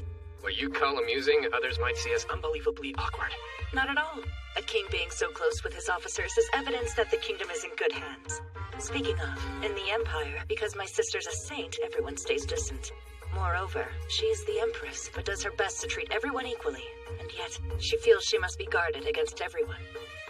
That goes for this matter as well. We have nothing to gain by assisting the Principality of Amadonia, not after they blatantly ignored the Mankind Declaration. We just met, but for being sister to idealistic Maria, your view of the world certainly is quite realistic. When the elder has her head in the clouds, the younger has to have her feet firmly on the ground. Anyhow, I admire the way you're implementing the Gemstone broadcast. Would it be all right if I copied it in my own country? Go right ahead. Not like I could stop you even if I wanted to. Thank you very much. But I'm curious, how are you able to think of so many progressive ideas? Progressive, you say? Back in the world where I come from, this is quite ordinary. The world you're from. I completely forgot. On behalf of my sister, I wish to apologize for that. Tearing you away from your home and family. We had no right. Huh. For the hero summoning, I mean. I beg your forgiveness. What's done is done, so please don't bow to me. All the same. The Empire has no reason to want a hero to interfere. Isn't that right? This was your way of showing consideration toward a kingdom that couldn't come up with financial aid for the war effort? Yes. That's what I thought. I was meant to be a human sacrifice all along. Elfriden's too far from the Demon Lord's domain and can't provide aid. Also, they never signed the Mankind Declaration. In the member nation's view, we were being protected by the Declaration, despite the fact we weren't contributing any support. So you arranged for them to perform the hero summoning, to create the appearance that they were giving something back. Wait, since we aren't even signatories to the Mankind Declaration, we had no obligation to provide support in the first place, did we? But even so, we were a direct beneficiary of the bulwark created by the treaty. It was imperative we do our duty, otherwise we'd invite backlash from the signatory nations. Oh my word. To placate the nations that did sign on, you also requested war subsidies from the non-signatory countries, or if they could not provide money, some equivalent sacrifice. I don't know what I can tell you. Let's be honest with each other. You didn't actually think the hero summoning would end up working, did you? Did it matter? The Empire figured as long as the ritual had been carried out, that would be enough to appease the signatory nations. You are quite astute. However, somehow you ended up being summoned into our world. And after being called here, and then having the throne yielded to you by King Albert, every single effort you've made has been to turn the country around. It's like I said before, what's done is done. I don't blame you now that I know all the circumstances. And besides, if I wasn't summoned, I wouldn't have found a family. Still, if it bothers you enough that you'll accept my jurisdiction over Van, we could call it even. Sorry, but I can't. You're not the only one who wants to protect their family. In that case, I suppose we will have to negotiate. Yes, and when we do, I hope you'll go easy on me.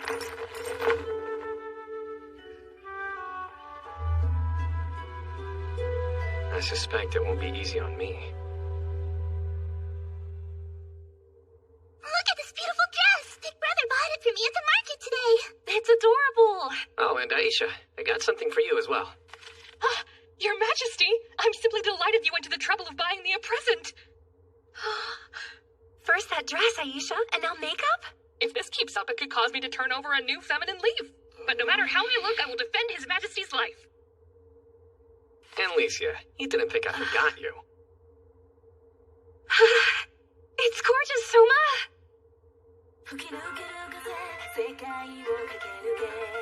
Be honest. Tell me how I look. Big sister, you're so beautiful! Empire not, come who never may. I'm going to keep moving forward. To protect Licia and the others. And everybody I consider a part of my family.